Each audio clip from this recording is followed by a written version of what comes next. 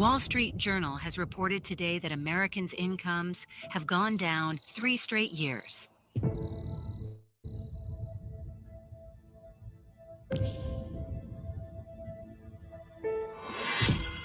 Inflation at a 40-year high under Biden presidency. Putting up with what? I can't talk to people.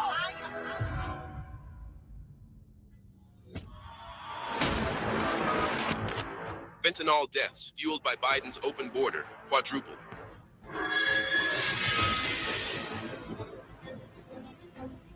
Under Biden, the number of illegals that have entered the U.S. is greater than the population of 40 of our states. Biden's failed Afghan withdrawal leaves 13 service members killed.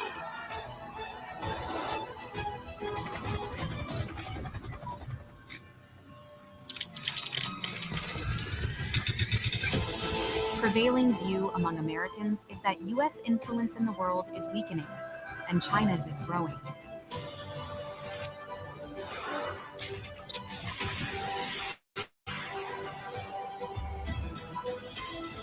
Nearly 70% of Americans are living paycheck to paycheck.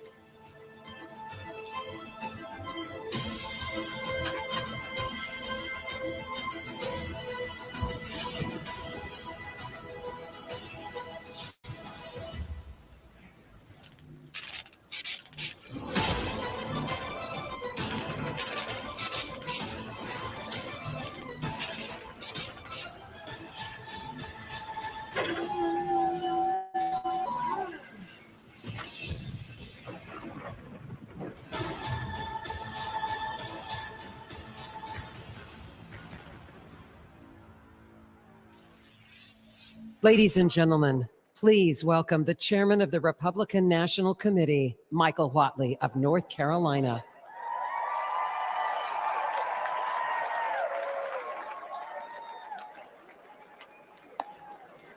Good evening.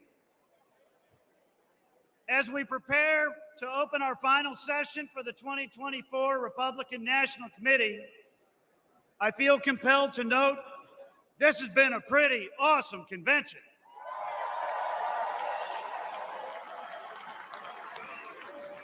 We've heard from governors, senators, members of Congress, candidates, and leaders from across our great party. We've heard from real Americans who've shared their stories of loss and heartbreak, of their bravery and their vision for a better America. We've heard from the Trump family, Donald Trump Jr., Laura and Tiffany. You have all been incredible. Almost as good as the president's granddaughter, Kai.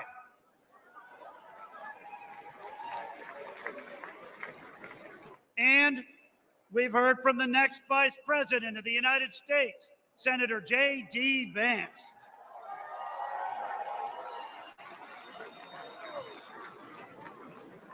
I also feel compelled to note once again that it is a miracle that we are here tonight.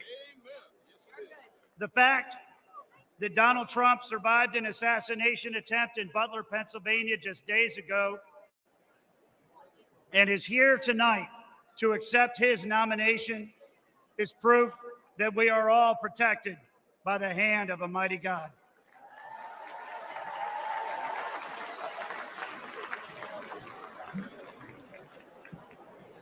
We have a lot of work to do in this election cycle. Tomorrow, we will all go back to our respective states, roll up our sleeves, and get to work. Are you ready to hear from the man who has the vision and strength to make America wealthy again? To make America safe again? To make America strong again? And to make America great again? Are you ready to hear from the next President of the United States? Then let's get this show on the road. I hereby open the final session of the 2024 Republican National Committee.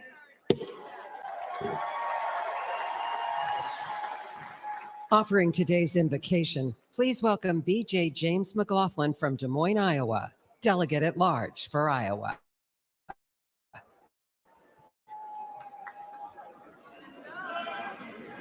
Beautiful as always.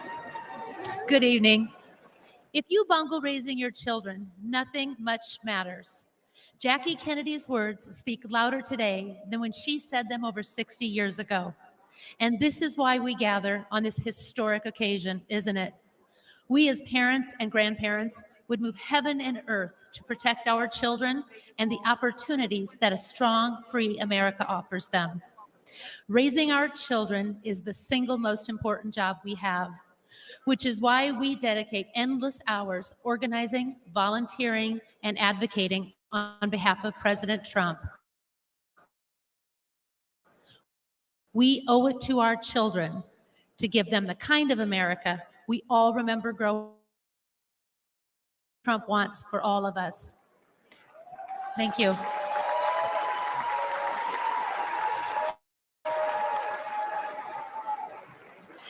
At home, every night when we finish our prayers with the prayer to St. Michael. We pray for all the children, our grassroots warriors, our country, and President Trump and his family. Tonight, I would like to add my boys, JJ, Jack, and George, and God bless you, Kevin. And President Trump, St. Michael the Archangel, defend us in battle.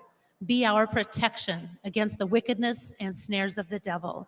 May God rebuke him, we humbly pray.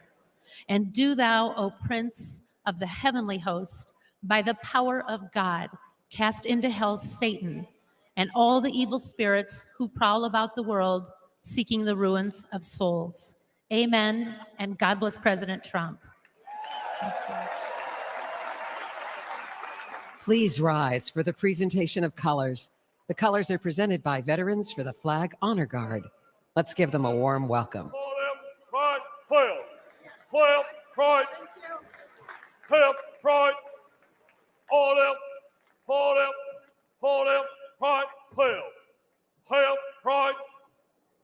have pride, all left, pride, have pride, color guard, mark time, mark, detail, halt, left, peace. Please remain standing for the Pledge of Allegiance and the National Anthem. Halt.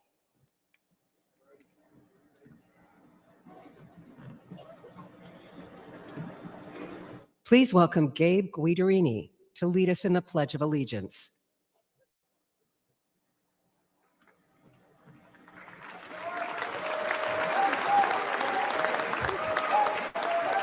Ladies and gentlemen, please join me in the Pledge of Allegiance. I pledge allegiance to the flag of the United States of America and to the republic for which it stands, one nation, under God, indivisible, with liberty and justice for all. Thank you. Thank you. And may God bless our great nation. Now to perform the national anthem, please welcome award-winning international singer, Mary Milben.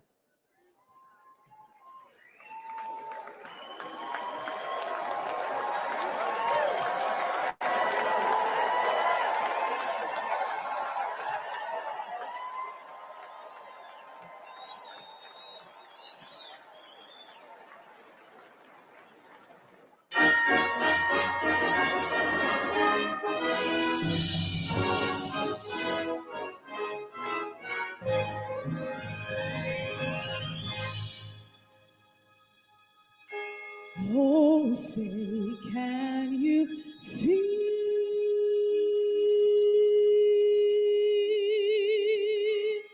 by the dawn's early light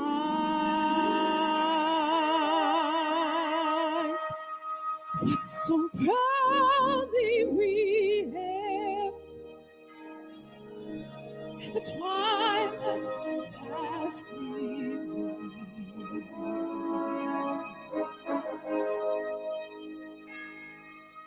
Whose broad stripes and bright stars through the perilous fight, where the ramparts we watched were so gallantly streaming.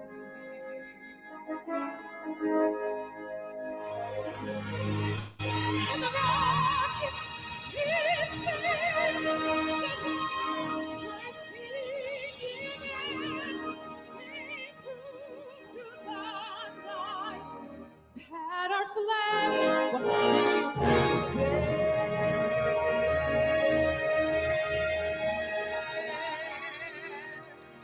Oh, saved us that stars spangled banner yet wave.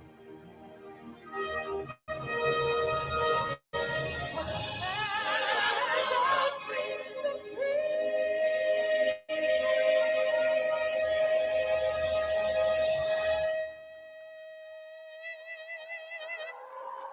And the home of the brave.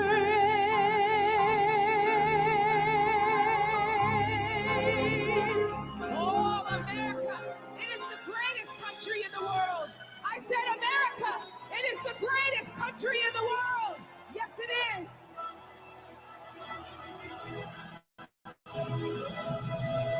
And still we can see as the years have gone by, there's a dream in our land, like a flame that keeps burning.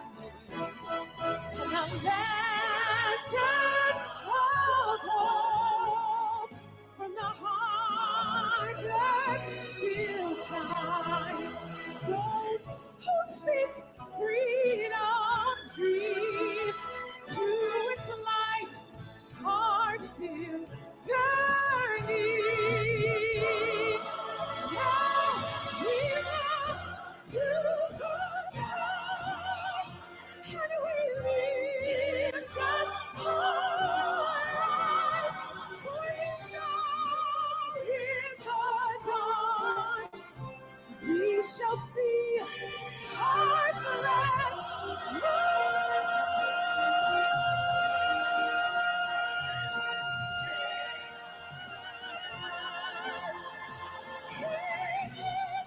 it's our star-spangled banner yet wave. For the land of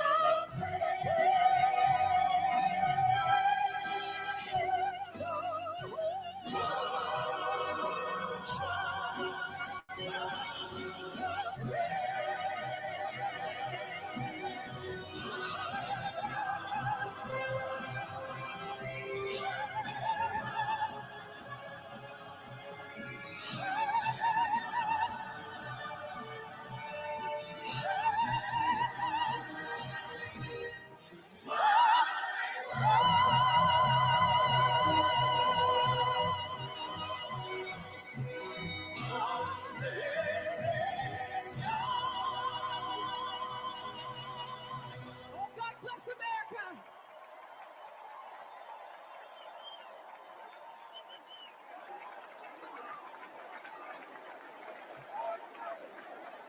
Please remain standing while the colors are retired. Delegate, right, peace. Forward, who? Hold up, hold up, hold up, right. Left, right. All left, hold left, right, clear. Left, right. Left, right.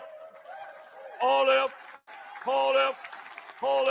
right, clear. Left, right.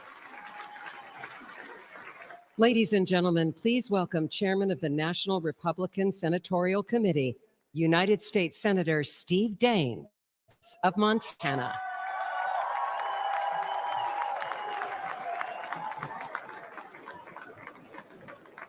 Wow, how about that national anthem sung by Mary Milman?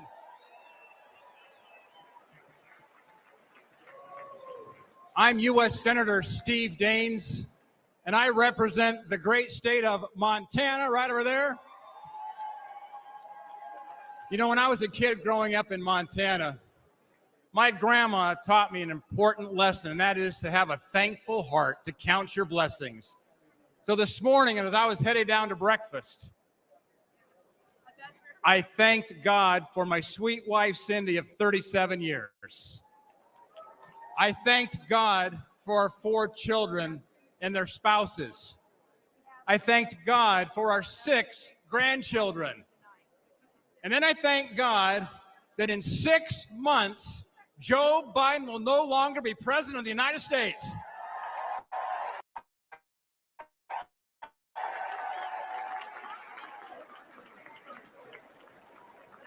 Now think about this moment we're in here this evening. It was just 5 days ago. We were a quarter-inch away from having a memorial service instead of a nominating convention. And we thank God here tonight for protecting President Trump. But we have important work to do, because going forward, we must fight, fight, fight. And I will tell you, as chairman of the National Republican Senatorial Committee, I'm working with President Trump to win the Senate majority and to fire Chuck Schumer.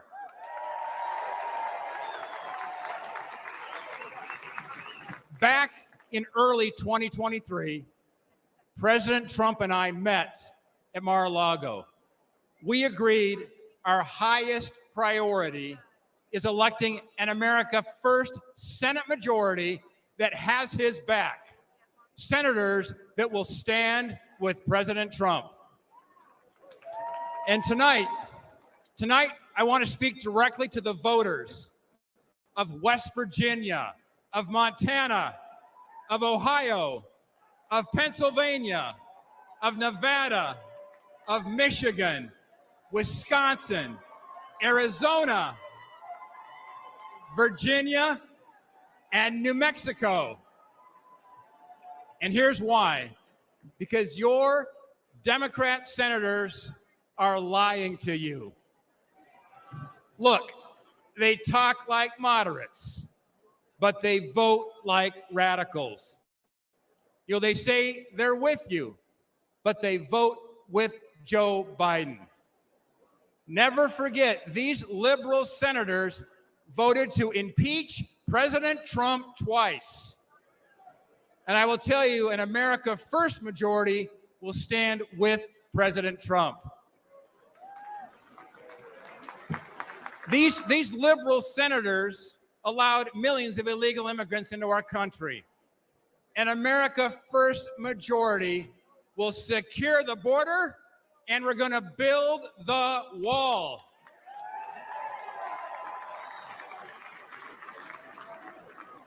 These liberal senators shut down the Keystone Pipeline. An America First majority, we're going to drill, baby, drill.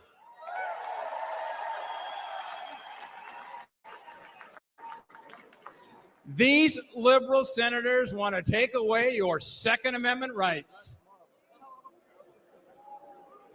Those are fighting words back in Montana. An America First majority will protect your precious right to keep and bear arms. These liberal senators covered for Biden after 13 American service members were killed during his botched Afghanistan withdrawal. An America First majority, by the way, I'm the son of a U.S. Marine, an America First majority is going to stand with our military. These liberal senators stand with Israel. And look, these liberal senators want boys in girls' sports. I'm the father of 2 daughters. They want men in your daughter's and my daughter's locker room. And you know, they can't even define what a woman is. But let me tell you something. Back in Montana, we know the difference between a bull and a cow.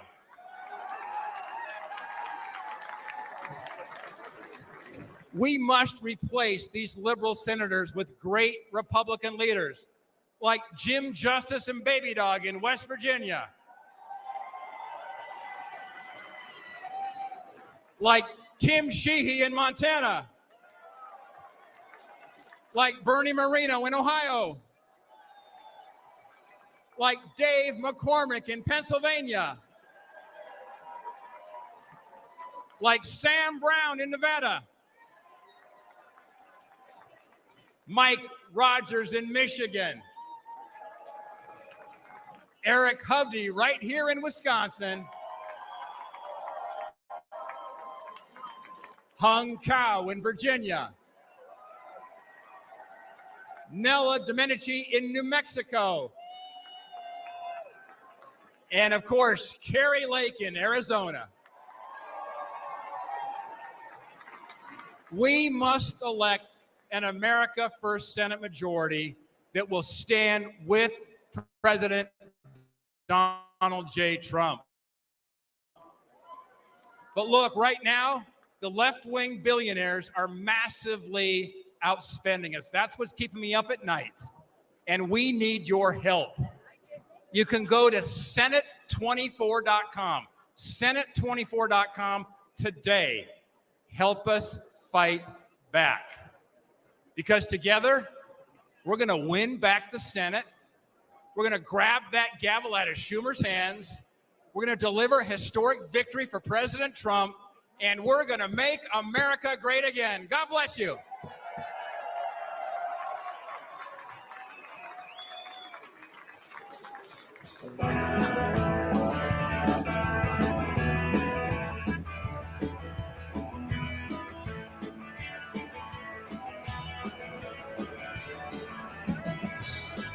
Okay, let's just mute that for a minute here. Has anybody checked out what happens on Twitter if you type in hashtag and MAGA? You'll get a little surprise if you do. Let's see. Oh, they've got something going now. Let me turn the music back on, or the sound. Donald Trump as president of the United States of America.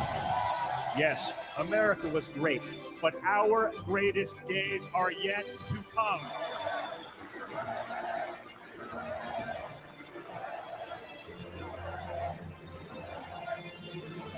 President Trump showed with the elimination of ISIS and so much more, when we punch, we're going to punch hard. And just imagine what he's going to do when we give him 4 more years.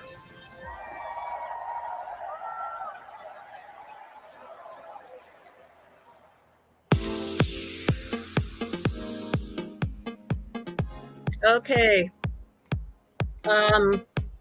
Looking at news.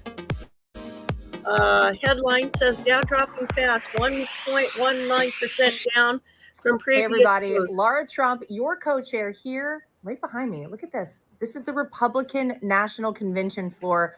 We have unity in our party. You have seen it here at this convention, and we need to keep that going all the way up until Election Day on November 5th. Anything you can donate right now to help President Donald Trump get back in that White House alongside his running mate, J.D. Vance. Please donate now. We appreciate you so much.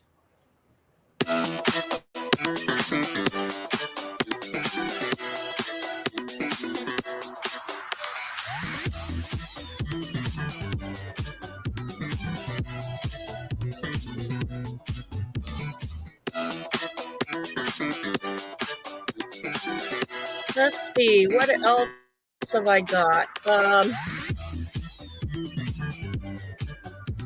Let's see. Major Dem donor draws up. I quit seats for Biden as cash drives up.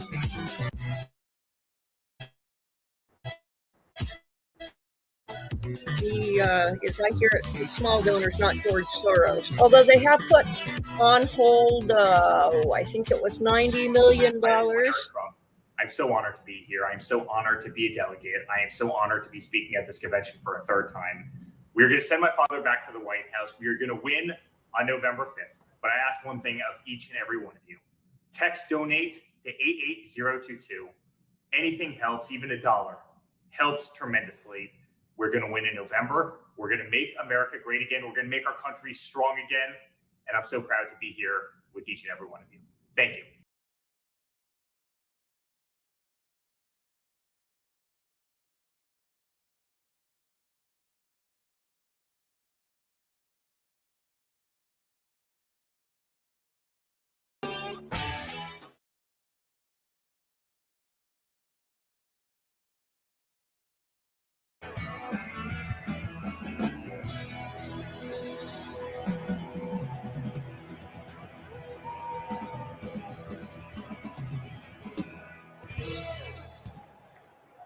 Ladies and gentlemen, please welcome the chairman of the National Republican Congressional Committee, Congressman Richard Hudson of North Carolina.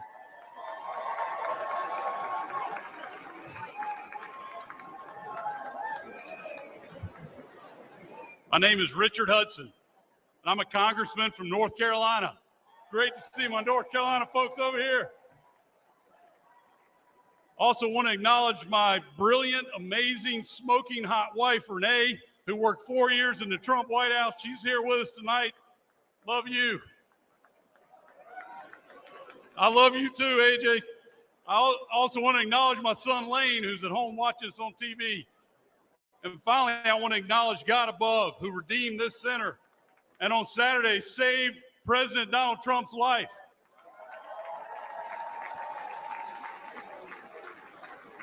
Now, my job as NRCC chairman is to grow the House majority.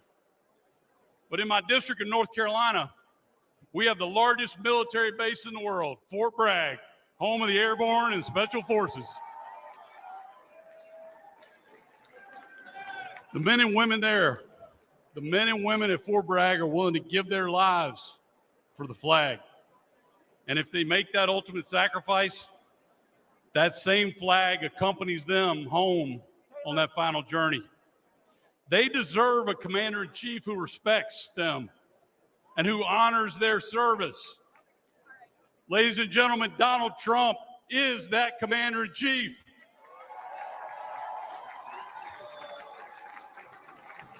You see, Donald Trump loves America. He literally embraces the flag. But extreme Democrats, they'll burn it in the streets and on college campuses. Joe Biden and Kamala Harris, they stand with those flag burners because they want to rule over you. But House Republicans, we stand with President Trump. We stand for America, and we stand up for the flag. Because House Republicans understand we don't rule over you. We work for you. In just the last 2 years, House Republicans have passed an historic border security bill that would lock down Biden's open border. We passed legislation to unleash energy production and lower cost. We passed legislation to remove woke indoctrination from our military. We passed the Parents' Bill of Rights because we think parents ought to make decisions about how their children are educated. And we impeached Biden's failed border chief, Alejandro Mayorkas. But Joe Biden and Chuck Schumer killed those bills and blocked any progress for the American people. For the last 2 years, House Republicans have fought alone. Ladies and gentlemen, we need backup. To save America, we need to grow our majority. And we need President Donald Trump back in the White House.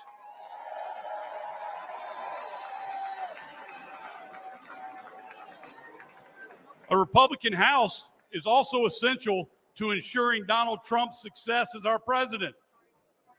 Can you imagine? Can you imagine what Nancy Pelosi's protege, Hakeem Jeffries, would do if he was Speaker of the House to undermine Donald Trump? If Democrats control the House, they'll block every tax cut, budget, border bill, and crime bill that he proposes. They'll hold sham investigations and hearings to bog down his agenda. They'll impeach him for doing his job. But we're not going to let that happen. Together, a Republican House and President Donald Trump will preserve the historic Trump tax cuts and eliminate taxes on tips. Together, a Republican House and President Donald Trump will fund the police. We will rebuild our military. We will stand up to communist China. And ladies and gentlemen, we will finish the wall.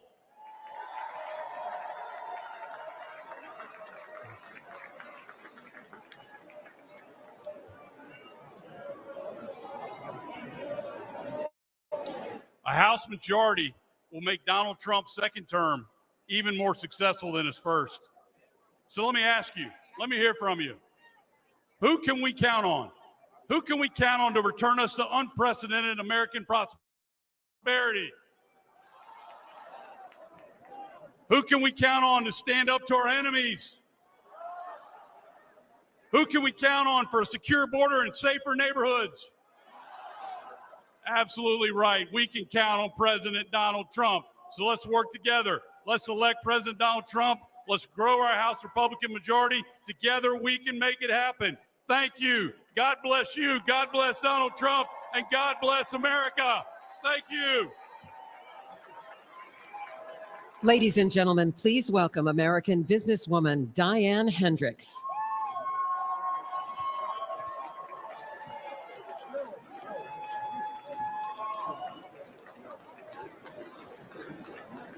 Good evening. My name is Diane Hendricks. And I'm living proof that the American dream is possible with hard work and determination. I grew up on a dairy farm in Wisconsin. I was one of 9 girls, no boys. I dreamed of moving to the city and wearing a blue suit. But at the age of 17, I became pregnant. That was not part of my plan. But I truly believe that every life is a sacred gift from God.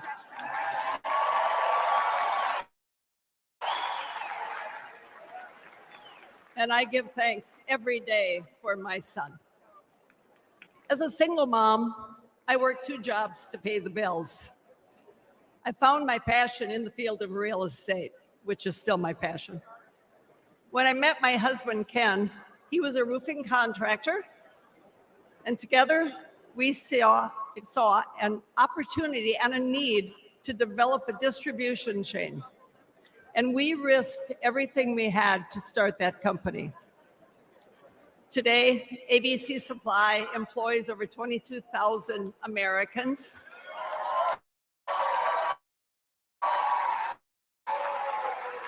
We are the largest roofing. What's even more important is we are creating these jobs right here in the United States of America.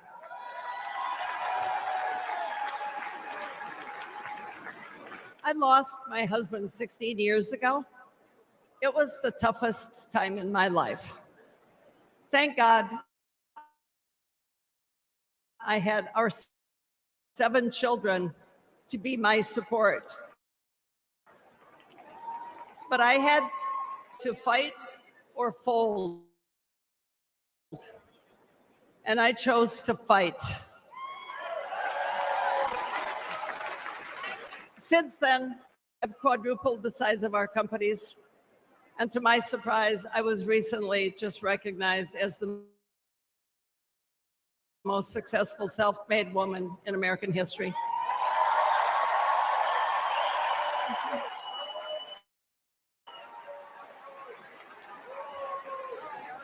So to all of you, you can make it too.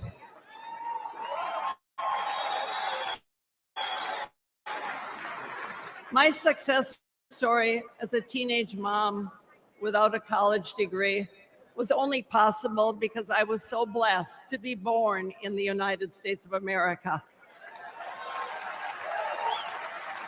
But today, the American dream is under threat. Since Joe Biden and Kamala Harris took over the offices, prices have risen over 20%. Aspiring entrepreneurs can't afford to take out a loan at 7, 10, 15% interest. Regulations have surged, and the administration has proposed $7 trillion in tax increases. I know how hard it is to build a company from nothing. And we need a president who understands that too.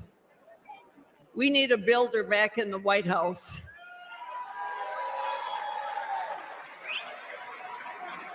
Someone who will cut the job-killing regulations, lower taxes on working families, and give the power back to the American people.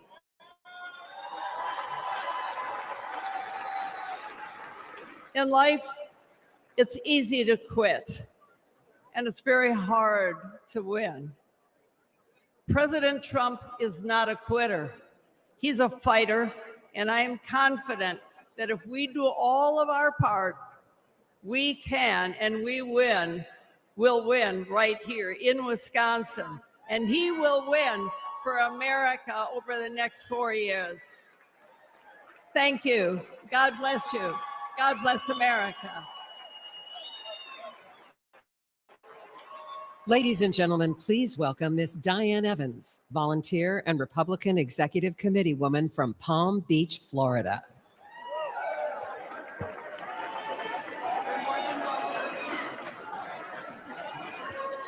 Hello, Milwaukee. My name is Diane Evans. I'm a volunteer with more than 1,000 hours working for the Trump campaign since last year. If you told me I'd be here 5 years ago, I'd have said you're crazy. But here I am, and I'm very excited to re-elect Donald Trump as President of the United States this November.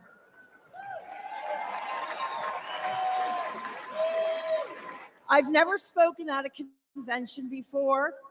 I've never used a teleprompter before. But I figure if Joe Biden can, I can manage all right.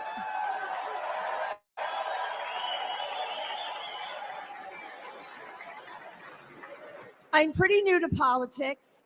I voted my whole life, but I've never got involved as a volunteer. I was busy raising my family, spending time with my husband, starting a small business, and walking the dog. Moms are busy people. When it came to politics, I always figured let everybody else take care of it. But then the 2020 election happened.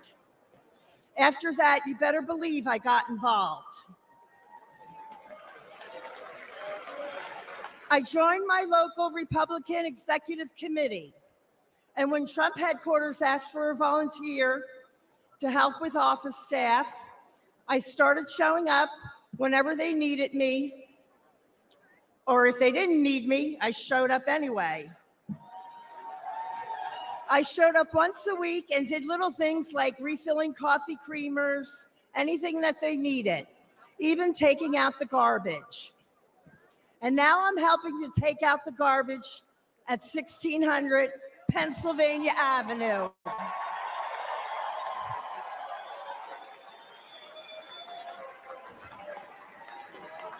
As long as I can remember, these politicians have said what they think we want to hear, then they do just what the hell they want. And Joe Biden has been the worst offender for the last 50 years. President Trump is different. I knew he would get things done for the American people, and he did. He isn't part of the swamp. He's going to drain the swamp.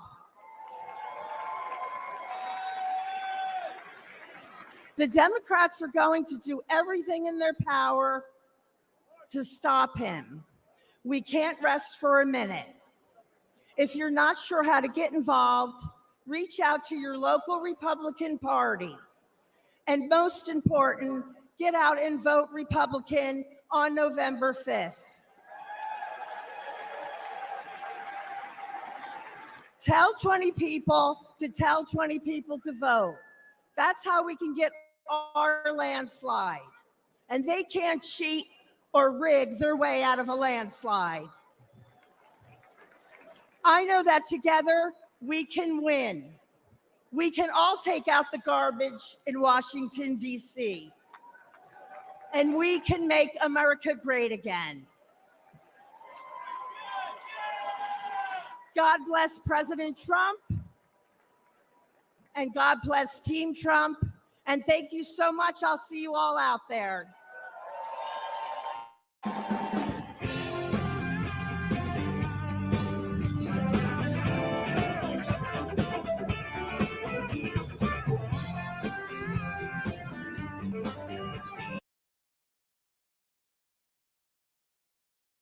Yeah, I was just over looking at Twitter. Crisis. Enemies of America. Let's see. Your family at risk.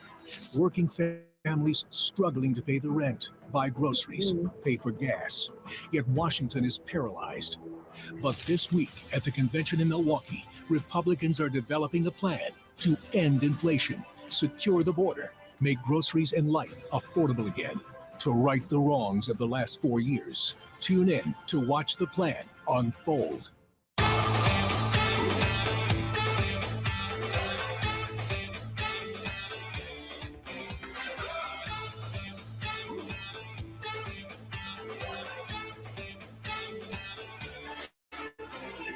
Today, I'm joining RNC co-chair Laura Trump to humbly ask if you could chip in $5, $10, or $25. Grassroots supporters like you keep this campaign alive. A gift of just $5 could make the difference between victory and defeat in November. Please chip in any amount. I know with your support right now, we will make America great again.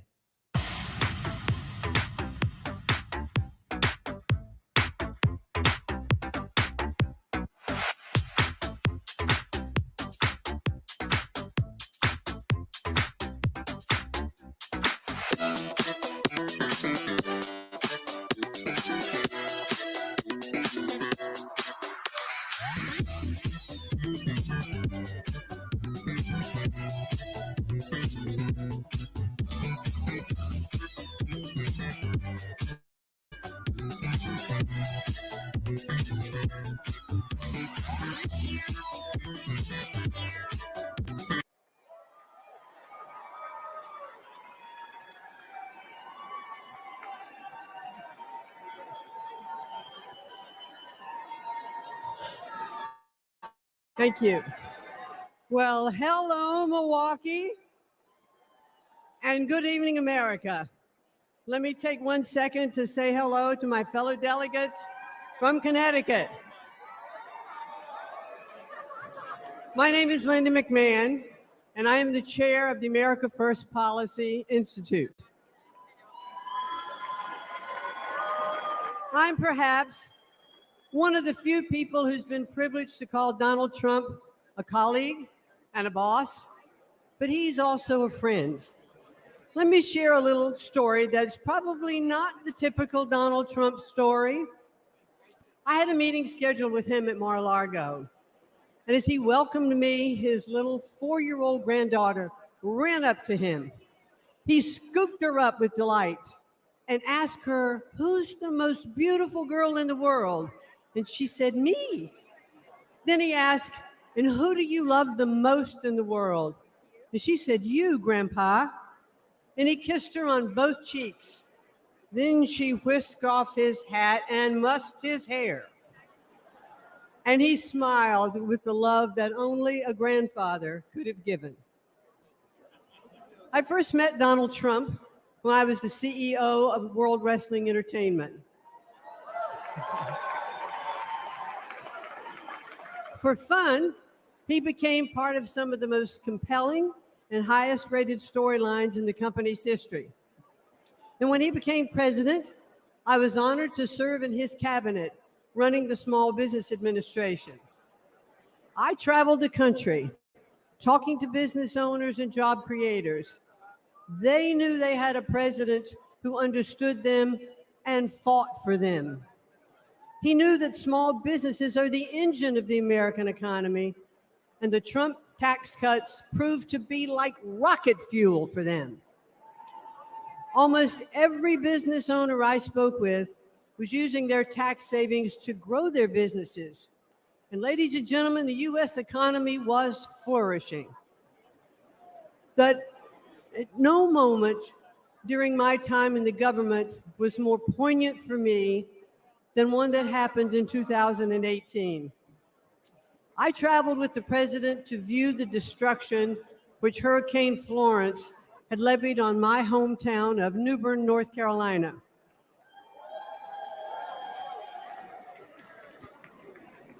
I stepped off of Air Force One and walked side by side with the President of the United States through the hangar where my father had been a shop foreman and my mom had been a budget analyst.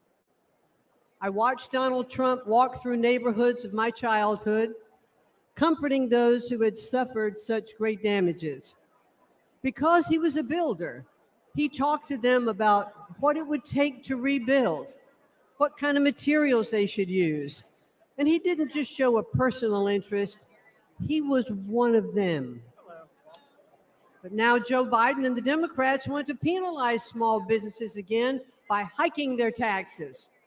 But when he's reelected, Donald Trump will make those tax cuts permanent. And he will also offer new tax cuts like no taxes on tips. Instead of taxing American companies, Donald Trump put tariffs on China that raised billions of dollars and protected American industries.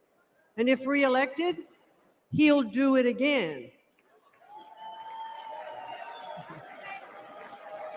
President Trump is a job creator and the best friend American workers have ever had in the White House. He is a champion of the forgotten men and women, as I have experienced firsthand. But the media doesn't like to acknowledge that very often. Donald Trump is not only a fighter, ladies and gentlemen, he is a good man.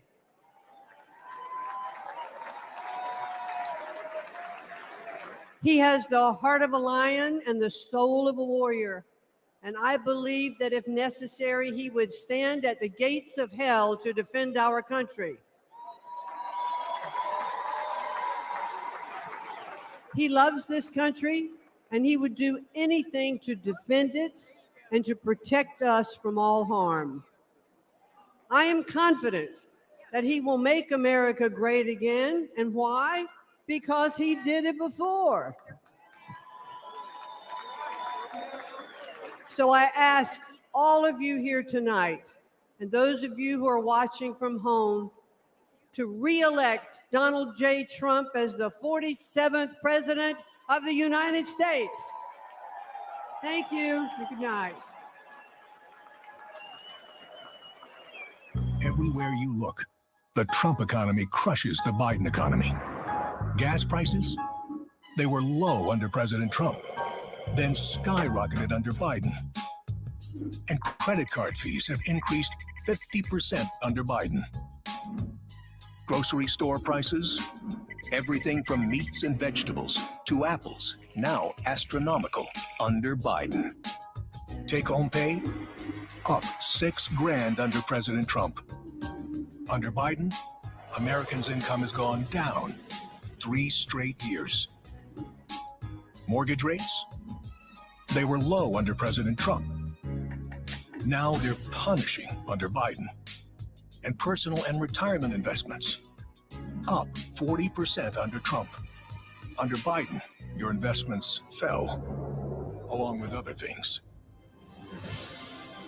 President Trump, he'll make America's economy strong again.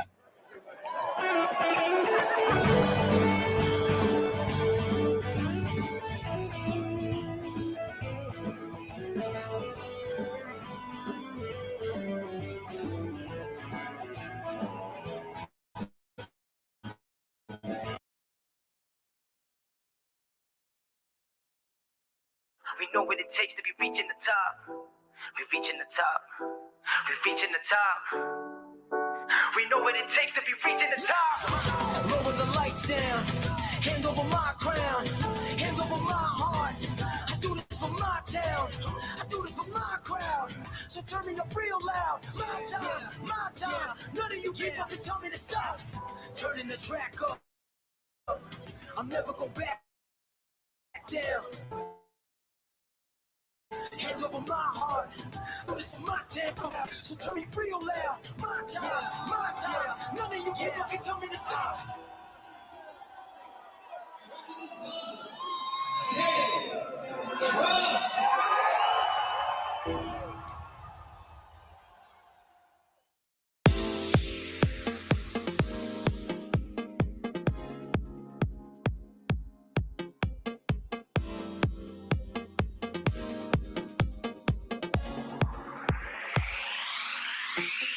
Hi, this is Texas Governor Greg Abbott. President Trump has proven time and again that he is the leader America needs. Our country will not survive another 4 years of Biden in the White House. America needs strong leadership that enforces our laws, protects our national security, and puts our people first. President Trump has delivered for the American people. Now it's our turn to deliver for him. That's why I'm asking every patriotic American to text DONATE to 88022. That's DONATE to 88022. And chip in whatever you can to get President Trump across the finish line this November. Whatever you can give will be a massive boost in our fight to save America from total destruction.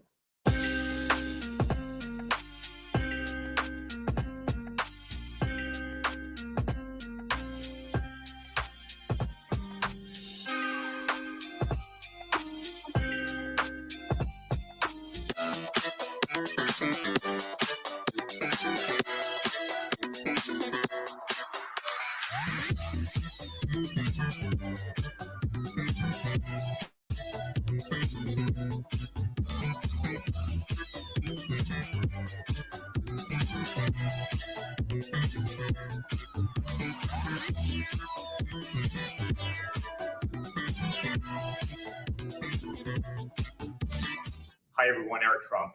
I'm so honored to be here. I'm so honored to be a delegate. I am so honored to be speaking at this convention for a third time. We're going to send my father back to the White House. We are going to win on November 5th. But I ask one thing of each and every one of you. Text donate to 88022. Anything helps, even $1 helps tremendously. We're going to win in November. We're going to make America great again. We're going to make our country strong again. And I'm so proud to be here with each and every one of you. Thank you.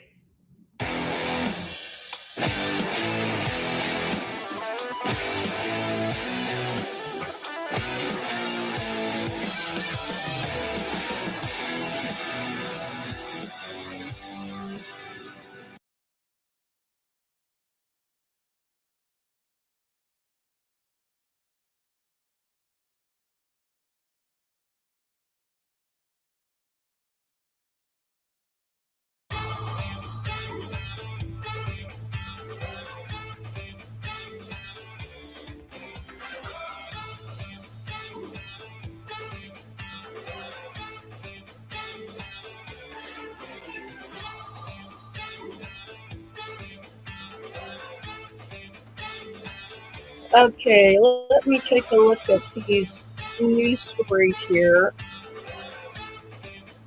Got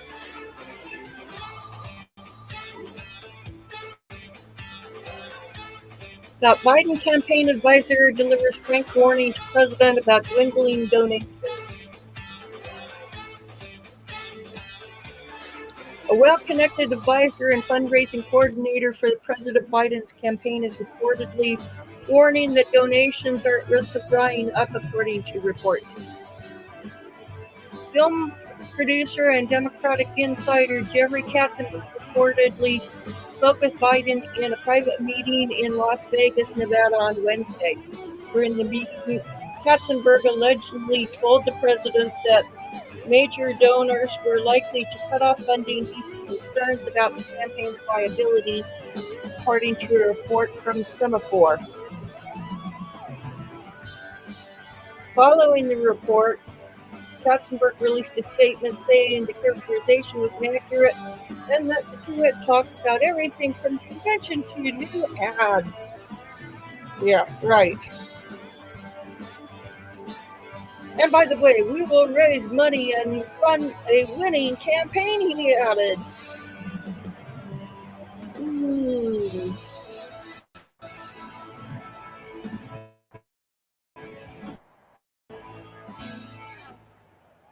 Ladies and gentlemen, please welcome the 70th United States Secretary of State, Mike Pompeo.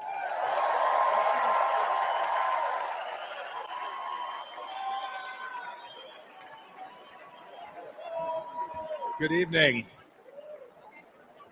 Good evening, my fellow Americans. It's great to be with you. A special shout out to Kansas over there, my good friends from Kansas.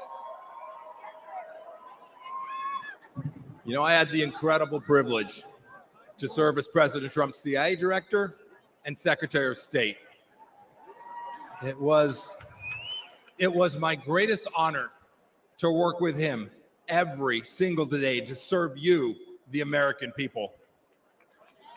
Now you all are paying attention, so you know what the Trump administration achieved, but it's worth going through a few of these accomplishments. Let's start with this. There were no new American wars.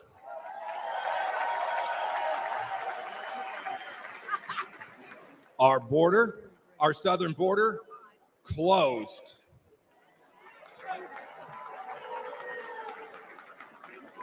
It may seem like a long time ago, but when we took office, there were people's heads being cut off at the beaches. We destroyed ISIS and its caliphate. And you know, here's another fun fact. We never lost our Secretary of Defense for 2 weeks either.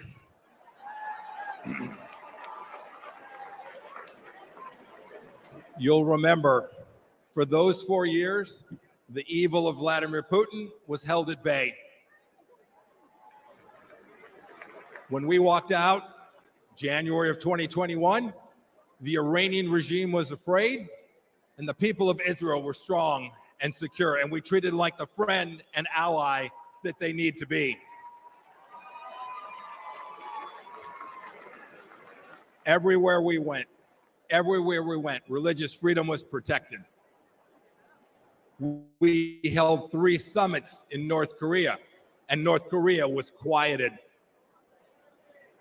We had begun we'd begun an honorable exit from Afghanistan, and not a single Chinese spy balloon flew across the United States of America. 4 years. Had I been the Secretary of State and a Chinese spy balloon flew across our country, I would have been the former Secretary of State, and rightfully so. You know, under President Trump, the Chinese Communist Party, which to this day presents the greatest threat to our nation from outside of our country, we confronted it like never before. Look, ladies and gentlemen, in short, we put America first every single day.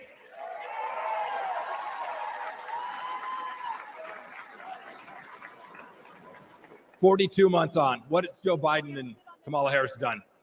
and their leftist handles, what have they delivered to us for security and prosperity? Almost nothing. Let's start with this. You saw some of them last night. 13 new Gold Star families from Afghanistan. As an Army veteran, I want to speak to everybody who served in Afghanistan. I'm disgusted by the Biden administration's incompetent pullout from that country.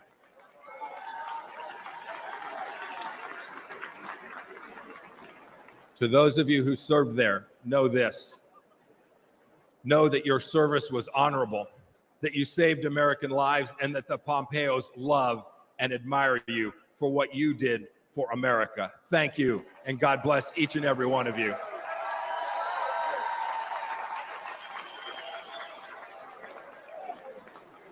Every one of you has served in uniform, and the families of those, you deserve a president who will not check his watch while he is honoring our fallen brothers and sisters. It was indecent.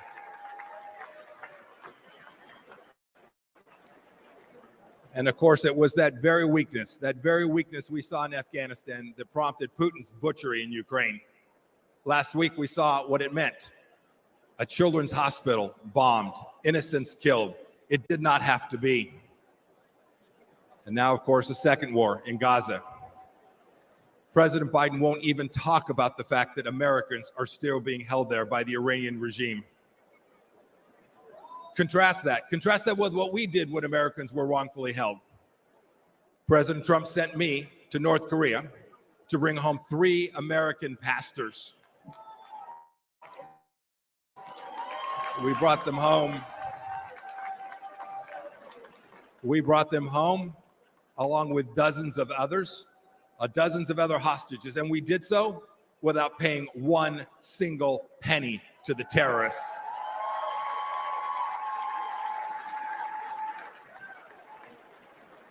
And what about Iran today? When Joe Biden eased up on President Trump's maximum pressure campaign, we gave money to the Ayatollah so he could cut more checks to the genocidal maniacs who conducted barbaric attacks into Israel. And now, of course, closer to home, a massive national security challenge. Our southern border is a welcome mat. It's a welcome mat for Islamist terrorists, drug dealers, Chinese spies, and violent criminals. Ladies and gentlemen, President Biden sold out our citizens and our security and our sovereignty, and we need to get it back, and I am confident that we will get it back. I had this incredible privilege to serve as your top diplomat. I saw how the world always looks to our nation as the unrivaled example of what a free society should look like.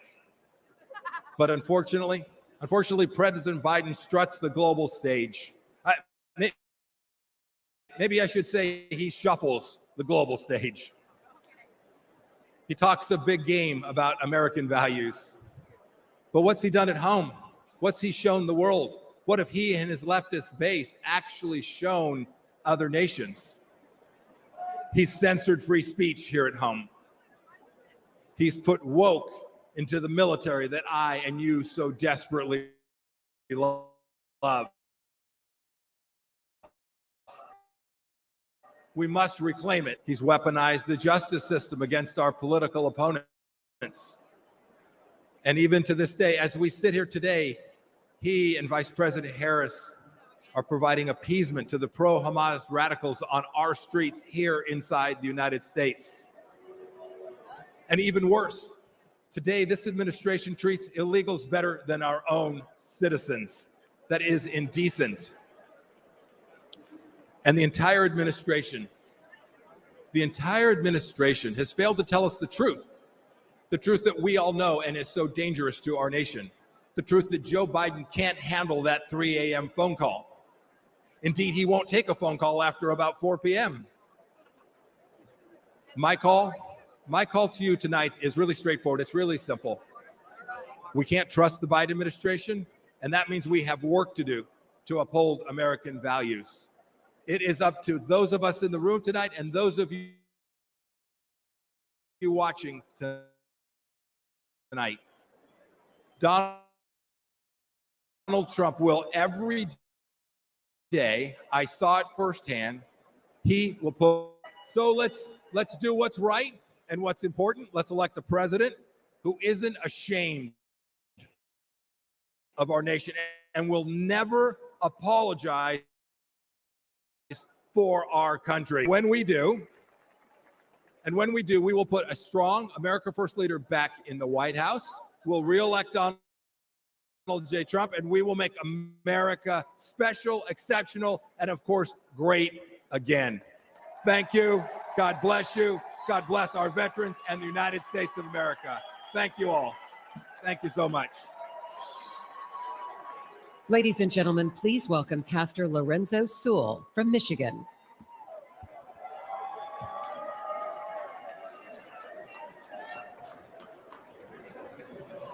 My name is Pastor Lorenzo Sewell. I have the honor and the privilege of being the senior pastor at 180 Church. And we were blessed last month to have President Donald Trump come to Detroit, Michigan. Let's go. Can you imagine it? Can you imagine President Donald Trump coming to a city and calling a pastor like me, a pastor who was born and raised on the east side of Detroit? I was mentored by murderers. I was a student of the street, but I had a radical experience with Jesus Christ that changed my life forever. Come on, if you believe that Jesus still changes lives, come on, put your hands together and give our great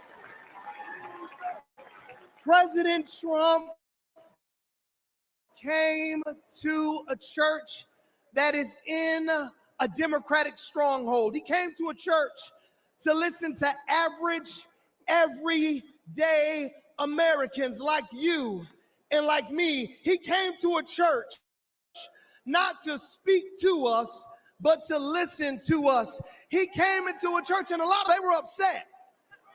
A lot of people, they would ask me questions. Why would you allow Donald Trump to come into your church?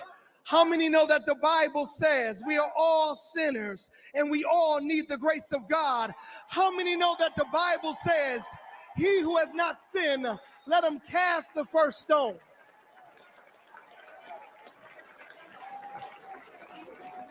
President Donald Trump, he came during his birthday weekend. Let me ask you a question. Grand old party, what would you do for your birthday if you were worth $6.7 billion? What would you do for your birthday? Would you come to Detroit? Would you come into the hood? He came to the hood because he cares about average, everyday Americans.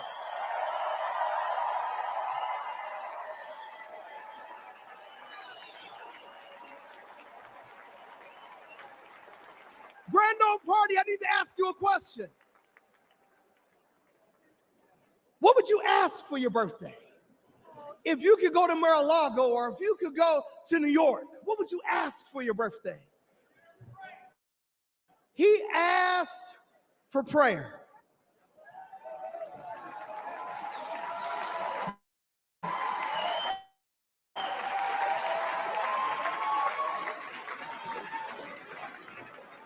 I believe that prayer is preventative and prayer is proactive. I believe that praying in the name of Jesus changes everything.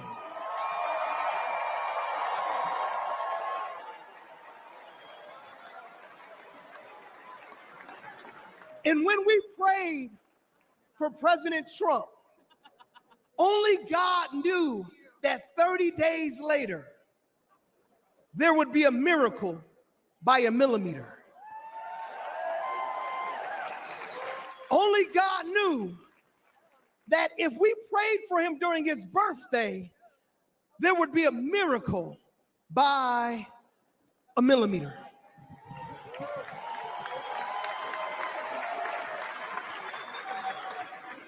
If President Trump had moved 1 millimeter, he wouldn't have been here on Monday to talk to us about how America was going to be made wealthy again.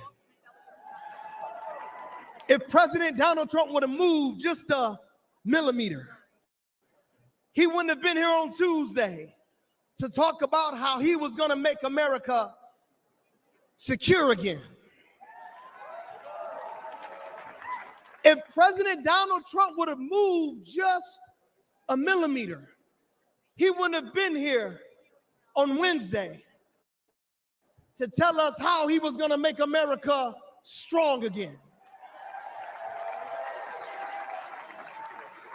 And if President Trump would have moved just a millimeter, we would not be hearing tonight how he was going to make America great again.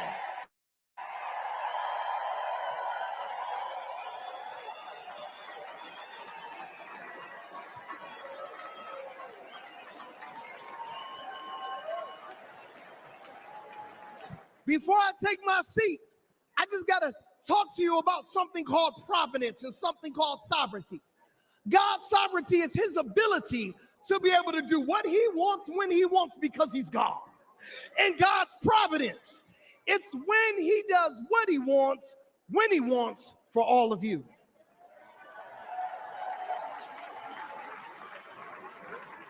Did you know that President Trump was shot on 6/11?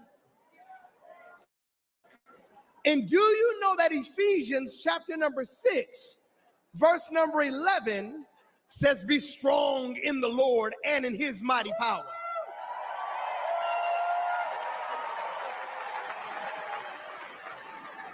To all my Democrat friends, I want to ask you one question. Do you know anybody that was the 45th president? He was convicted of 34 accounts. He raised $53 million in 24 hours and could be the 47th president of the United States in America. And he was shot one time. Do you know anybody like that?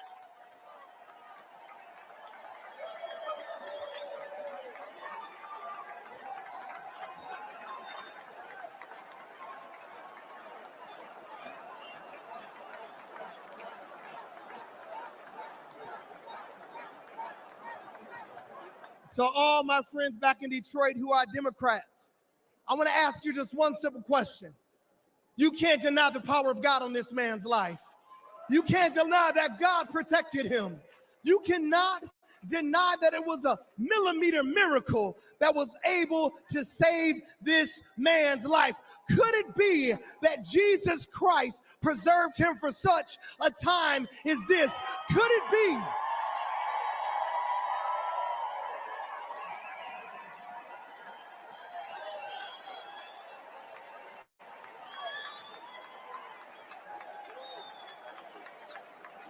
Could it be that when we prayed for him when he came to the round table in Detroit, that Jesus asked and he received, that we sought him and then he found protection? Could it be that the King of glory, the Lord God strong and mighty, the God who is mighty in battle, protected Donald Trump because he wants to use him for such a time as this? If you believe that, come on, put your hands together and give our great God great glory.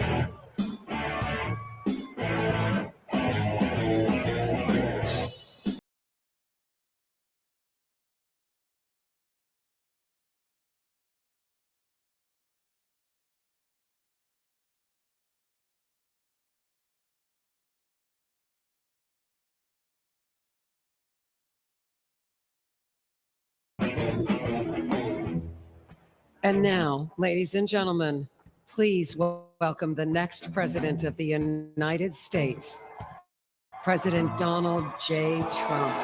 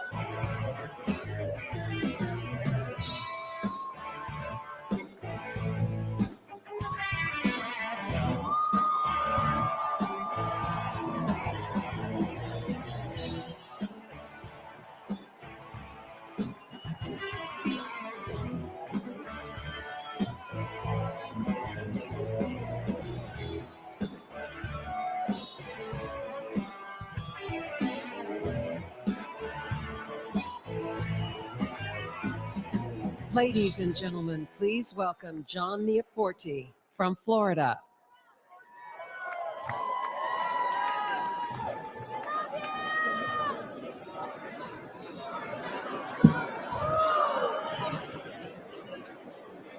It's an honor to be here this evening. I'm the PGA head golf professional at Trump International Golf Club in Palm Beach, Florida.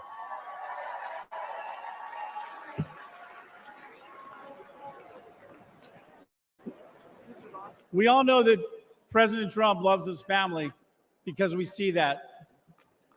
And we all know that President Trump is willing to die for our country because we just witnessed that.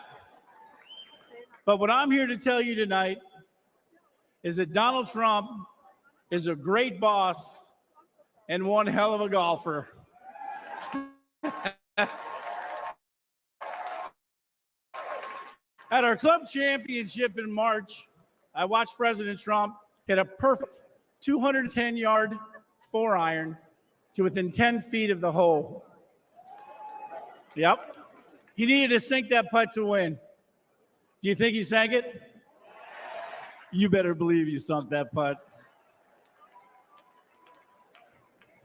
Donald Trump, 21 club championships. Joe Biden, 0.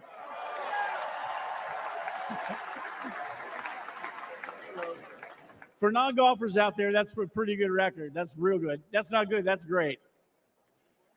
25 years ago, I was working multiple jobs. And one of those jobs, Mr. Trump. My caddy job eventually would turn into a full-time job. One day, I was out caddying for Mr. Trump when he mentioned to me that he needed to find a teaching pro. He knew I could play, so he said, tomorrow, dress like a golf pro and come out and play golf with me. So in true Mr. Trump fashion, on the first tee the next day, he tees up his ball, whacks it right down the middle of the fairway.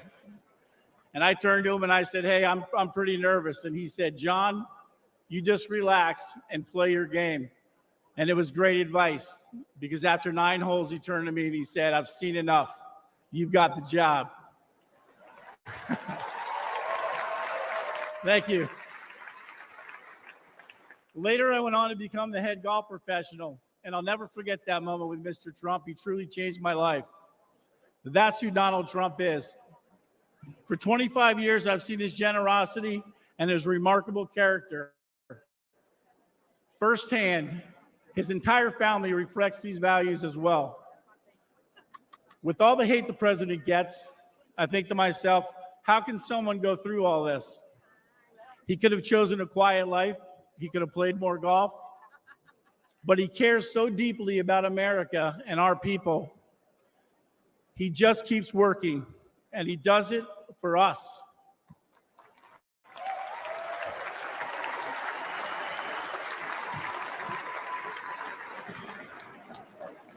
Now it's our turn to support him. So let's help him. Let's hear it. Make America great again. That's it.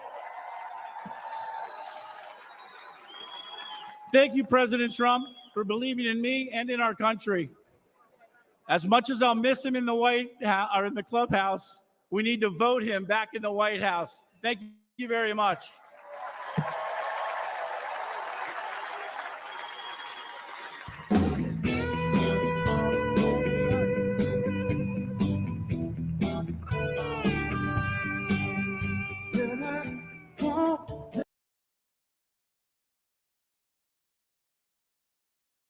Hey, it's JD Vance, and I'm so pumped to be the vice presidential nominee along with President Trump to make America great again. We need your help. So if you're able to chip in $1, $5, anything you can, helps us.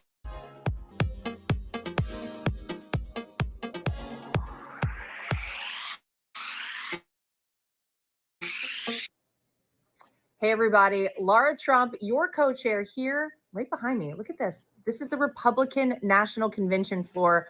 We have unity in our party. You have seen it here at this convention, and we need to keep that going all the way up until Election Day on November 5th. Anything you can donate right now to help President Donald Trump get back in that White House alongside his running mate, J.D. Vance. Please donate now. We appreciate you so much. Hey everyone, it's Congressman Mike Lawler. With so much at stake this November, we need your help. Please remember to get out and vote for President Trump and all of our Republicans up and down ballot. Your vote will make the difference. And if you can chip in $1 to help get us over the finish line, text RNC to 88022. Thanks for your support.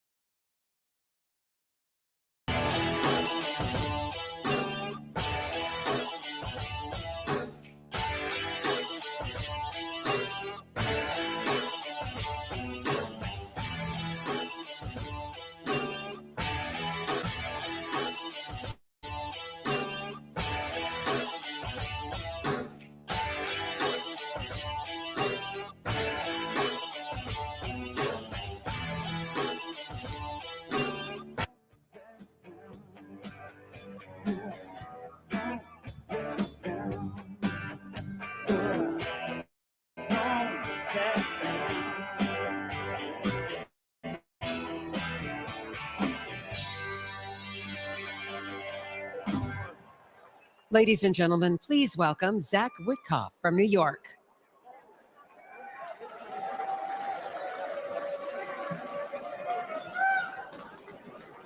Good evening, Milwaukee. I'm Zach Witkoff. I am deeply honored to stand before you tonight and introduce my father. This moment holds special significance as I'm about to become a father myself. Thank you. The nation my son is born into in December will be shaped by the choice we make this November. I saw my father's remarkable journey from relying on a small loan to becoming one of the country's most successful developers. He showed me that success comes from hard work, not handouts. When I joined his business, I started at the bottom, literally, handling plumbing jobs and repairing sewage lines late at night in New York City. That's how he started too. I vividly recall him spending New Year's Eve fixing a broken sewage tank with a bear of a man named Shecky. You see, they couldn't afford to call in a crew. They were the crew. Years later, Shecky was still by my dad's side, and he became my first boss. He once told me he would run through a wall for my dad because my dad never asked him to do anything that he wouldn't do himself. And that's exactly how my family feels about our dear friend, President Donald Trump. We have seen him stand shoulder to shoulder with the American people, time and again, even when it wasn't easy, even when he could be doing something else. Even after getting hit by live sniper fire, he stood with us, my fellow Americans, and that is why we stand with him. And you know what? He makes it fun, too. President Trump and the First Lady were the guest of honor at my wedding at the beautiful Mar-a-Lago Club. The president tore up the dance floor until 3 in the morning with his signature moves. You guys know those moves.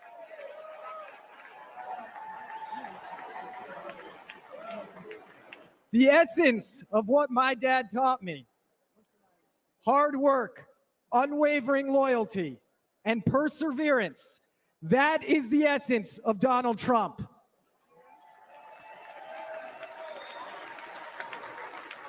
As long as we stand united with President Trump, it will remain the essence of the nation that my son and all of our children grow up in. God bless America, God bless Donald Trump, and God bless the greatest nation on earth, the United States of America. Ladies and gentlemen, I am proud to present my father, Stephen Witkoff.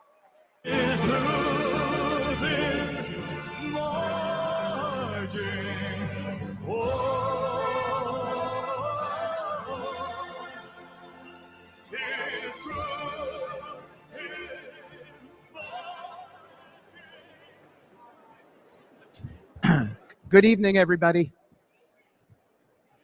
That song that you just heard was American Trilogy by Elvis. It was playing for a reason.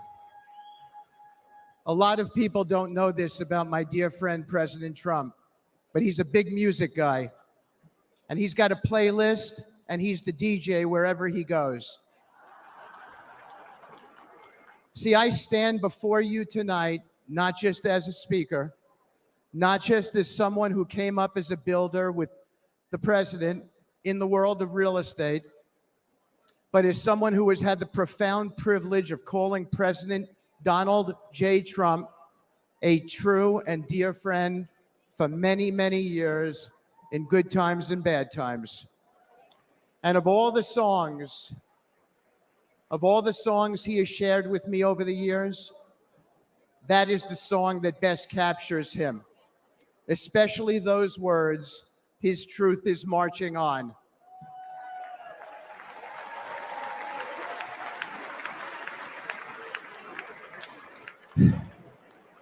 I thought of that song after my dear friend was shot a few days ago. I gave him a call. I expected to leave him a voicemail So it surprised me when he answered the phone. His first words surprised me as well. He'd just come within an inch of his own life ending, but he picked up the phone and said, "Hi, Steve. I'm really glad you called. How are you? How are your kids?" It surprised me, but it shouldn't have. I know this man very well. President Trump is as kind and compassionate a man as I've ever met in my lifetime.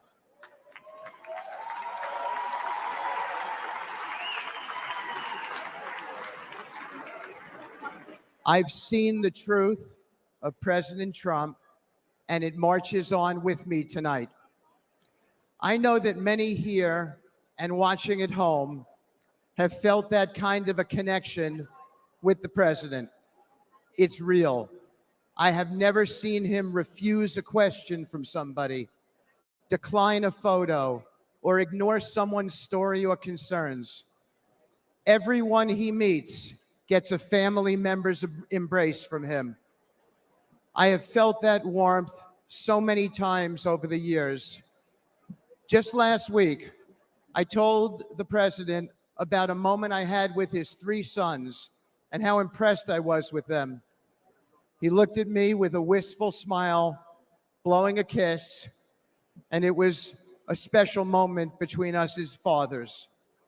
When my dad fell gravely ill, President Trump didn't just send a note.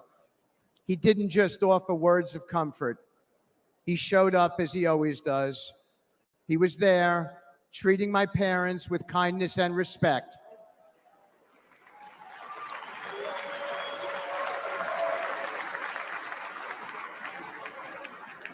Including my mom, who's 91 and here tonight dressed in red and is going to be voting for the president.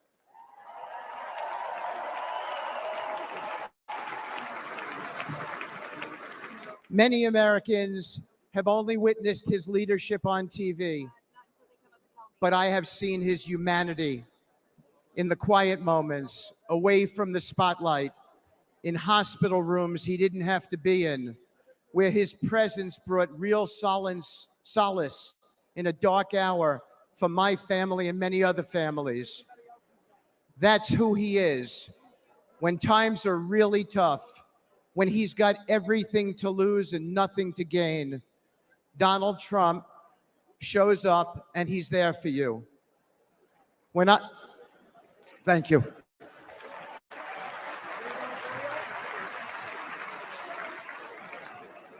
When I lost my boy Andrew to an opioid overdose, the pain was unbearable.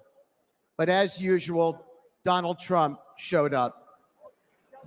After he became the President Trump, even amid all the responsibilities of his office, he reached out and invited me to speak about Andrew at a conference on opioids hosted by the First Lady, providing a platform to honor my son's memory.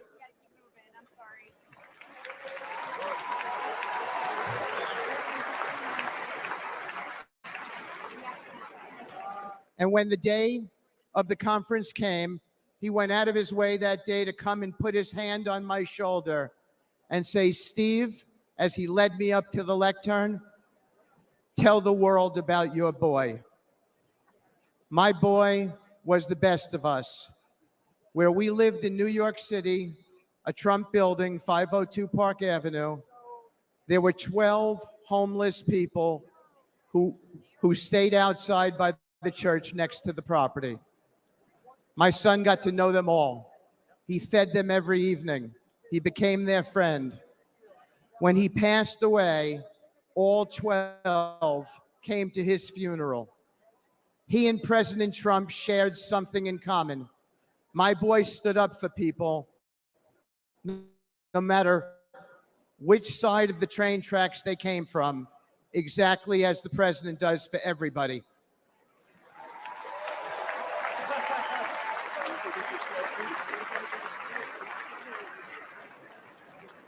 Standing here today, I still feel my boy's hand on my shoulder.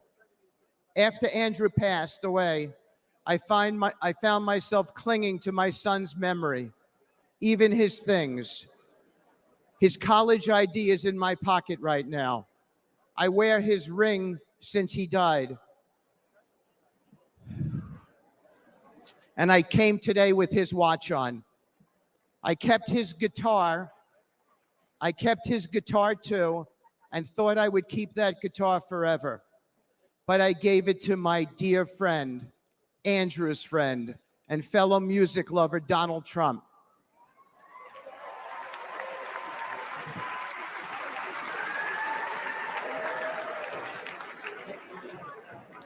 I wanted President Trump to have something with which to remember my son. President Trump didn't say something nice to me and put it in a closet somewhere.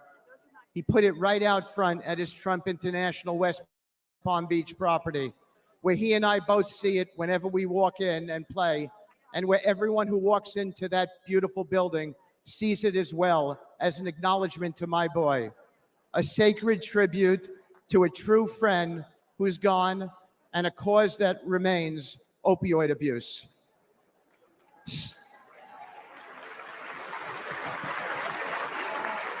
Thank you. Standing here today with my boy's hand on my shoulder, I know I'll never hear his music again. His mom and I can only hear the chords of memory now, and we will always hear them.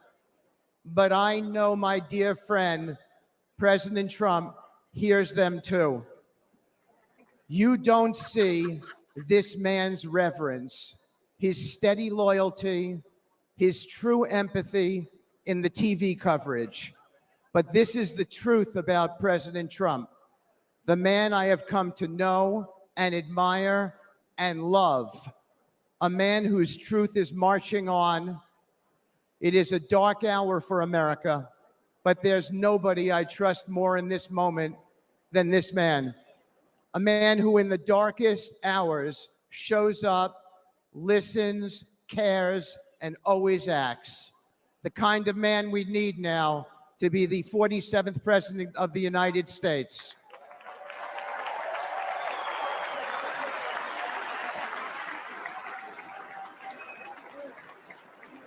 Thank you. May God bless you all. May God bless President Trump and his extraordinary wife and his wonderful family. And may God bless America. Thank you so much. From the very first day that we take back the White House from crooked Joe Biden, the worst president in the history of our country, I believe that we're going to have 4 of the greatest years in the history of our country. I will once and for all secure our elections. We're going to go to paper ballots. We're going to have same-day voting, voter ID. We're going to do it properly. We're going to have good, secure, beautiful elections. We never want what happened in 2020 to happen again. But until then, Republicans must win, and we must use every appropriate tool available to beat the Democrats. They are destroying our country. Whether you vote early, absentee, by mail, or in person, we are going to protect the vote. That's the most important thing we have to do, is protect the vote. Keep your eyes open, because these people want to cheat, and they do cheat. And frankly, it's the only thing they do well. We will make sure your ballot is secure and your voice is heard. Many Republicans like to vote on Election Day, and we must swamp the radical Democrats with massive turnout on Tuesday, November 5th. The way you win is to swamp them. If we swamp them, they can't cheat. It just doesn't work out. But if you can't make it, you need to make a plan, register, and vote any way possible. We got to get your vote. So with your vote, we will win a victory the likes of which no one has ever seen before. We will evict crooked Joe Biden from the White House, and we will take back our country on November 5th, 2024, the most important day in the history of our country. That's what it's going to go down as. Thank you. Ladies and gentlemen, please welcome attorney and senior advisor for President Donald J. Trump, Alina Habba.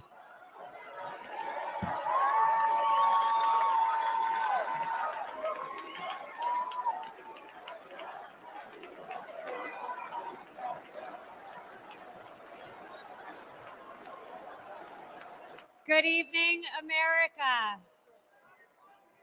My name is Alina Hava, and I have had the great privilege of representing President Donald J. Trump.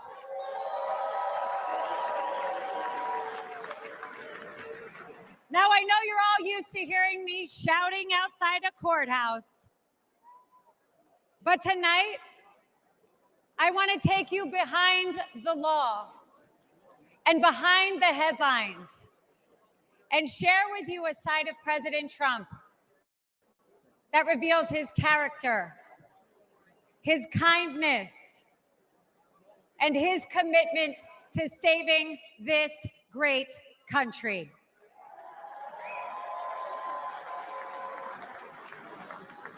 As a devout Catholic,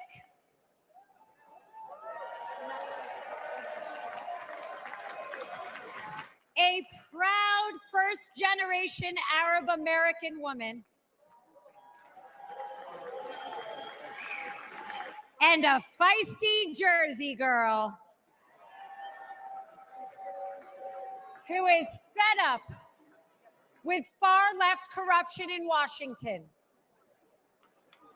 President Trump championed my journey, empowering me to be who I became today.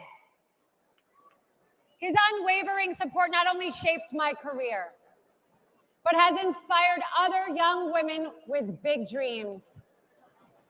President Trump loves this country. He does. And he lifts up those around him. To my children, Luke, Chloe, and Parker, he's the man with one heck of a golf swing that lets them ride in a golf cart with some of the world's most famous golfers so they feel included in mom's job. And by the way, he can kick some of those guys' butts. Ken.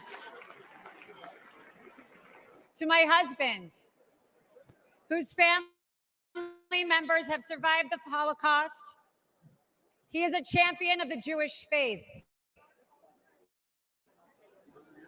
To my Iraqi parents, he is a mentor to their daughter.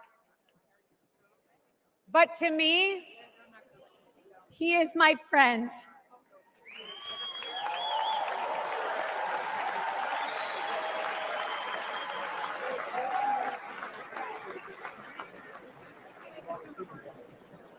Not too long ago, a supporter shouted, "God bless you and President Trump," in the middle of Manhattan after one of our trials. Little did that man know that I was on the phone with the president himself. And he immediately asked me to pause, give the man my phone, and spent time speaking to him and thanking him for his support.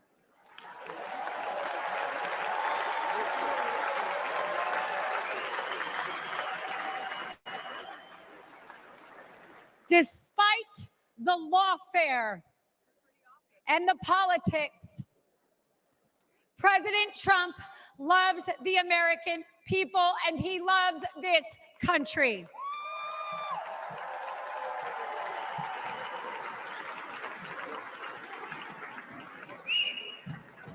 For decades, the Trump Organization transformed skylines and created thousands of jobs.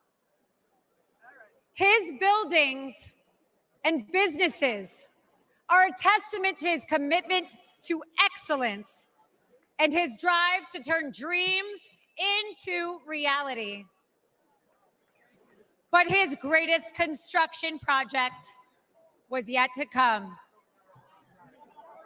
The left has tried to demolish President Trump, but there is no bulldozer big enough or strong enough to remove the legacy that he has built or the future he is creating.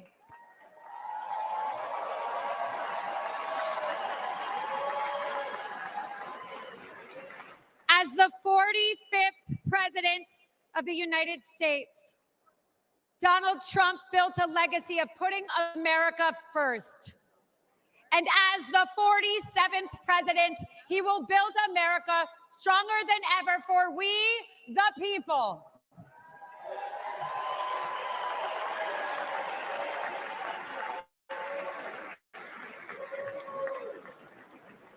As we stand on the brink of a new chapter in America's story, I am reminded of the country my family fled 4 decades ago. A place marked by religious persecution, oppression, and a lack of freedom. They came here because America is a beacon of liberty and opportunity.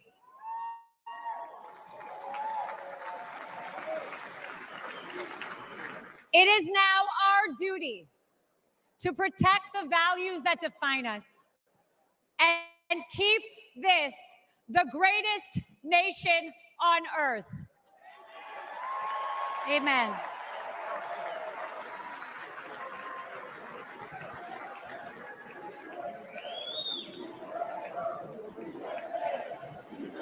That's right.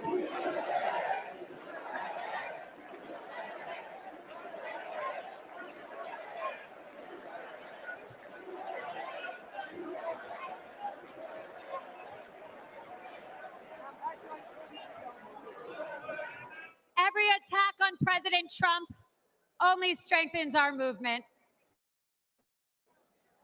The left's madness is only a sign of desperation. Sham indictments and baseless allegations will not deter us, because the only crime President Trump has committed is loving America.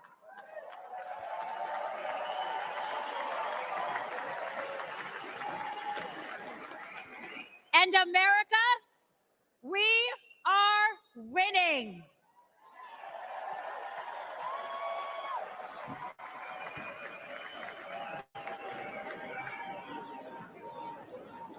Outside of his family and our country, President Trump also has another love: music. A few years ago, he wanted me to hear a new song he had selected for an upcoming rally. I could hear it blaring in the background at Mar-a-Lago. He landed on a song called "Hold On, I'm Coming."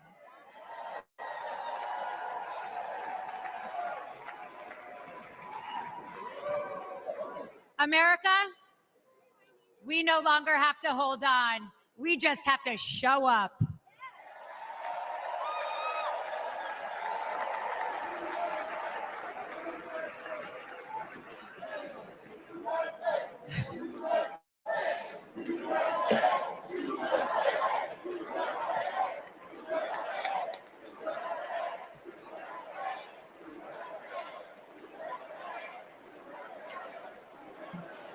So if you're ready to end the Democrat destruction, and if you're eager to unleash the best America has to offer, then let's send Donald Trump and J.D. Vance to the White House in November.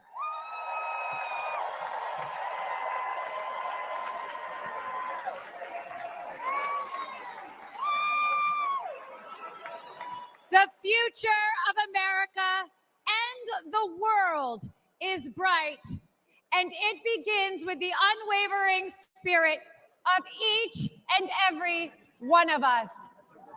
Because of the resilience and the leadership of my friend, President Donald J. Trump.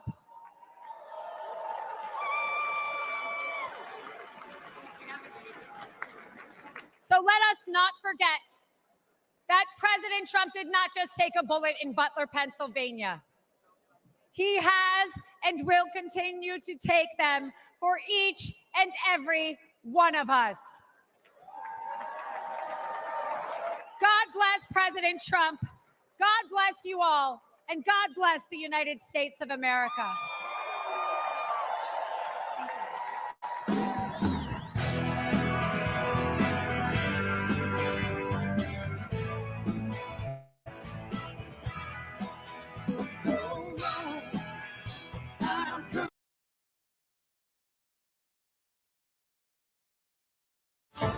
Together we will make America powerful again. We will make America wealthy again. We will make America strong again. We will make America proud again. We will make America safe again. And we will make America great again.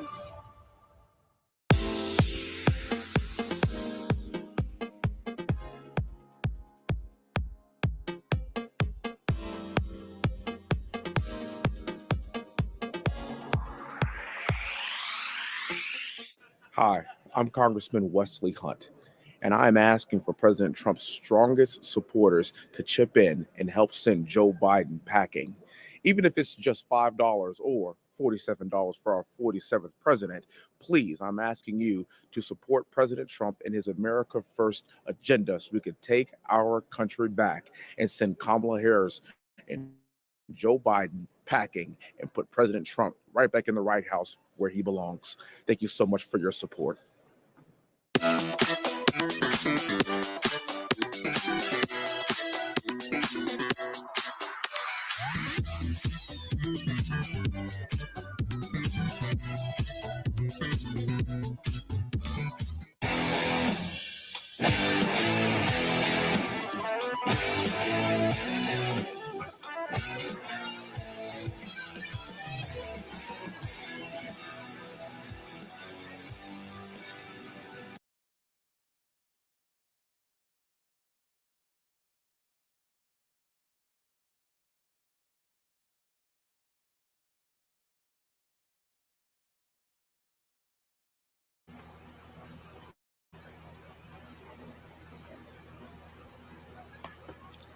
Okay, let me It's pull up JD this. Vance, and I'm so pumped to be the vice presidential nominee along with President Trump. To make America great again, we need your help. So if you're able, chip in $1, $5, any.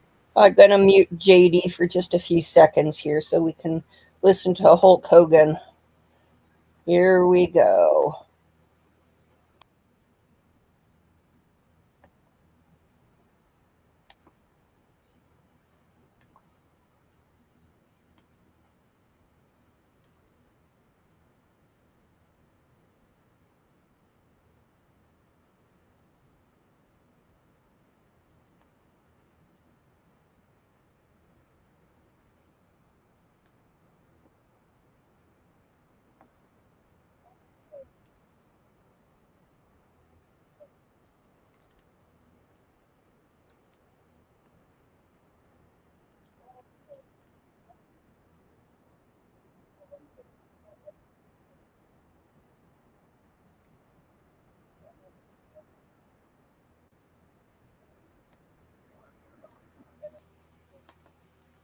Okay.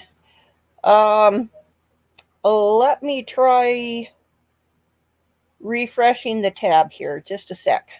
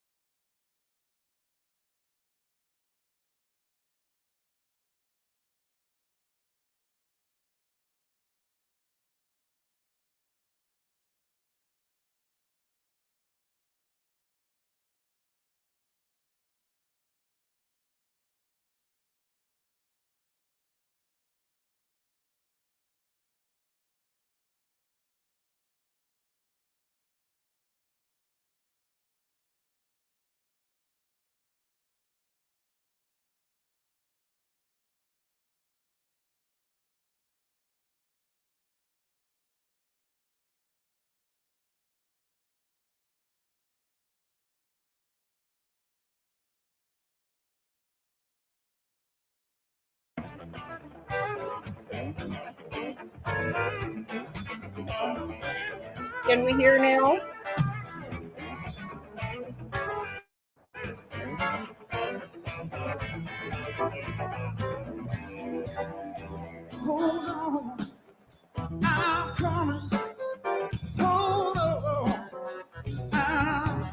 coming. Hold on, yeah, yeah. I'm coming. That's right. That's right. I'm coming. So hold on. That's right. I'm coming. Just hold on. Hold on. Hold on.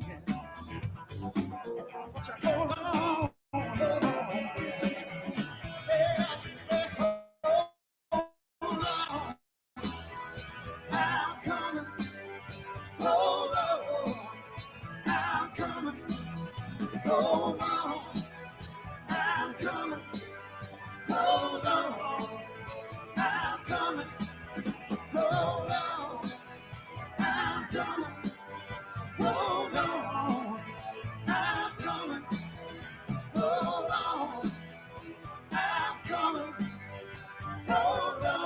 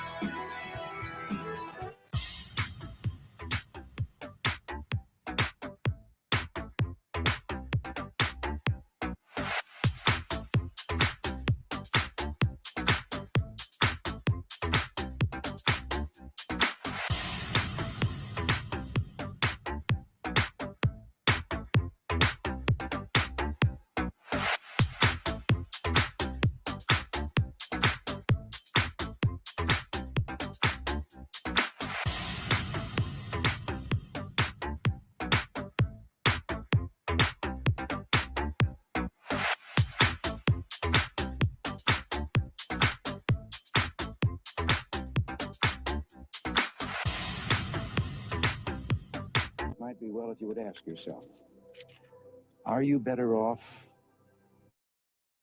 than you were 4 years ago? Is it easier for you to go and buy things in the stores than it was 4 years ago? Is there more or less unemployment in the country than there was 4 years ago? Is America as respected throughout the world as it was?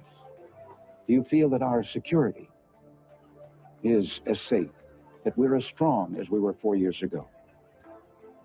If you don't think that this course that we've been on for the last 4 years is what you would like to see us follow for the next 4, then I could suggest another choice that you have. President Trump. He'll make America great again.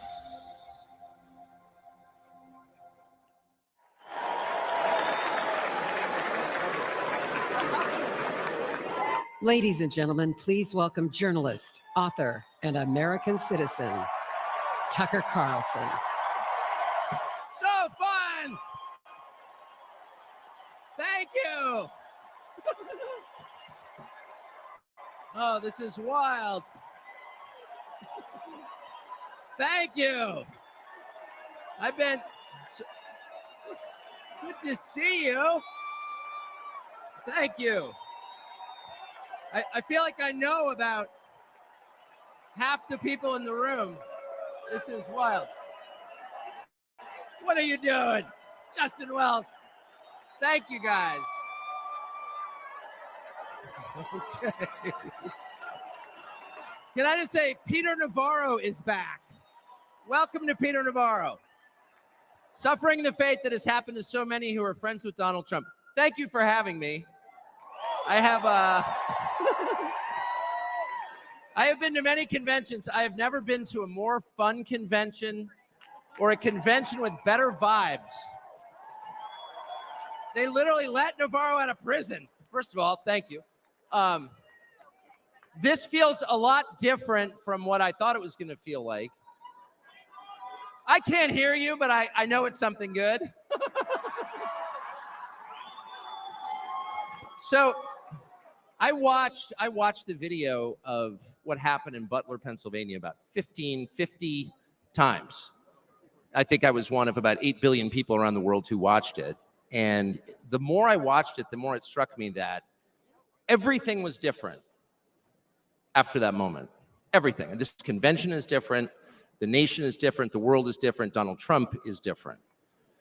When he stood up after being shot in the face, bloodied, and put his hand up, I thought at that moment, That was a transformation. This was no longer a man. Well, I think it was divine intervention, but the effect that it had on Donald Trump, he was no longer just a political party's nominee or a former president or a future president. This was the leader of a nation. And I think there's a difference. I've spent most of my life in Washington, where the president is at the top of the pyramid. Everyone wants to be the president. But if you think about it, the presidency comes with great power, obviously. But if you think about it, that is a title that is bestowed by a process of some sort that can be subverted. And in the end, it does not confer by itself, as no title does, legitimacy. Just because you call yourself the president doesn't mean that much inherently. I can call my dog the CEO of Hewlett-Packard. It doesn't mean she is. It's true. And you hate to say it, but it is also true, as a fact, that you could take, a mannequin, a dead person, and make him president. You could. I'm just saying theoretically possible. With enough cheating, that could happen. But being a leader is very different. It's not a title. It's organic. You can't name someone a leader. A leader is the bravest man. That's who the leader is. That is true in all human organizations. This is a law of nature. And in that moment, Donald Trump, months before the presidential election, became the leader of this nation. That was the most obvious to me. And I have to say, I think it changed him. He reached out to Trump within hours of it that night. And what he said to me that night, having just been shot in the face, he said not a single word about himself. He said only how amazed he was and how proud he was of the crowd, which didn't run. And I thought two things. The first thing I thought was, well, of course they didn't run. His courage gave them heart. A leader's courage gives courage to his people. And the second thing I thought was, this is the selfish guy I've been hearing about for 9 years? Really? Not a word about himself? About his people, period. And the second thing I noticed, which I don't think anyone has remarked upon in public, but I'm just going to since I don't have a script, like why not, is that he turned down the most obvious opportunity in politics to inflame the nation after being shot. To inflame the nation, which is an opportunity that almost every other politician I've ever met, and certainly his opponents, would have taken instantly. And they would have said, well, what is this? How did he get shot? Like, how did this happen? And those are real questions that we have to get to the bottom of. But in the moments, the days, the week after the shooting, he did not say that. He did his best to bring the country together. And I thought, this is the divisive figure. This is the irresponsible person. No. This is the most responsible, unifying behavior of a leader I think I've ever seen. So the question is, where is he leading us? And I could go on for hours, but let me just sum it up. I do think the entire point from the famous escalator ride 9 years ago until today of Donald Trump's public life has been to remind us of one fact, which is a leader's duty is to his people, to his country, and to no other. That's the point. That's the only point. And another word for this is democracy. Democracy, in case you're a little sick of being beaten in the face with democracy on television, actual democracy is the proposition that the citizens of a country own that country. They're not renters, they're not serfs, they're not slaves, they are the owners of the country. And for that to be true, their leaders have to represent them, which is another way of saying they have to do what we want them to do, or a close approximation thereof. But if they completely ignore what people want, not just 1 year, but generationally, say for 50 years, then it may be, I don't know what, it's not a democracy. And so I think the entire Trump project, paradoxically, is attacked as an enemy of democracy, is to return democracy to the United States. Hey, let's pay attention to what people actually want. And the lack of interest in that question in Washington is something that ultimately drove me out of the city after 35 years. Lawmakers stepping over the prostrate bodies of their fellow citizens ODing on drugs to go cast votes to send money to some foreign country. Yeah, actually, we've lost more Americans from drugs in the past 4 years than we lost in World War II. Yeah, our bloodiest war, more than we lost in World War II. Does anybody care? It is pathetic. It is pathetic. And do you hear a single word from Washington about doing anything about it? We know where the drugs are coming from. We know the supply routes. The U.S. military spent billions bombing the Ho Chi Minh Trail. You don't see our commander-in-chief suggesting that we use our military to protect our country or the lives of its citizens. No, that's for Ukraine. And it's too much, actually. It's too insulting. It's too insulting. It's a middle finger in the face of every American. It's a very clear statement, which is unmistakable. And that is, we don't care about you. And Donald Trump, whatever you say about him, and I think he's a wonderful person. I know him well. By the way, the funniest person I've ever met in my life, actually. You can't be funny without perspective or without empathy, which is true. But everything else about Trump aside, he actually cares because he's interested in the people who live here because that's his job. A father's job, his duty is to his family. An officer's duty is to his men. A president's duty is to his citizens. And he seems to be the only one who thinks that. And in his choice for vice president, J.D. Vance, he's made that really clear. J.D. Vance, I'll say this about him, is a thoroughly decent man, and I'll just admit it, a friend of mine, one of the very few politicians in Washington who actually is very close to his own wife, which is wonderful to see. And she's wonderful, actually. But J.D. Vance has views that are closer to Trump's voters than anyone else in Washington in office. Therefore, he's the vice president. That's called democracy. So I will stop on just one point, and that is what's happened over the past month since the debate, and particularly on Saturday in Butler. I think a lot of people are wondering, what is this? This doesn't look like politics. Something bigger is going on here. I think even people who don't believe in God are beginning to think, well, maybe there's something to this, actually. And I'm starting to think it's going to be okay, actually. I do think that. In the day after the midterm elections in 2018, Antifa came to my house. The Democratic Party's militia, okay? I was at work. It was obvious when I was at work because it was public. My wife was home alone. They tried to come in through the front door. They terrorized her.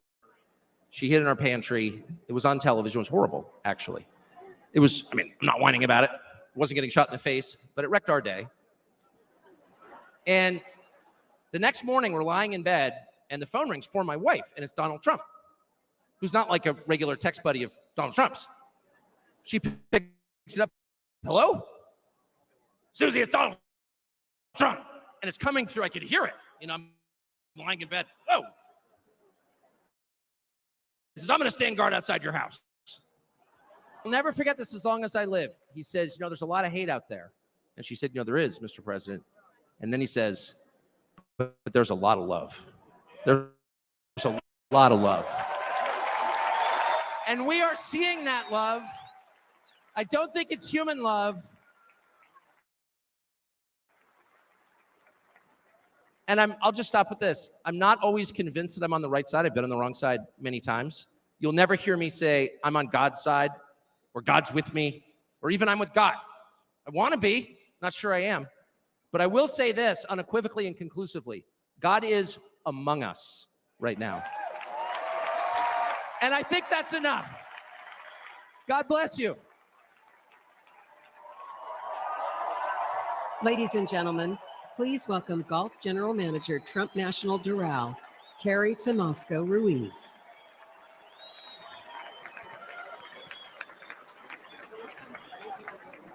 Me? No. Well, I am. I'm not sure how I follow Tucker. but I'm going to give it a go. Good evening, everyone. My name is Carrie Ruiz, and like some people on this stage this evening, I am not a politician. I am not a public figure. I'm a mom of 3 and a woman of faith who's been fortunate to work side by side with Donald Trump and his amazing family.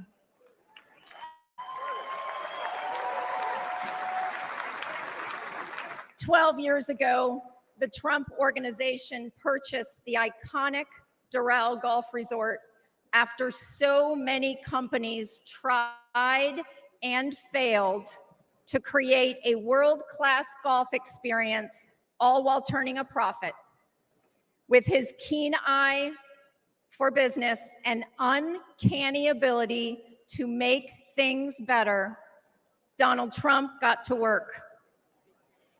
He poured hundreds of millions of dollars and his own sweat and tears into the property. He had a hand in virtually everything, and no detail was too small. He didn't just change the carpet or apply a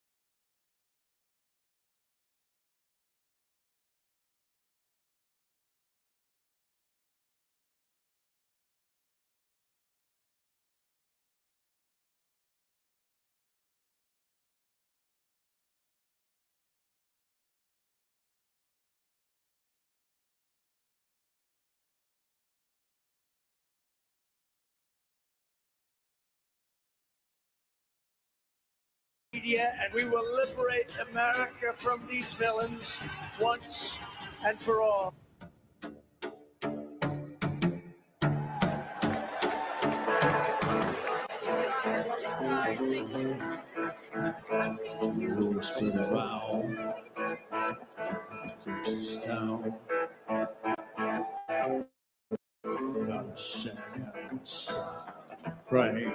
You know what I'm talking about? Just let me know if you want to go.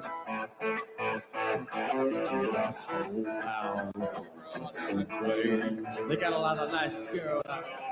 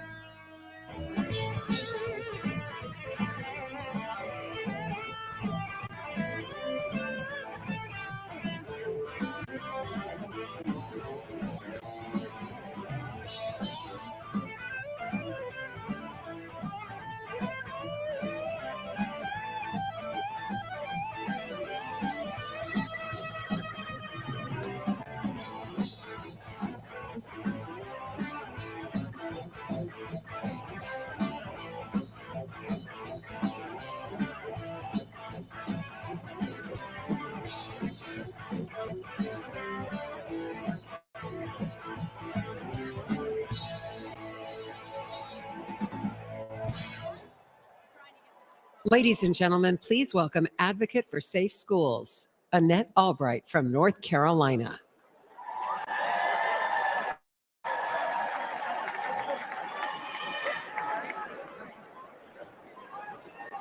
Thank you. Thank you so much. Good evening. My name is Annette Albright. I grew up in the small town of Mount Airy, North Carolina. North Carolina. Like my parents and my grandparents, I was a lifelong member of the Democrat Party. Don't worry, the story gets better from here.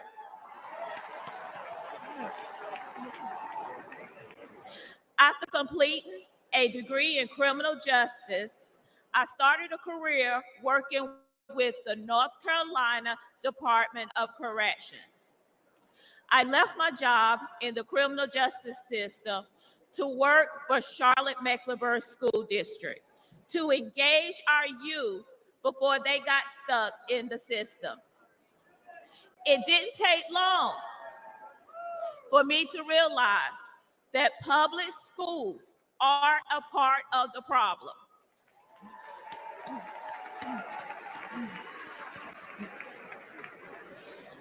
Sadly, too many of our schools are more like prisons than places of learning. That must change.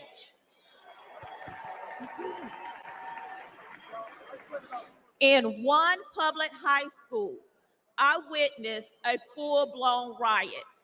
I saw many violent altercations between students and physical attacks on staff. During my 14 years working with the Department of Public Safety, offenders never laid a hand on me. Yet, I was violently assaulted by a group of students in a public high school.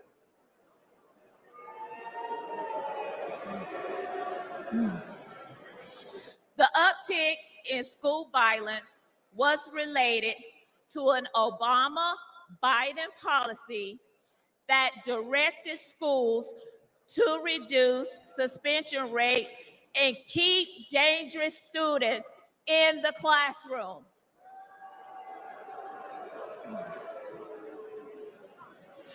President Trump reversed the Obama policy and put the safety of our kids first.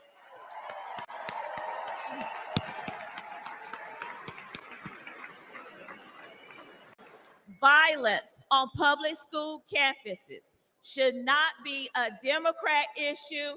It should not be a Republican issue. It is an American people issue.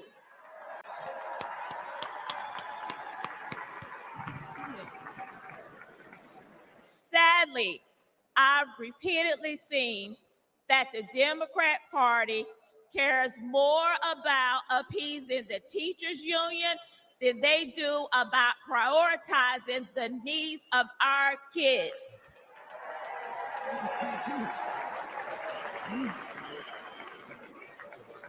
They champion safe spaces instead of safe schools. This is completely wrong.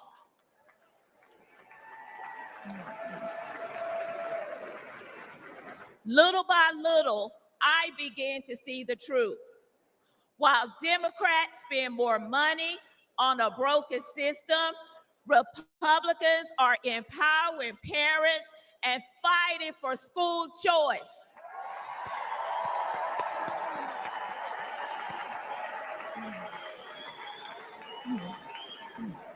While Democrats think school resource officers are a threat to our students, Republicans know that they protect our kids.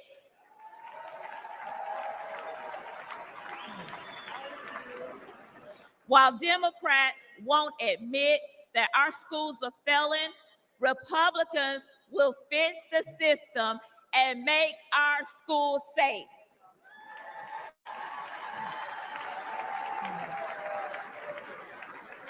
That's why this year, for the first time in my life, I am registered as a Republican.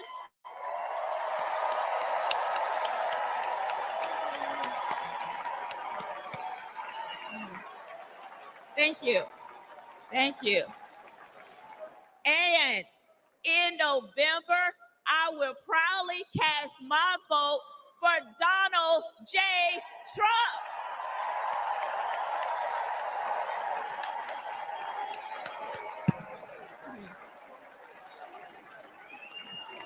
Only together we can make America's schools great again.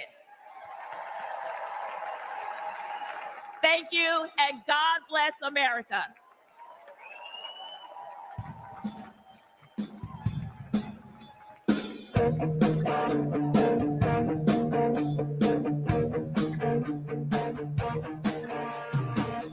I never knew there'd come a day.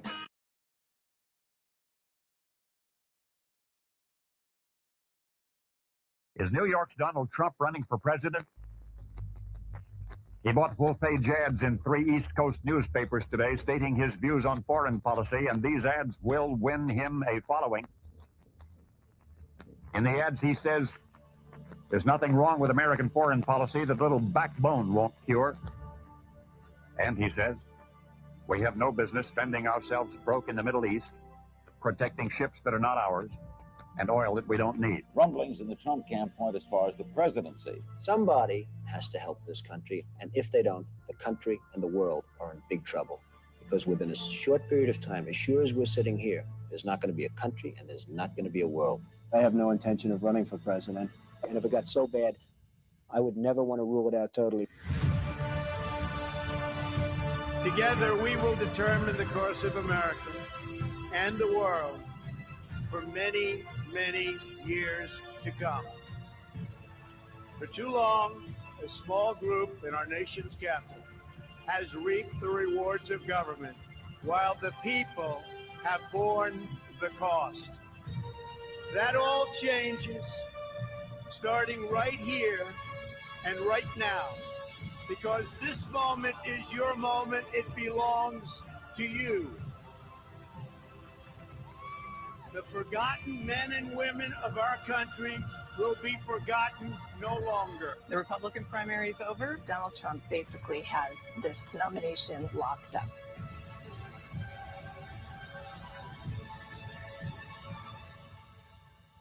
Everyone is listening to you now.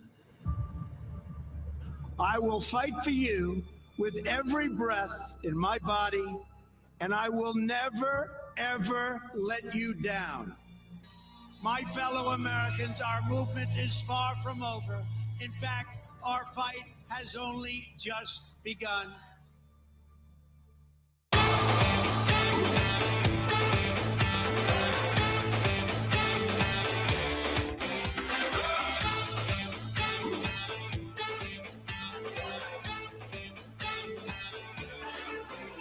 Hey everybody, this is Ronnie Jackson.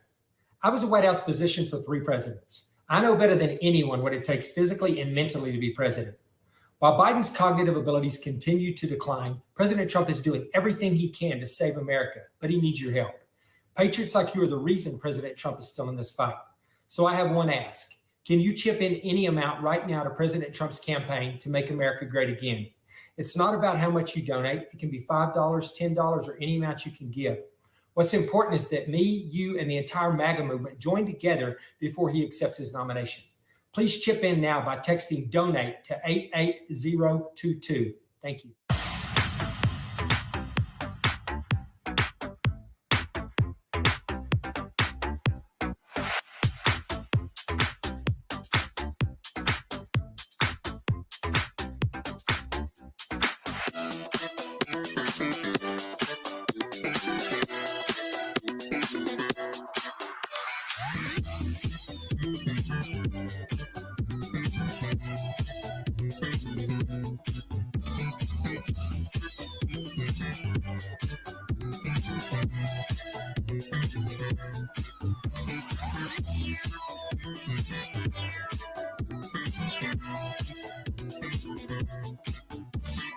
I'm Newt Gingrich, and I'm here at the Republican National Convention.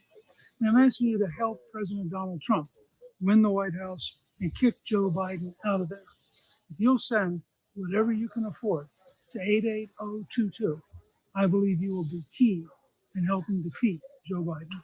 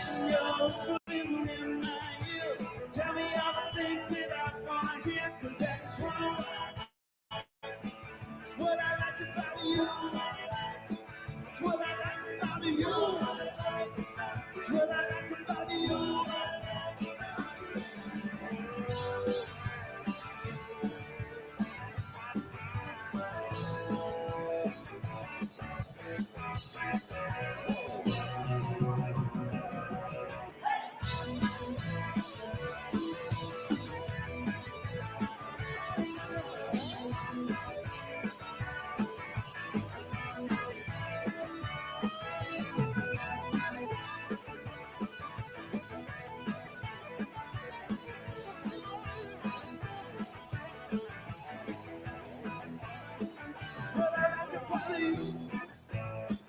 Baby, hold me tight. Never wanna let you go. Know you make me feel alright. When you're swimming in my ear, tell me all the things that I wanna hear. 'Cause that's true. That's what I like about you.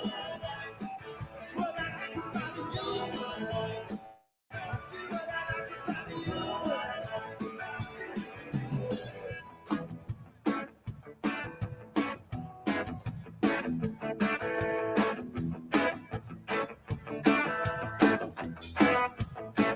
Everybody say, oh, say, oh, say, oh, say, oh, say, hey, hey, hey, hey. Say, hey, hey, hey, hey. That's what I like about you. Really hold me tight. Tell me I'm the only one wanna come over tonight. They keep on whispering in my ear. Tell me all the things that I wanna hear. 'Cause that's true. That's what I like about you. That's what I like about you. That's what I like about you.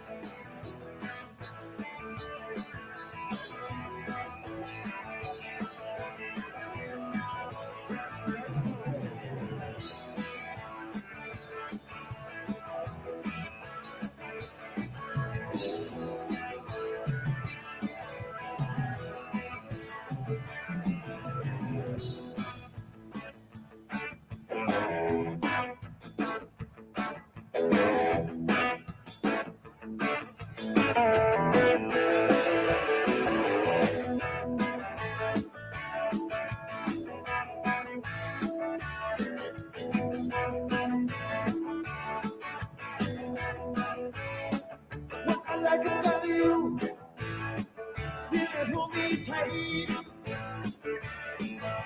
I never wanna let you go. Know you make me feel alright. When you're swimming in my ear, tell me all the things that I wanna hear. 'Cause that's true. That's what I like about you. That's what I like about you. That's what I like about you. That's what I like.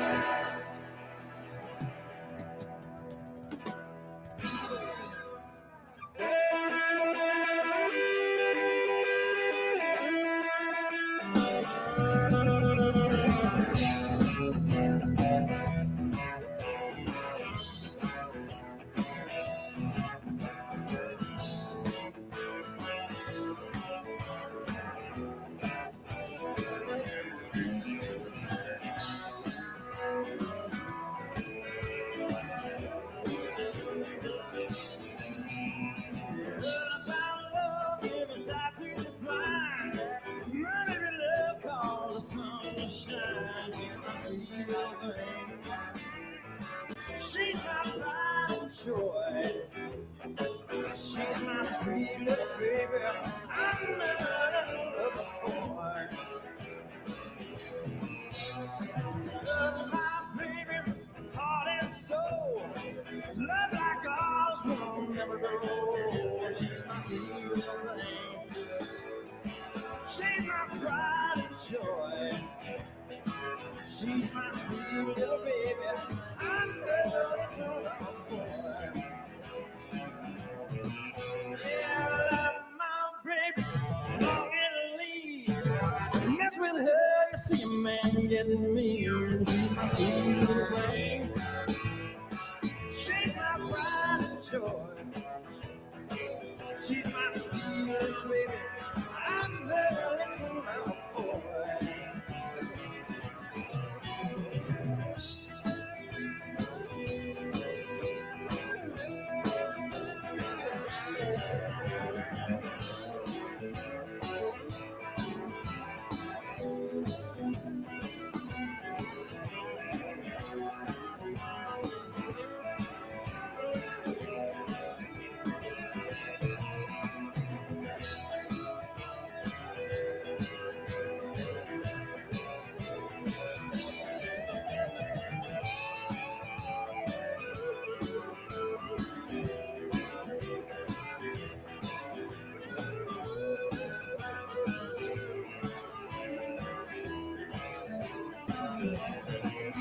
Well, my baby like the finest wine.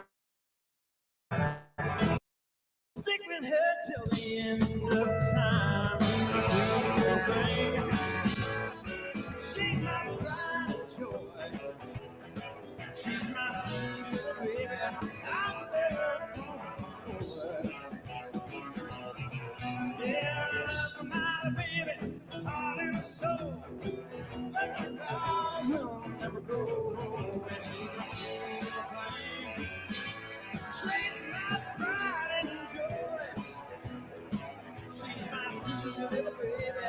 I'm the little boy.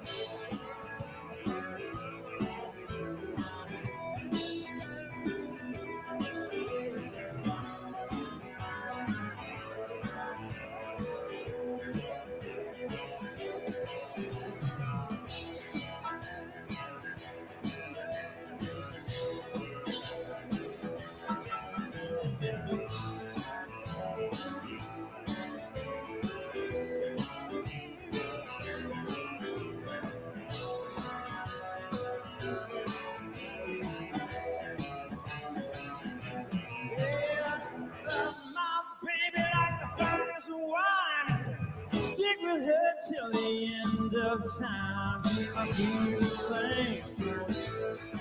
She's my pride and joy.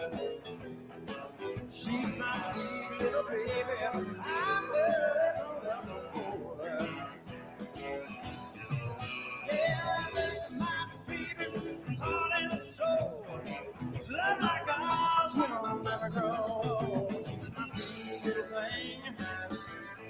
She's my pride and joy. She's my sweet little baby. I'm a little boy.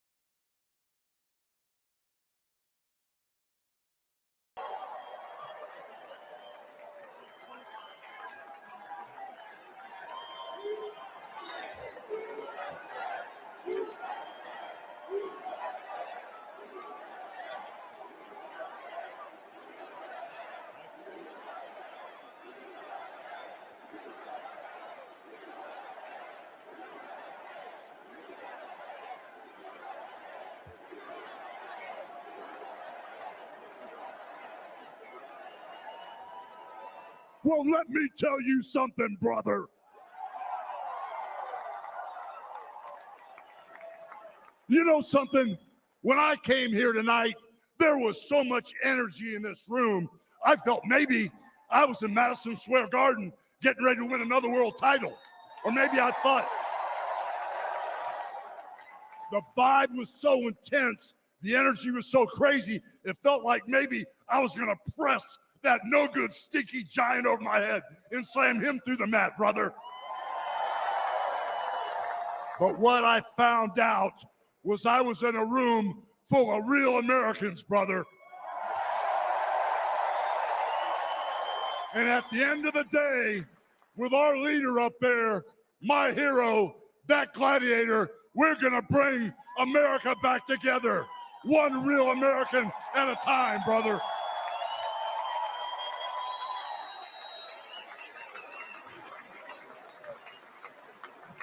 You know something? I've seen some great tag teams in my time.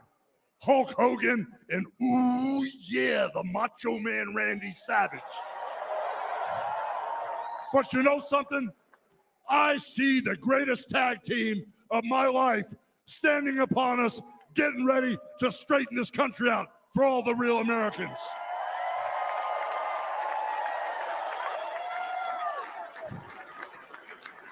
You know, even though you guys are real Americans, you better get ready.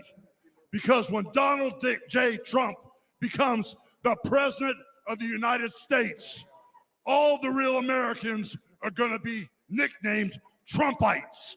Because all the Trumpites are going to be running wild for 4 years. So with the power of Donald J. Trump and all the Trumpites running wild, America is going to get back on track. And like Donald J. Trump said, America is going to be great again.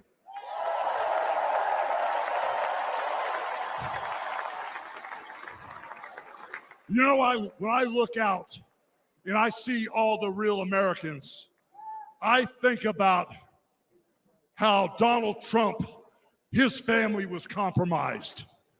When I look out there and I see Donald Trump, I think about how his business was compromised. But what happened last week when they took a shot at my hero? And they tried to kill the next president of the United States. Enough was enough. And I said, let Trumpomania run wild, brother. Let Trumpomania rule again. Let Trumpomania make America great again.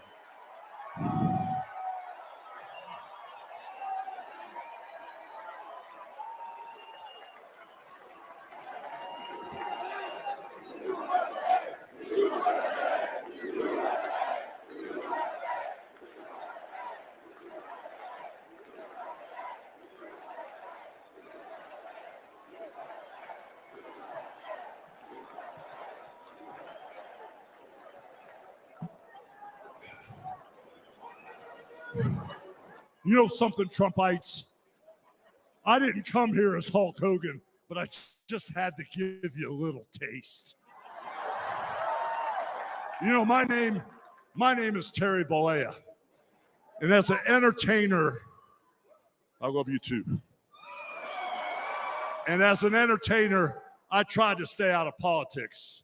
But after everything that's happened to our country over the past 4 years, and everything that happened last weekend, I can no longer stay silent.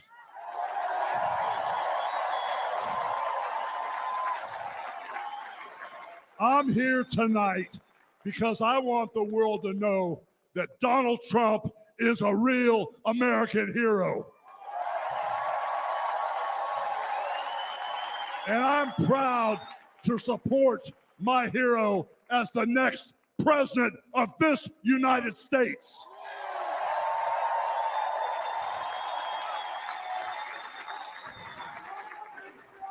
You know, guys, I've known Donald Trump for over 35 years. You know, hold on a second, hold on. I just had a flashback. I just had a flashback, man. This is really tripping. You know, the last time I was up on stage, Donald Trump was sitting at ringside at the Trump Plaza. I was bleeding like a pig, and I won the world title right in front of Donald J. Trump. And you know something? He's going to win in November, and we're all going to be champions again when he wins.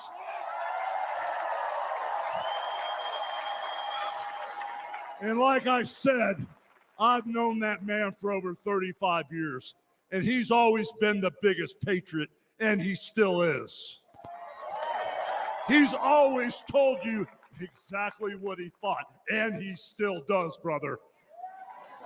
And no matter the odds, he always finds a way to win. And when he's back in our White House, America is going to start winning again.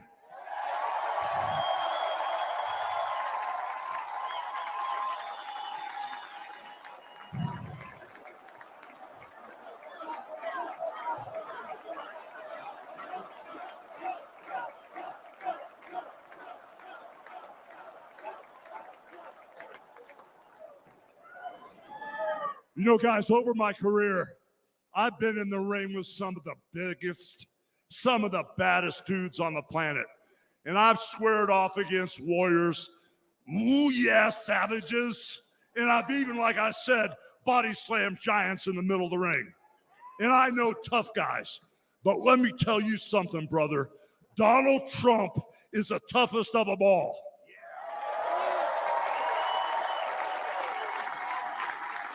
They've thrown everything at Donald Trump.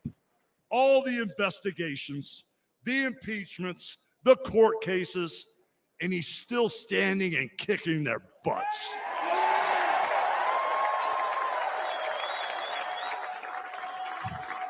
You know, we never had it better than the Trump years. Back then, we had a thriving economy. We had strong borders. We had safe streets. We had peace and respect around the world. But then we lost it all in a blink of an eye. Crime is out of control. The border is out of control. The price of food and gas and housing is out of control. And the only person who can clean this up is Donald Trump.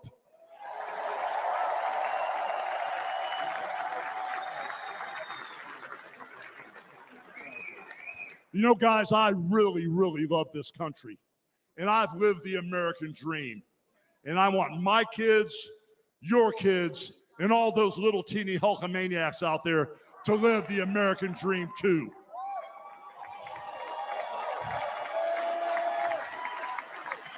This November, guys, we can save the American dream for everyone. And Donald Trump is the president who will get the job done.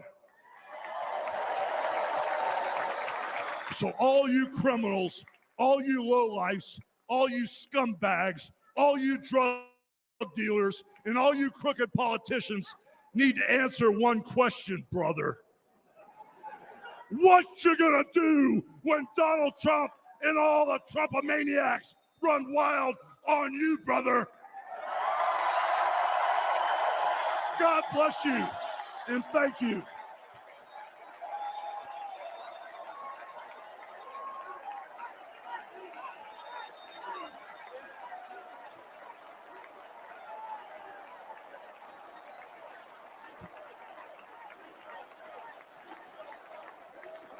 Ladies and gentlemen, please welcome the President and CEO of the Billy Graham Evangelistic Association and President of Samaritan's Purse, the Reverend Franklin Graham.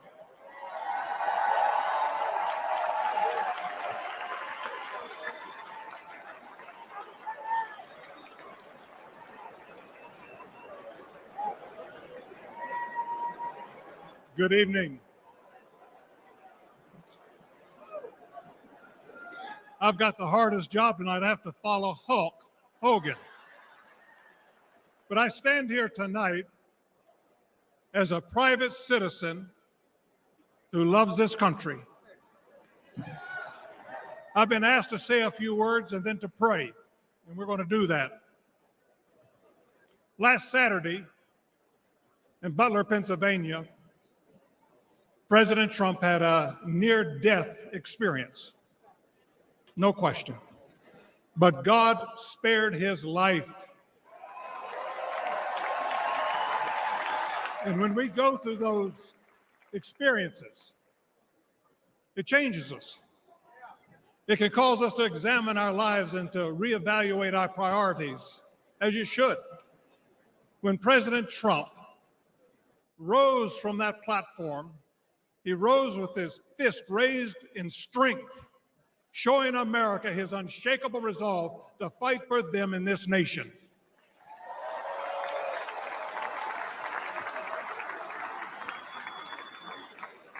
I cannot explain why God would save one life and allow another one to be taken. I don't have the answer for that.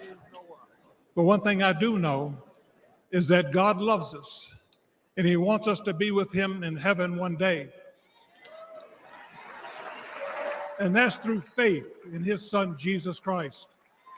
You see, the Bible says that God so loved the world that he gave his only begotten Son, that whosoever believeth in him shouldn't perish, but should have everlasting life.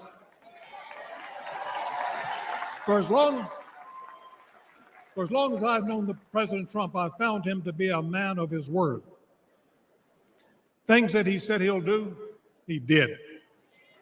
When he told me and our country in 2016 that he was going to appoint conservative justices, guess what? He did. In 2016, he said he would defend religious liberty. And guess what? He did. In 2019, I was with him at the United Nations when the first president of history of this country stood there to advocate for religious liberty worldwide.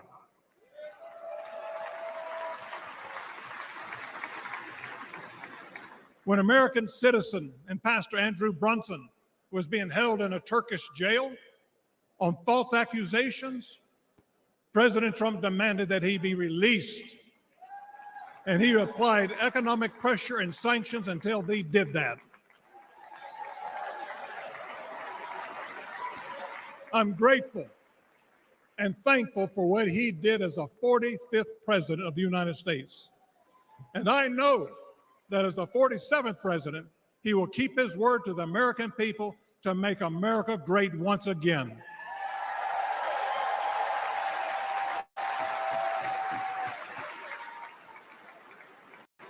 It's an honor for me to be asked to pray for Donald Trump this evening. And so what I'd like to do, I'd like us to pray, but I'd like us all to stand as we call upon the name of the God of heaven.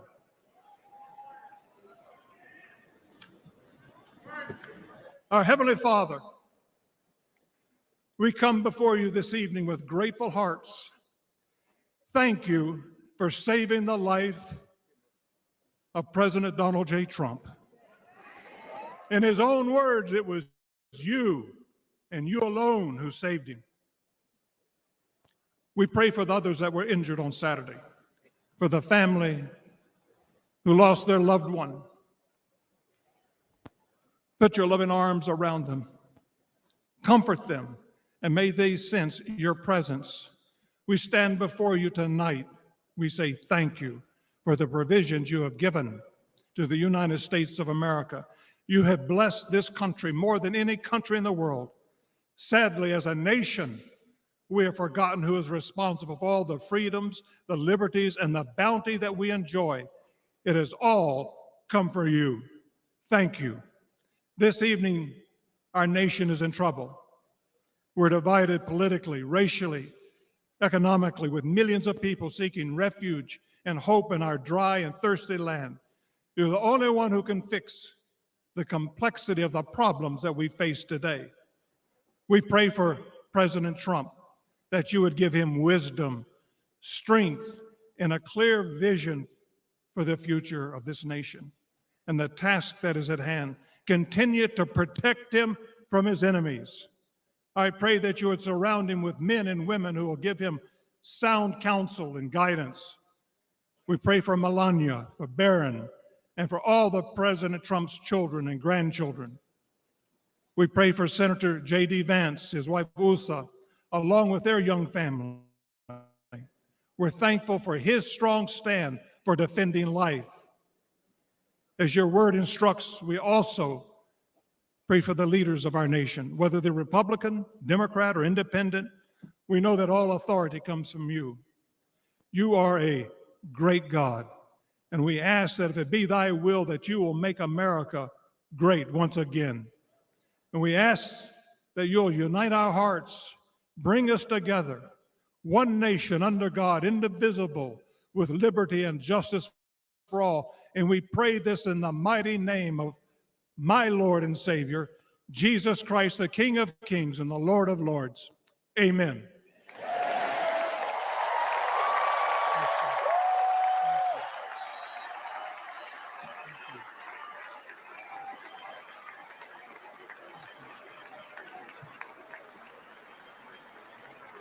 Ladies and gentlemen, please welcome businessman and executive vice president of the Trump Organization, Eric Trump.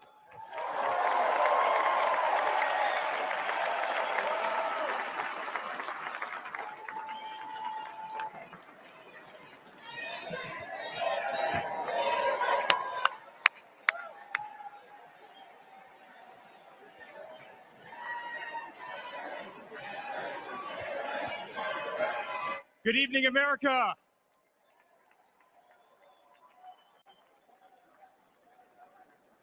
Eight years ago, my father sat our family down. He spoke of a nation in decline, of dreams slipping away, of a future endangered by failed leadership and broken promises. It was in that moment I knew my father had made a decision that would forever change our lives.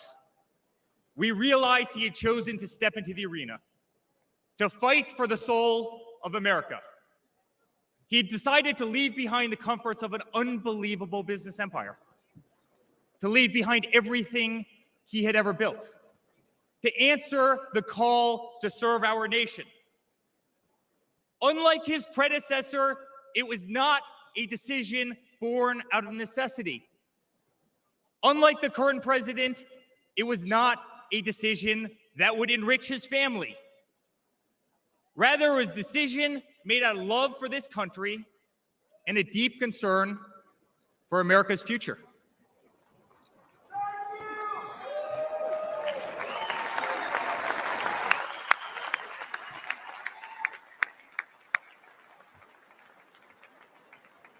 My father was clear it would not be easy, that there would be a huge price to pay, and that the attacks would be vicious. Looking back, that was an understatement. The made-up Russia hoax, the sham impeachments, the efforts to destroy an unbelievable company, a company that I run today, the efforts to cancel us, to silence him, to gag his free speech, and to drag him through every radical left courthouse in America, to take his life.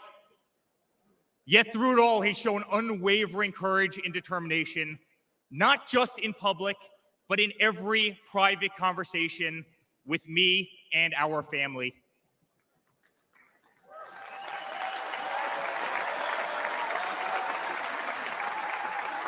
He stood tall, fueled not by personal ambition, but by a profound love for this country and a love for all of you, the American people. That man is my father. That man is the 45th president and soon to be 47th president of the United States. That man is Donald J. Trump.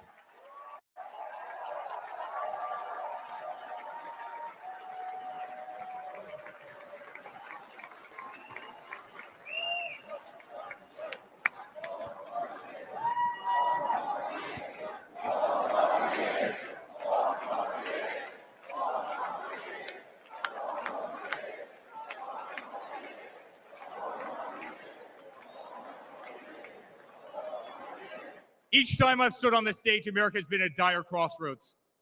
In 2016, many people began to doubt the promise of America. Our economy was struggling, jobs were scarce, our standing on the world stage was weak at best. Veterans were forgotten. Our military was in shambles. Our educational system was broken, ranked 30th in the world.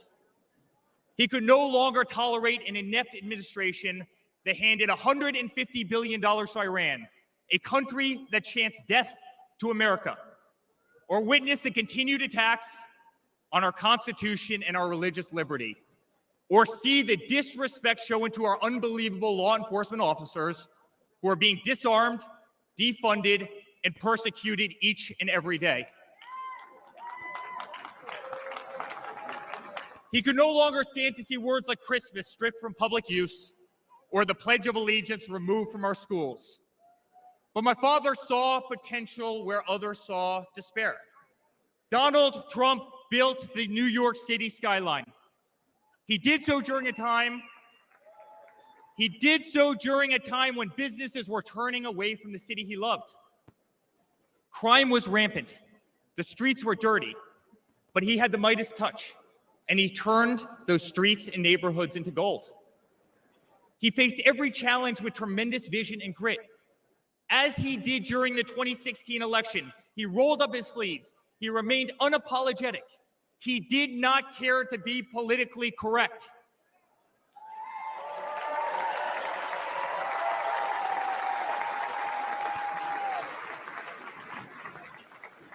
He restored hope. He restored a voice to millions of Americans who had been ignored. He restored the American dream. Under my father's leadership, the economy climbed to record heights. Jobs were created at an unthinkable pace.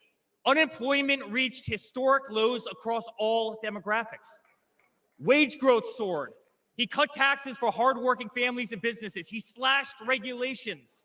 We saw the greatest 401k increase in American history.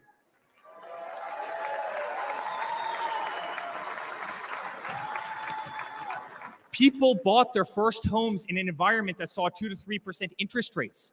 They started their families. My father made the United States energy independent with the lowest gas prices in decades.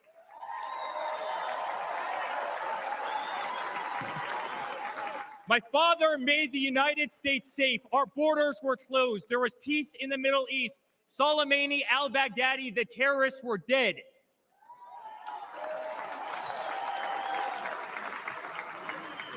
My father made the United States respected again, with the courage to walk into countries like North Korea, with the courage to impose tariffs on China, and with the courage to tear up trade deals that cost Americans their jobs.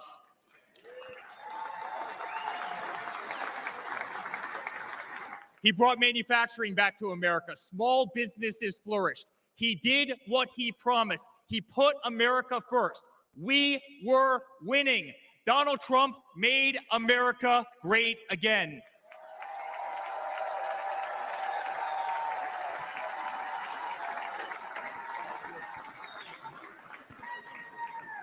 But he also created a movement that threatened the special interests and the political elites, a movement that cast a bright light on the institutions weaponized against the American people.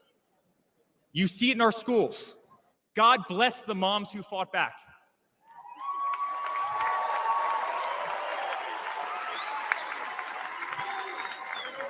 You see it in your workplace. You see it on every news station, in every newspaper. You see it in the military. The most iconic military installations on planet Earth are stripped of their identity and renamed. Fort Bragg, Benning, Fort Hood. You see it in Hollywood. You see it in our two-tier judicial system. They don't even hide it anymore. My father has been censored. The former president ripped off Twitter, Instagram, and Facebook while terrorist organizations remain intact. My father has been persecuted, targeted by far-left Democrats funded by special interest groups and hand-picked judges. My father has been pulled off the ballots of states, radical justices attempting to defy the will of millions of Americans who adore who he is and what he stands for. My father even became the target of an assassin who almost killed America's single greatest hope for our future. The swamp is terrified of this incredible movement. They're terrified of it. They're terrified of you and the tens of millions of people watching us on TV right now. They've tried everything to keep him from you, everything, to destroy his legacy, to destroy his family. They have failed, and they will not win.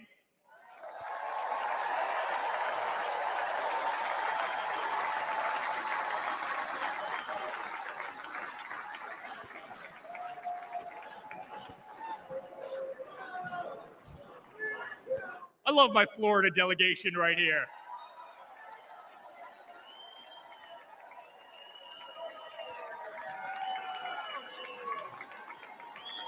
Thank you. My father stands before you with the most votes of any Republican candidate in the history of our nation. He has defied the predictions of every political pundit. He fills stadiums across our country. He energizes Americans to the issues facing this nation and does so with unvarnished honesty. He is not a threat to democracy. He is a threat to those who despise our republic, many whom are bought and sold, bribed and coerced, people who have never signed the front of a check and who have been dependent on the government their entire adult lives.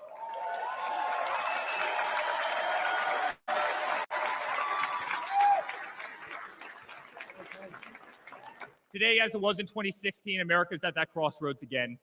Energy prices are soaring. Interest rates are crippling. Everything is unaffordable.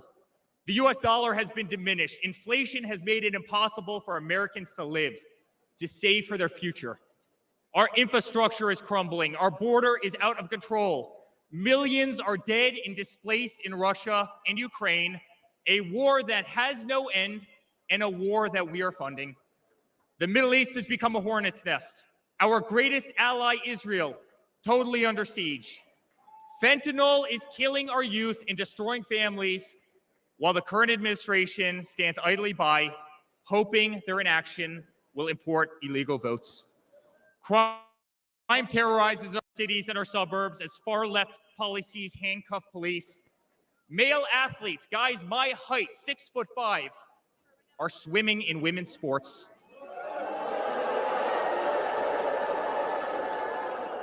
Destroying the dreams of young girls who have trained every minute of their lives. We no longer trust our elections. We no longer trust our judicial system, and we no longer believe that our government is working in our best interest.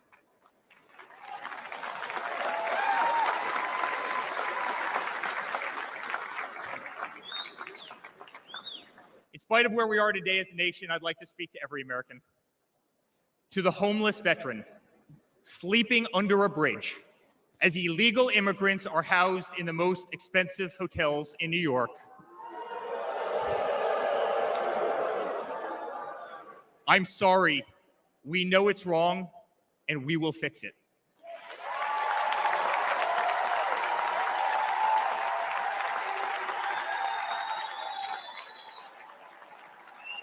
To the single mother who can no longer afford her rent, afford groceries, and has been forced to work 3 jobs, I'm sorry. It does not have to be this way.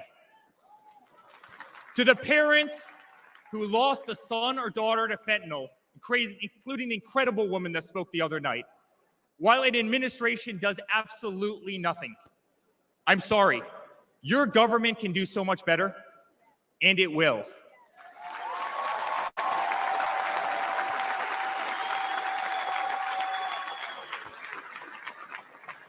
To the children who are being brainwashed instead of learning the fundamentals in school, I'm sorry.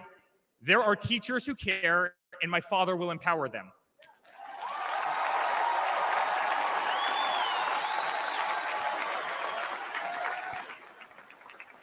To the law enforcement officers, our brave Border Patrol, Secret Service agents who work every single day to protect our communities, knowing damn well that the system will throw you under the bus, I'm sorry. We will stand behind you.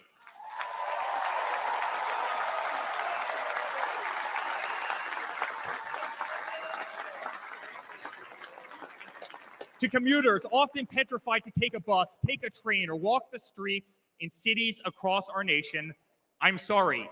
That man right there will fix this.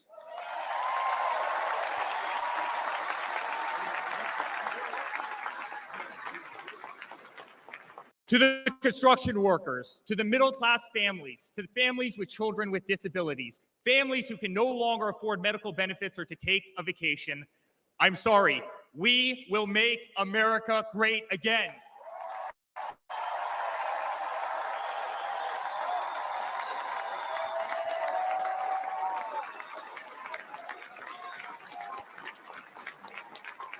And to my father, who has been ruthlessly silenced, slandered, and attacked by a corrupt administration, I'm sorry.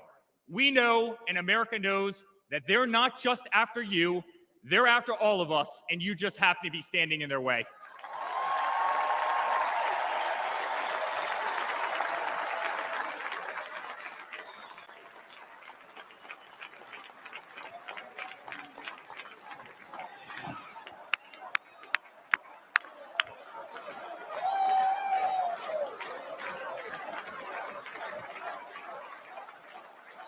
To all Americans watching tonight, the greatest retribution will be our success.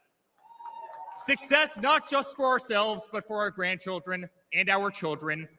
Under President Donald J. Trump, the swamp will be drained. America will be respected. Our cities will be safe. Our streets will be clean. And our border will once again be secure.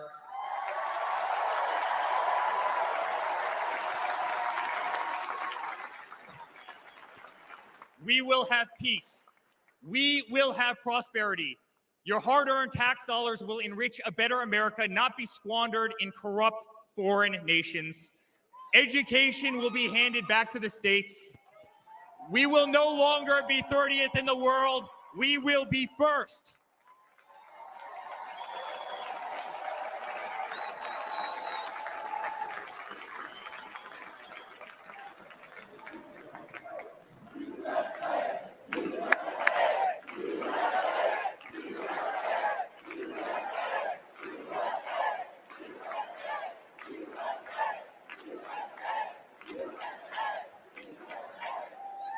Our children will understand family, our children will have values, and our children will love God.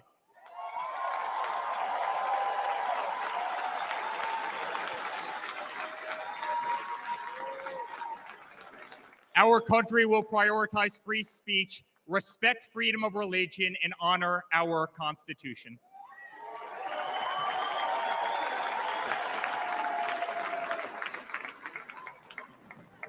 As his son, I've never been more proud of a person in my life.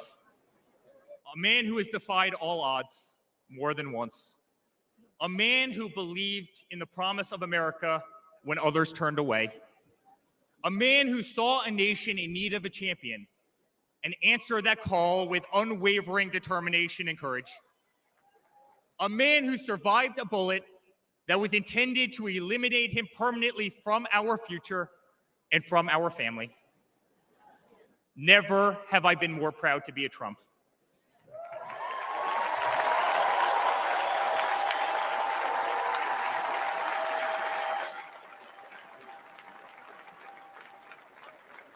Never have I been more proud to stand by my father's side. I remain incredibly honored to be part of this journey, a journey with all of you, a journey to save the greatest country on earth, a journey with the most incredible people I have ever met. Dad, 5 days ago, Laura, Luke, Carolina, and I held our breath as we saw blood pour across your face. By the grace of God, divine intervention, and your guardian angels above, you survived.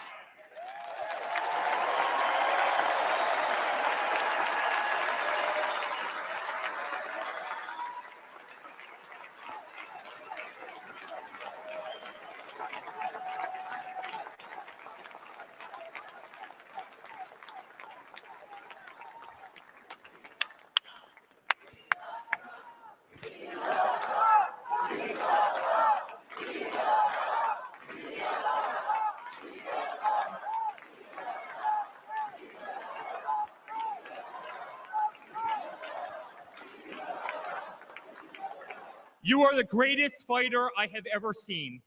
You are strong, you are full of life, and you are unapologetic. Your optimism is contagious. Your backbone is unbreakable. Your conviction to fight for what is right and against all that is wrong is truly next level.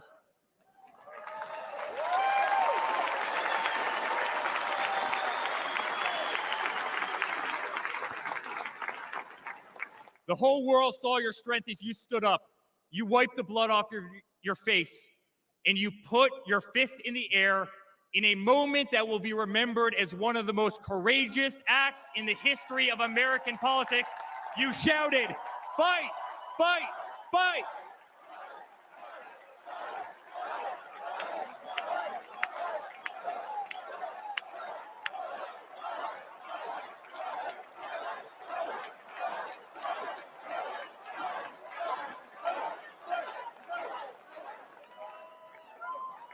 I'm honored to be your son.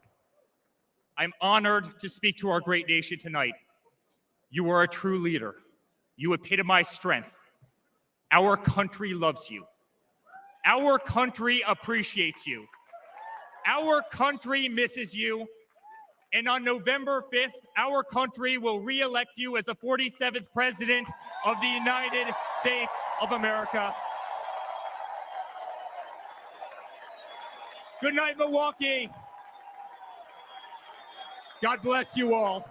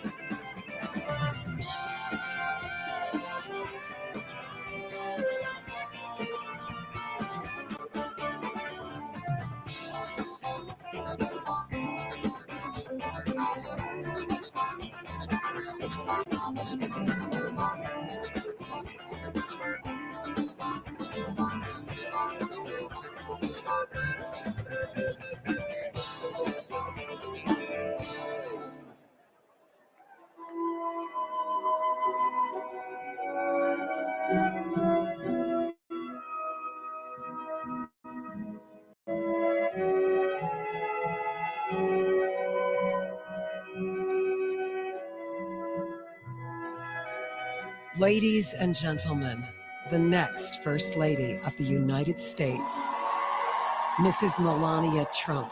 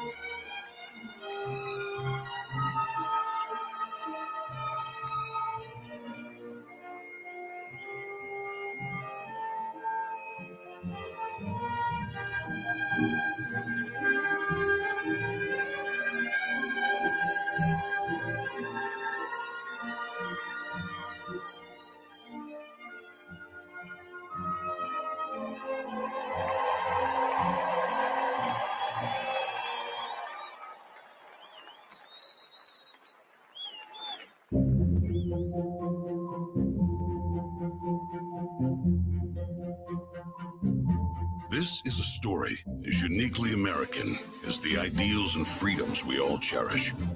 A story of a life dedicated to dreaming big. A story about giving back to the people in his beloved city. But most of all, this is a story about putting his country first. And it's a story best told in pictures. Young and confident, Donald Trump wasn't afraid to think big and build even bigger. And he left his mark on the New York skyline that greeted visitors from around the world. But he wasn't just an American entrepreneur. He became a folk hero. Celebrities and sports stars wanted to be seen with him. Politicians sought his approval. And New Yorkers just loved him. And he loved them back. And he gave back. Just one example, saving the Woolman skating rink. The Woolman skating rink in Central Park is open again. The city spent nearly 6 years and $12 million trying to fix it. And then to the rescue, developer Donald Trump. As Tracy Egan tells us now, he accomplished in 3.5 months what the city couldn't do in 6 years. Donald, you performed a great public service. There was no denying that Donald Trump was the toast of the town, but he was also something even more important, a patriotic American. And like many others, he was becoming increasingly troubled by the direction of our country. Because I really am tired of seeing what's happening with this country, how we're really making other people live like kings, and we're not. You've said, though, that if you did run for president, you believe you'd win. Well, I don't know. I think I'd win. I tell you what, I wouldn't go in to lose. I've never gone in to lose in my life. And if I did decide to do it, I think I'd be inclined. I would say that I would have a hell of a chance of winning, because I think people, I don't know how your audience feels, but I think people are tired of seeing the United States ripped off. But who would ever run for president and leave such a glamorous life? Appearances in movies, best-selling books, a widely popular TV show. But for Donald J. Trump, the calling to save his country was even stronger. The mission, more important. The number of Americans being left behind, too large. And so, in Donald Trump fashion, he announced he was running for president, in it to win. And he did.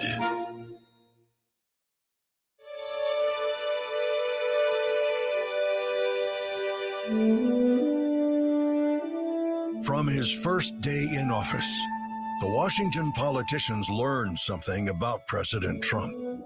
He's not afraid to fight for what he believes in. They call that having the courage of your convictions. First up, the Trump tax cuts, largest in America's history, and it led to higher take-home pay for working families. Unfortunately, today, taxes are up and incomes down. The politicians just never learn. Next for President Trump, secure our border. Check. Miles and miles of wall built. ISIS and other terrorists deterred. But now, we have the Barney Fife of border security, leading to 250,000 Americans dead from fentanyl coming in. Brutal migrant crime spreading across America.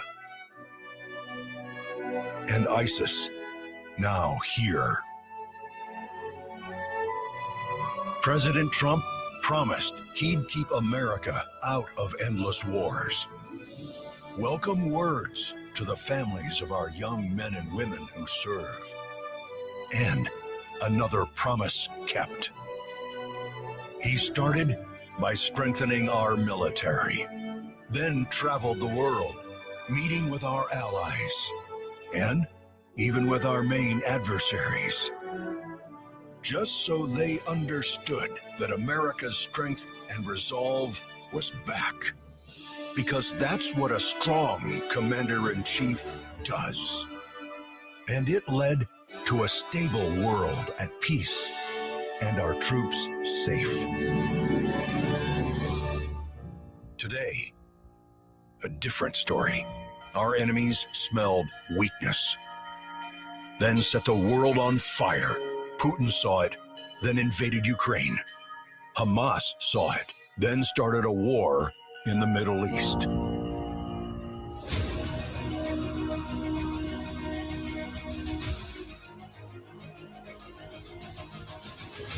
There's one more thing we've learned about President Trump. He believes so strongly in America, so optimistic for our possibilities, and so committed to fighting to once again make our country great, that there is nothing that is going to stop him.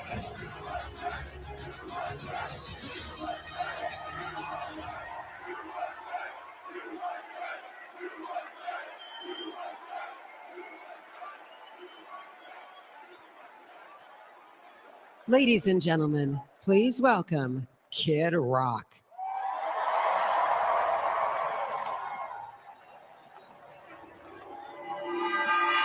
What up, America? If you're ready for President Trump to take the stage, I need everybody to stand up. I need everybody to put a fist up in the air. Everybody, get a fist up in the air. Now follow me. Say fight, fight. Say fight, fight. Say fight, fight. Say somebody scream.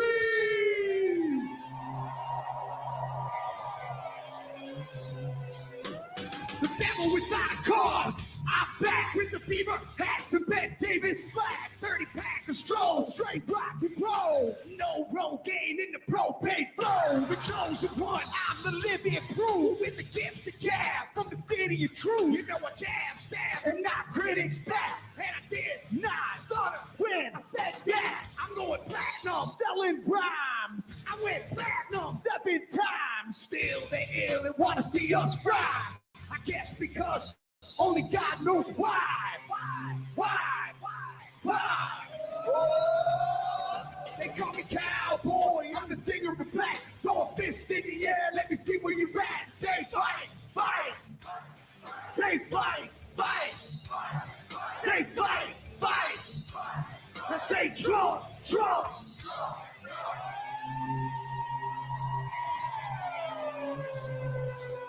I like ACDC and ZZ Top. We'll see this beasties and the kings of rock. Skinner, Seeger, Lipcorn, the Stones, David Attencoe, and No-Show Jones. Yeah, pass that bottle of Brown. Got the rock from Detroit, the soul from Motown. The underground, straight Detroit pimp. With tracks to Mac and slap back to back. Never gain no pain, I don't play with ass. Well, watch me rock with Liberace Flash. Punk rock the Clash, boy bands are trash. I like Johnny Cash and Grandmaster Flash. Oh, they call me cowboy. I'm the singer of black. Throw a fist in the air. Let me see where you at. Say fight. Say fight. Say fight. I say Trump.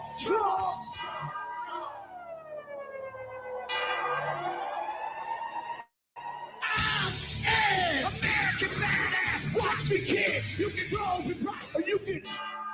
I'm the ultimate. I'm like Amazing Grace. I'm on rock and roll. Never rock this place. All super fly. Living double wide. Icon of life. The big dog to ride. Them sack to share. Bring it fast to flare. Like a long hair swinging middle finger in the air. Snakeskin boots, 65 Chevelle. See me riding sin and hit a rebel yell. I won't live to tell. So if you do, rock for freedom and rock for truth. Who knew I'd blow like Oklahoma, Florida, Georgia, Arizona. Smell the aroma and check my hits. I know it stinks in here, cause Trump's the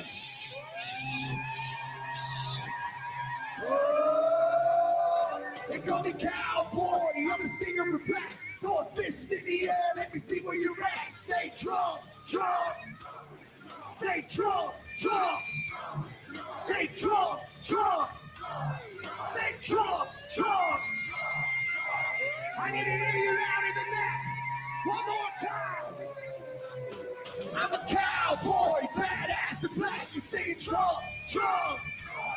From side to side, from front to back. Come on, Trump. I put Detroit City back on the map. We sing Trump.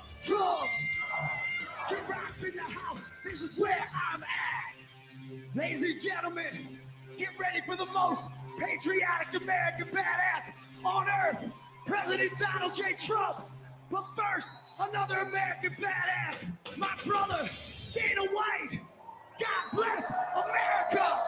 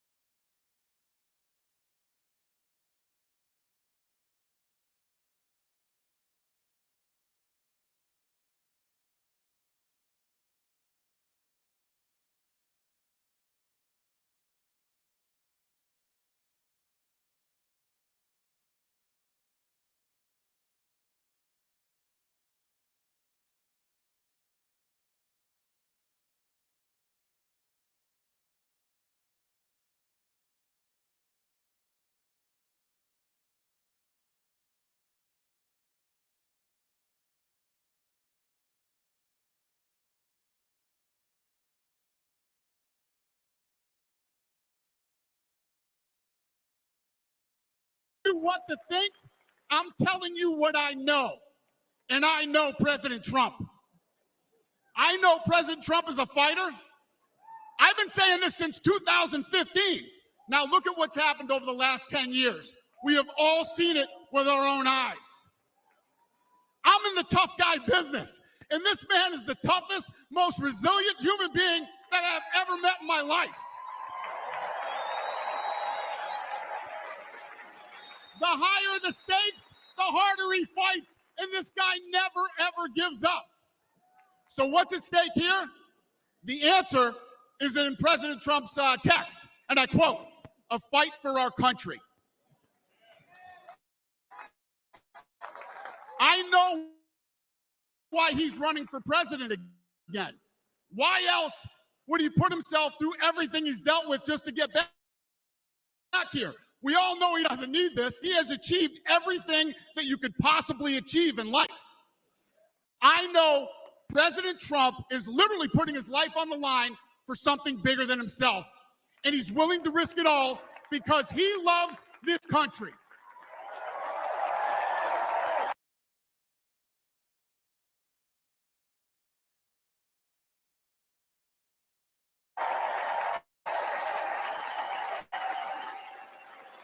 And I know he wants what's best for the American people, all American people. I know he's running for president to save our American dream. I'm living the American dream, and I know the American dream is very real. Whether you were born in this country or came here from someplace else, this is the last real land of opportunity. Government's first duty is to protect the people, not run their lives. And if you're buried in government red tape, how will you ever start your own business? To pay your bills? How can you ever? And if you don't in your own town, why would you ever buy a house? I know that President Trump is fighting to save the American dream.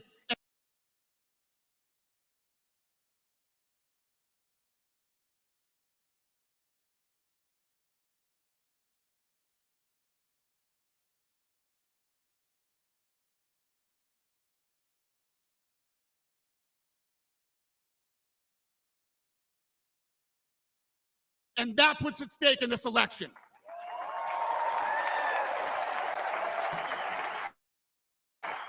We are choosing who we want to lead us in this fight. I know President Trump is a proven leader, a fearless leader, and this country was in a much better place when he was in the Oval Office. In my mind, the choice is clear. But this election, we all get to choose. I know I'm going to choose strength and security. I know I'm going to choose opportunity and prosperity. I know I'm going to choose real.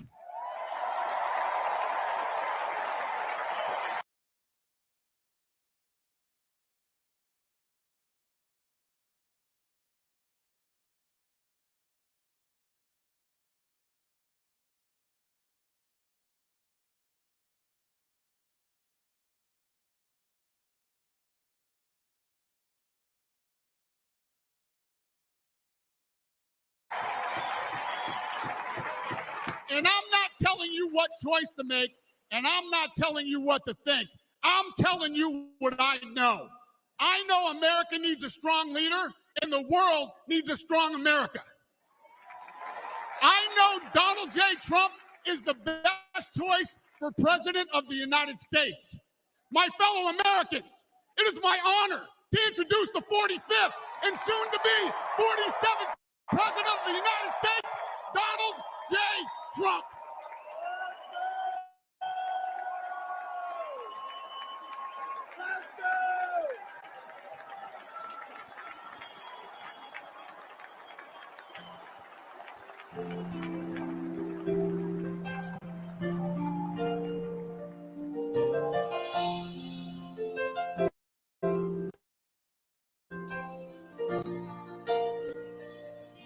If tomorrow all the things were gone, I'd work for all my life and I had to start again. Just my children and my wife. Thank my lucky stars to be living here today, 'cause our flag still stands for freedom and they can't take that away. And I'm proud to be an American, where at least I know I'm free. And I won't forget the men who died, who gave that right to me. And I gladly stand up next to you and defend her still today. 'Cause there ain't no doubt I love this land. Sing it. God bless the USA.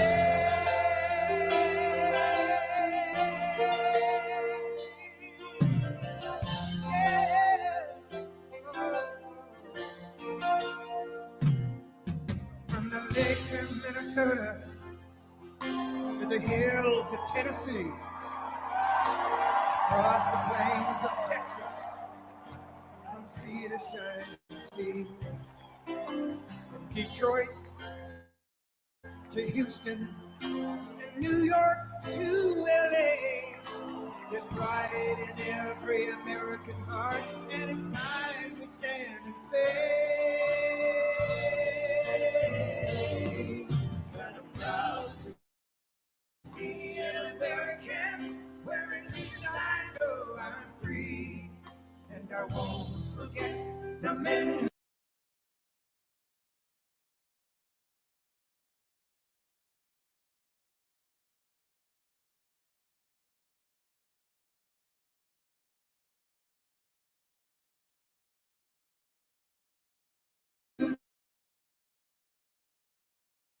died, who gave that right to me. You, and if no doubt I love this land.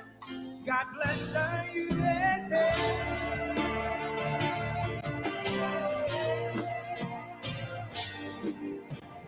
I'm proud to be an American, where at least I know I'm free.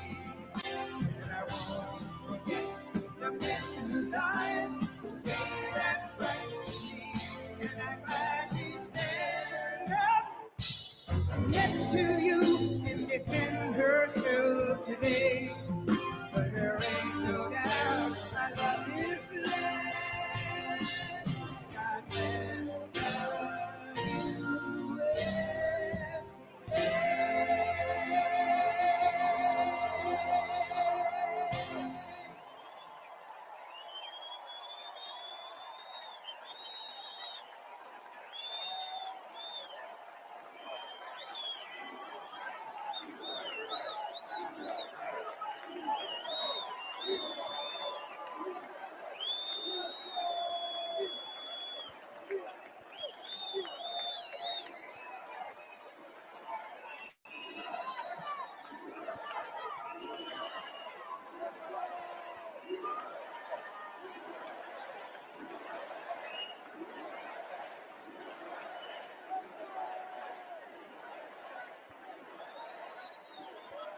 Thank you very much.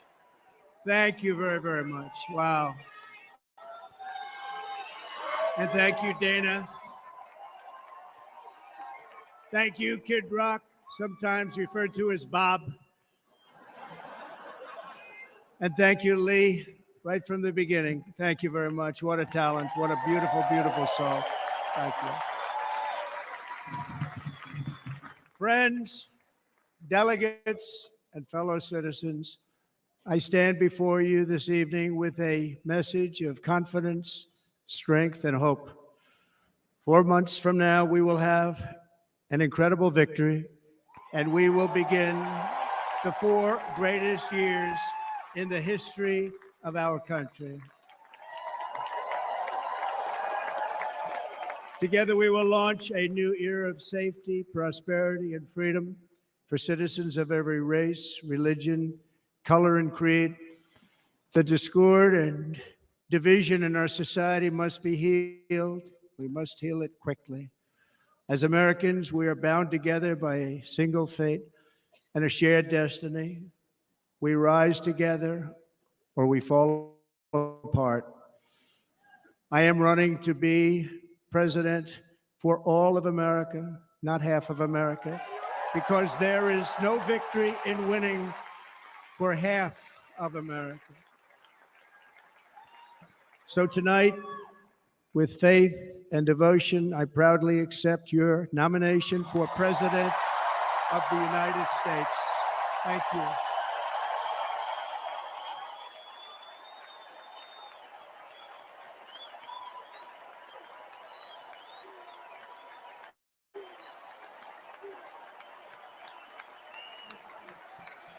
Thank you.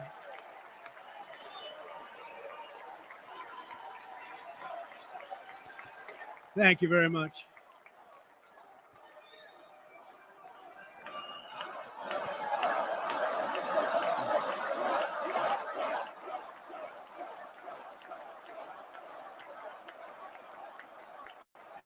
Thank you very much. And we will do it right. Going to do it right. Let me begin this evening by expressing my gratitude to the American people for your outpouring of love and support following the assassination attempt at my rally on Saturday.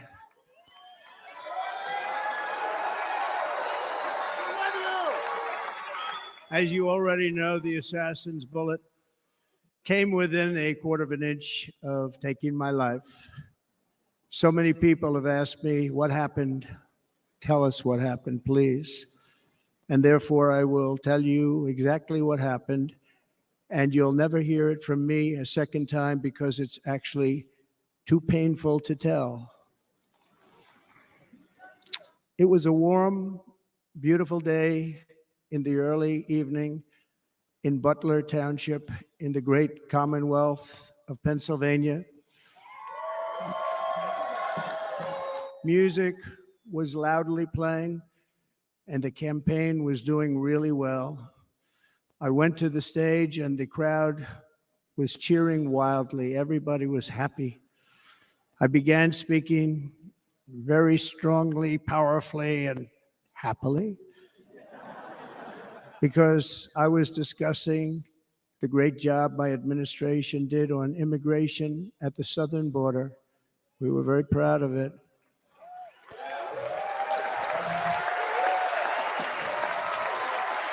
Behind me and to the right was a large screen that was displaying a chart of border crossings under my leadership. The numbers were absolutely amazing. In order to see the chart, I started to, like this, turn to my right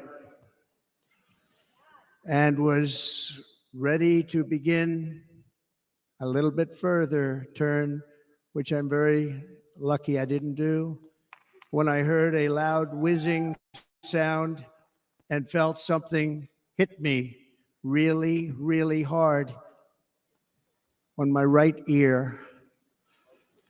I said to myself, wow, what was that? It can only be a bullet. And moved my right hand to my ear, brought it down. My hand was covered with blood, just absolutely blood all over the place. I immediately knew it was very serious, that we were under attack, and in one movement proceeded to drop to the ground. Bullets were continuing to fly as very brave Secret Service agents rushed to the stage, and they really did. They rushed to the stage.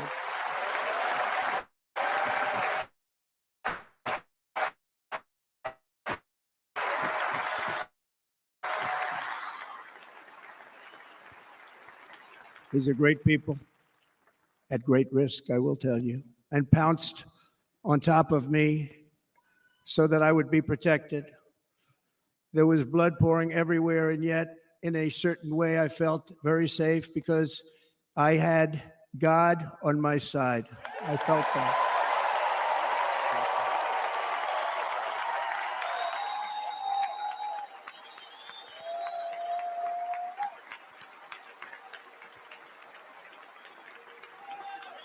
The amazing thing is that prior to the shot, if I had not moved my head at that very last instant, the assassin's bullet would have perfectly hit its mark, and I would not be here tonight. We would not be together. The most incredible aspect of what took place on that terrible evening in the fading sun was actually seen later. In almost all cases, as you probably know, and when even a single bullet is fired, just a single bullet, and we had many bullets that were being fired, crowds run for the exits or stampede, but not in this case. It's very unusual.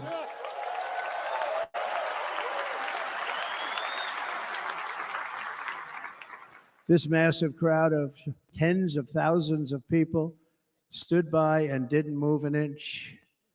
In fact, many of them bravely but automatically stood up looking for where the sniper would be. They knew immediately it was a sniper, and then began pointing at him. You can see that if you look at the group behind me. That was just a small group compared to what was in front. Nobody ran, and by not stampeding, many lives were saved. But that isn't the reason that they didn't move. The reason is that they knew I was in very serious trouble. They saw it. They saw me go down. They saw the blood and thought, actually most did, that I was dead. They knew it was a shot to the head. They saw the blood. And there's an interesting statistic. The ears are the bloodiest part. If something happens with the ears, they bleed more than any other part of the body. For whatever reason, the doctors told me that. I said, why is there so much blood? He said, it's the ears. They bleed more. So we learned something, but they just, this beautiful crowd, they didn't want to leave me. They knew I was in trouble. They didn't want to leave me. And you can see that love written all over their faces. Incredible people. They're incredible people. Bullets were flying over us, yet I felt serene. But now the Secret Service agents were putting themselves in peril. They were in very dangerous territory. Bullets were flying right over them, missing them by a very small amount of inches. And then it all stopped. Our Secret Service sniper, from a much greater distance and with only one bullet used, took the assassin's life, took him out.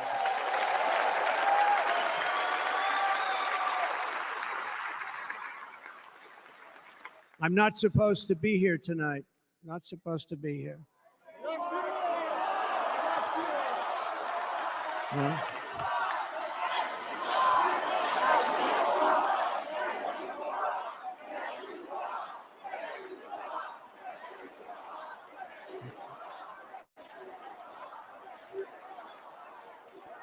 Thank you. But I'm not. And I'll tell you, I stand before you in this arena only by the grace of Almighty God.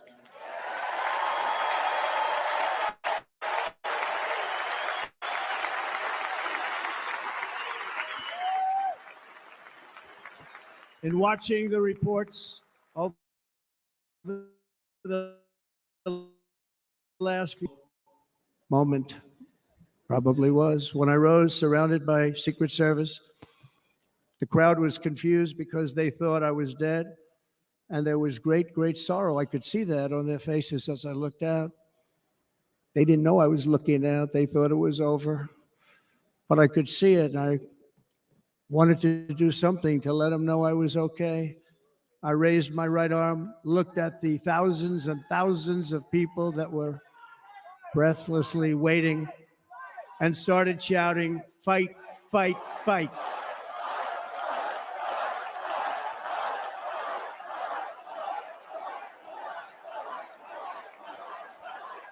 Thank you.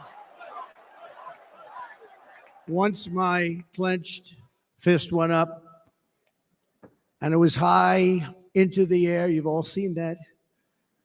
The crowd realized I was okay and roared with pride for our country like no crowd I have ever heard before. Never heard anything like it. For the rest of my life, I will be grateful for the love shown by that giant audience of patriots that stood bravely on that fateful evening in Pennsylvania. Tragically, the shooter claimed the life of one of our fellow Americans, Corey, comparator, unbelievable person, everybody tells me. Unbelievable. And seriously wounded. Two other great warriors, spoke to them today. David Dutch and James Copenhaver, two great people. I also spoke to all three families of these tremendous people. Our love and prayers are with them and always will be. We're never going to forget them. They came for a great rally. They were serious Trumpsters, I want to tell you. They were serious Trumpsters and still are. But Corey, unfortunately, we have to use the past tense. He was incredible. He was a highly respected former fire chief, respected by everybody. Was accompanied by his wife, Helen, incredible woman. I spoke to her today, devastated, and two precious daughters. He lost his life selflessly acting as a human shield to protect them from flying bullets. He went right over the top of them and was hit. What a fine man he was.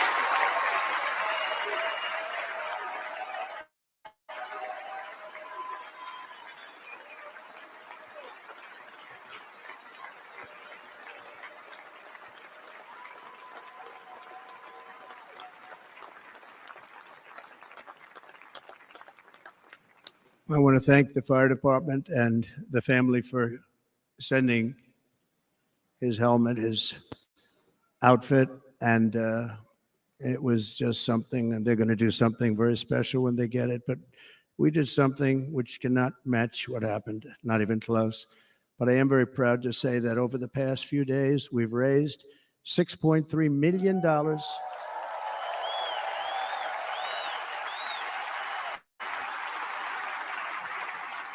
for the families of David, James, and Corey, including from a friend of mine just called up. He sent me a check right here. I just got it. $1 million from Dan Newland. Thank you, Dan. And again, when speaking to the family, I told them, I said, well, I'm going to be sending you a lot of money, but it can't compensate. They all said the same thing. You're right, sir. We appreciate so much what you're doing, but nothing can take the place in the case of Corey. And the other two, by the way, they were very, very seriously injured, but now they're doing very well. They're going to be okay. They're going to be doing very well.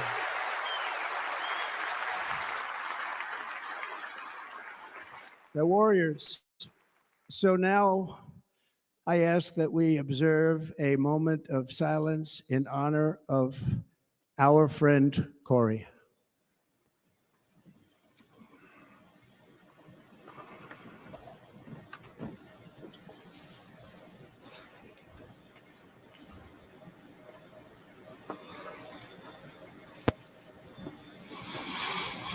There is no greater love than to lay down one's life for others.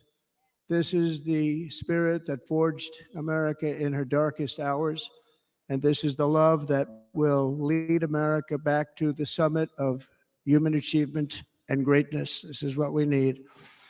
Despite such a heinous attack, we unite this evening more determined than ever. I am more determined than ever, and so are you. So is everybody in this room.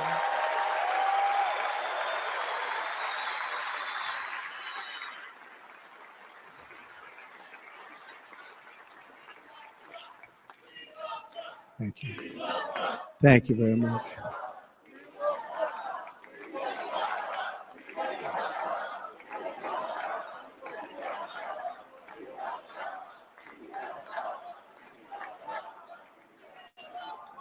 Our resolve is unbroken and our purpose is unchanged to deliver a government that serves the American people better than ever before.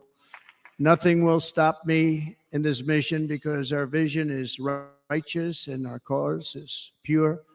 No matter what obstacle comes our way, we will not break, we will not bend, we will not back down, and I will never stop fighting for you, your family, and our magnificent country. Never.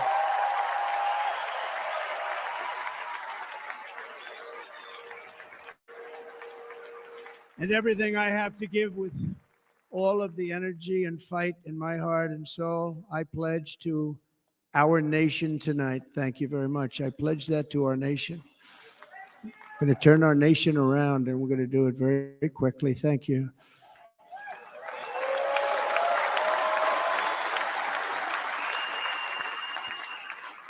This election should be about the issues facing our country and how to make America successful, safe, free, and great again.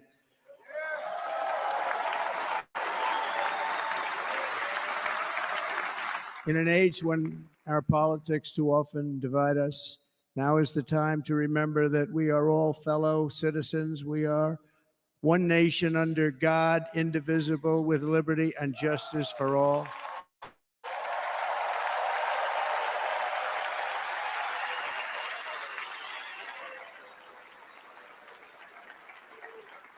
And we must not criminalize dissent or demonize political disagreement, which is what's been happening in our country lately at a level that nobody has ever seen before. In that spirit, the Democrat Party should immediately stop weaponizing the justice system and labeling their political opponent as an enemy of democracy.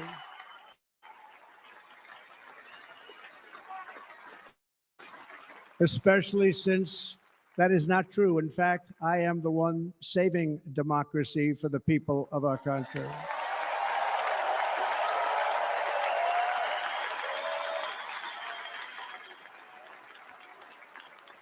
And very big news, as you probably just read, on Monday, a major ruling was handed down from a highly respected federal judge in Florida, Eileen Cannon, finding that the prosecutor and the fake documents case against me were totally unconstitutional, and the entire case was thrown out of court. With all of that publicity, thrown out of court. If Democrats want to unify our country, they should drop these partisan witch hunts, which I have been going through for approximately 8 years. And they should do that without delay and allow an election to proceed that is worthy of our people. We're going to win it anyway, but worthy of our people. On this journey, I am deeply honored to be joined by my amazing wife, Melania.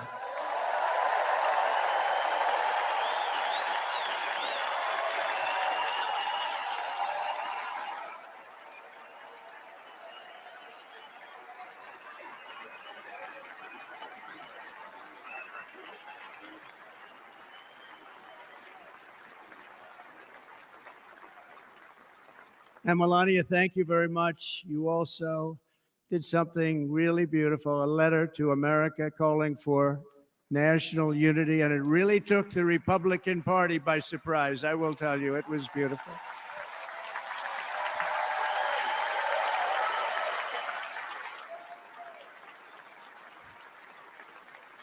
In fact, some very serious people said that we should take that letter and put it as part of the Republican platform. That would be an honor, wouldn't it? Right? Mr. Congressman? but it captivated so many. So I also want to thank our family for being here, Don, Kimberly, Ivanka and Jared, Eric and Lara, Tiffany and Michael, Baron. We love our Baron.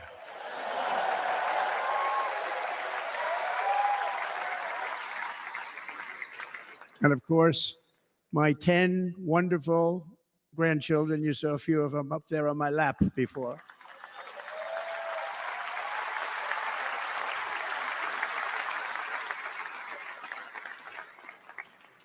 And how good was Dana? Was Dana good? I mean, was he good? He was on probably the only vacation he's had in about maybe ever, because he works, but about 10 years with his wife, very far away. I won't tell you where, but very, very far away, beautiful place. And my people called and he said, I won't be able to do it. This is many, many years. I promised my wife I can't do it. And they came in, they said, Dana won't be able to do it because he was my first, second, and third choice. I said, well, that's too bad, but I understand he's away and it's good. It's good for him. And that was it. About 30 minutes later, she came back in, sir, Dana just called, he's going to do it. And his wife, she said, you can't turn him down. You just can't do it. You have to go. That's a good wife.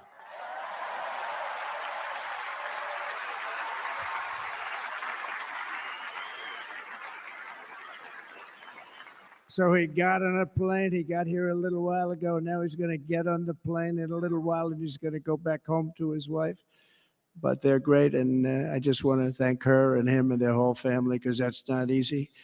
And Kid Rock, same thing. Called, he said, I want to be a part of it. I want to be a part because, Kid does his great song, big, big monster song. I had no idea. He became a friend of mine over the last 10 years. And he's amazing. Everyone loves him. I didn't even know how big he was. He has rallies, 35, 40,000 people he gets every time he goes out. I think he's making so much money, he doesn't know what the hell to do with it. You want to know? And then we have my other friend, and I've known him so long, and we took that song, and it was a big success, but we made that. I saw a chart of great songs to America. That was #1 on the chart recently, #1. So that's Lee Greenwood, a very special, beautiful person. He's a beautiful man. But they all wanted to be here. They called. And how about the Hulkster? How good was he? You see him? Where is he?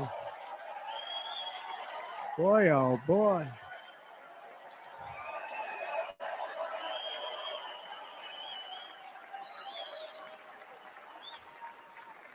They may call that entertainment. I know about entertainment, but when he used to lift a 350-pound man over his shoulders and then bench press him 2 rows into the audience, I say maybe entertainment, but he is one strong son of a gun. I will tell you, I watched it many times.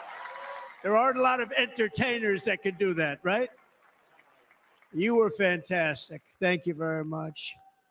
Followed by Eric. What was that all about? Boy, that was good. I didn't want to really come up here.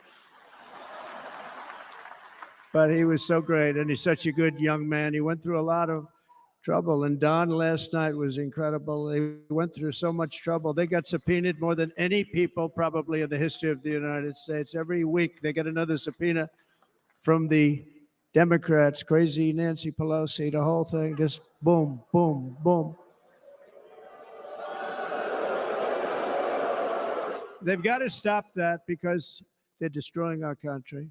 We have to work on making America great again, not on beating people. And we won. We beat them and all. We beat them on the impeachments. We beat them on indictments. We beat them. But the time that you have to spend, if they would devote that genius to helping our country, we'd have a much stronger and better country.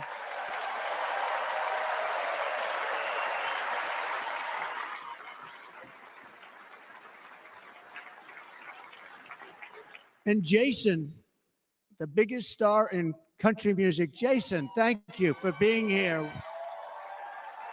Jason, thank you very much. Jason Aldean, he's good. I like his wife even better, by the way. She's here. Thank you, Jason. But I'm thrilled to have a new friend and partner fighting by my side. The next Vice President of the United States, the current Senator from Ohio, J.D. Vance, and his incredible wife, Usha.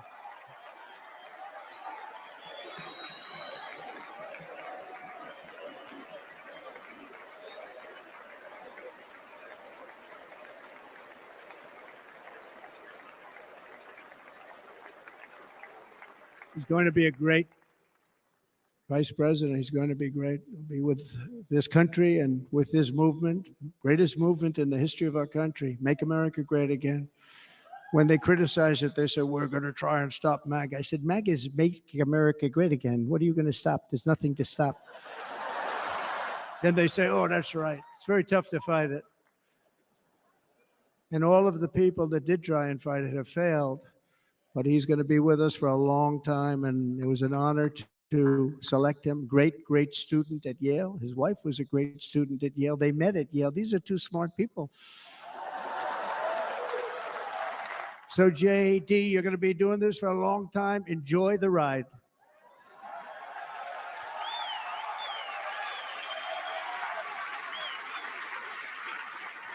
And a very special thank you to the extraordinary people of Milwaukee and the great state of, oh, there they are. There they are. You are so easy to spot. And Green Bay's going to have a good team this year, right? They're going to have a good team. They're going to have a good team. Most of the audience doesn't like it, but it's true. You're going to have a very good team this year. And by the way, Wisconsin, we are spending over $250 million here, creating jobs and other economic development all over the place. So I hope you will remember this in November and give us your vote. I am trying to buy your vote. I'll be honest about that.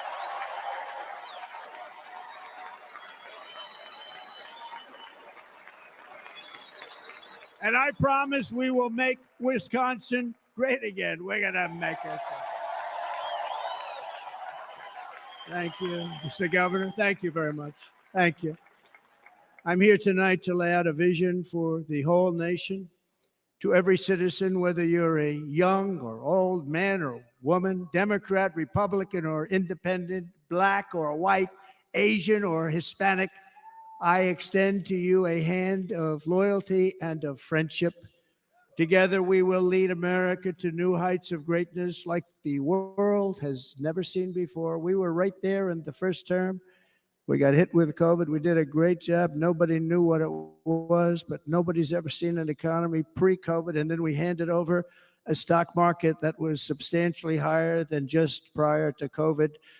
Coming in, did a great job. Never got credit for that. We got credit for the war and defeating ISIS and so many things, the great economy, the biggest tax cuts ever, the biggest regulation cuts ever, the creation of Space Force, the rebuilding of our military. We did so much.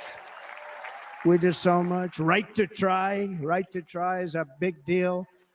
We got right to try. They were trying to get that for 52 years. Somebody's terminally ill. And hopefully there's nobody in this audience, but it does happen a lot. They're terminally ill and they can't use our new space age drugs and other things that we are way ahead. We have the greatest doctors in the world, the greatest laboratories in the world, and you can't do it. They've been trying to get that approved for 52 years. Wasn't that easy? The insurance companies didn't want to do it. They didn't want the risk. The labs didn't want to do it because if it didn't work, people are pretty far down the line toward death. They didn't want to do it. The doctors didn't want to have it on their records, so I got everybody into an office. 52 years they tried. Sounds simple, but it's not. And I got them to agree that somebody that needs it will, instead of going to Asia, Europe, or someplace, or if you have no money going home and dying, just die. We got them to sign an agreement, agree to it, where they're not going to sue anybody. They're going to get all of this stuff. They're going to get it really fast. And what's happened is we're saving thousands and thousands of lives. It's incredible. right to try. It's a great feeling. Under our leadership, the United States will be respected again. No nation will question our power. No enemy will doubt our might. Our borders will be totally secure. Our economy will soar. We will return law and order to our streets, patriotism to our schools, and importantly, we will restore peace, stability, and harmony all throughout the world. But to achieve this future, we must first rescue our nation from failed and even incompetent leadership. We have totally incompetent leadership. This will be the most important election in the history of our country. Under the current administration, we are indeed a nation in decline. We have an inflation crisis that is making life unaffordable, ravaging the incomes of working and low-income families, and crushing, just simply crushing our people like never before. They've never seen anything like it. We also have an illegal immigration crisis, and it's taking place right now as we sit here in this beautiful arena. It's a massive invasion at our southern border that has spread misery, crime, poverty, disease, and destruction to communities all across our land. Nobody's ever seen anything like it. Then there's an international crisis, the likes of which the world has seldom been part of. Nobody can believe what's happening. War is now raging in Europe and the Middle East. A growing specter of conflict hangs over Taiwan, Korea, the Philippines, and all of Asia, and our planet is teetering on the edge of World War III, and this will be a war like no other war because of weaponry. The weapons are no longer army tanks going back and forth shooting at each other. These weapons are obliteration. It's time for a change. This administration can't come close to solving the problems. We're dealing with very tough, very fierce people. They're fierce people. And we don't have fierce people. We have people that are a lot less than fierce, except when it comes to cheating on elections and a couple of other things. Then they're fierce. Then they're fierce. So tonight, I make this pledge to the great people of America. I will end the devastating inflation crisis immediately, bring down interest rates, and lower the cost of energy. We will drill, baby, drill.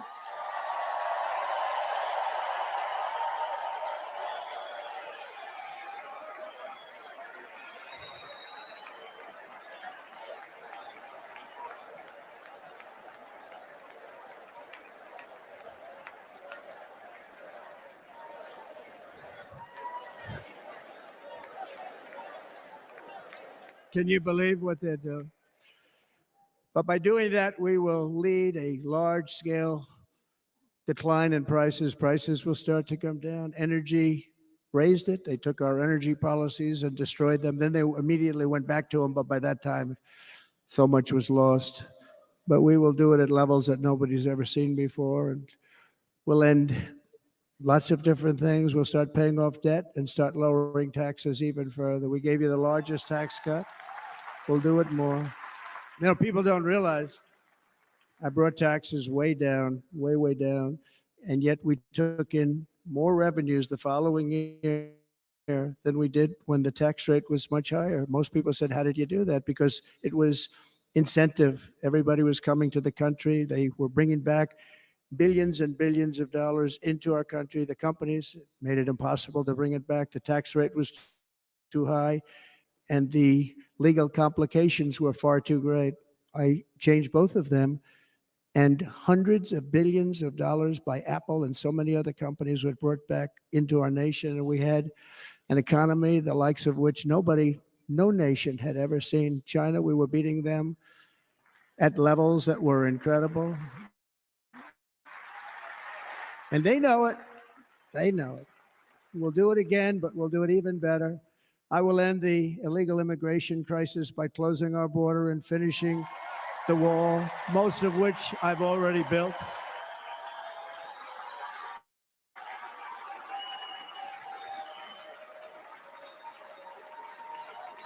On the wall, we were dealing with a very difficult Congress. And I said, oh, that's okay. We won't go to Congress. I call it an invasion. We gave our military almost $800 billion.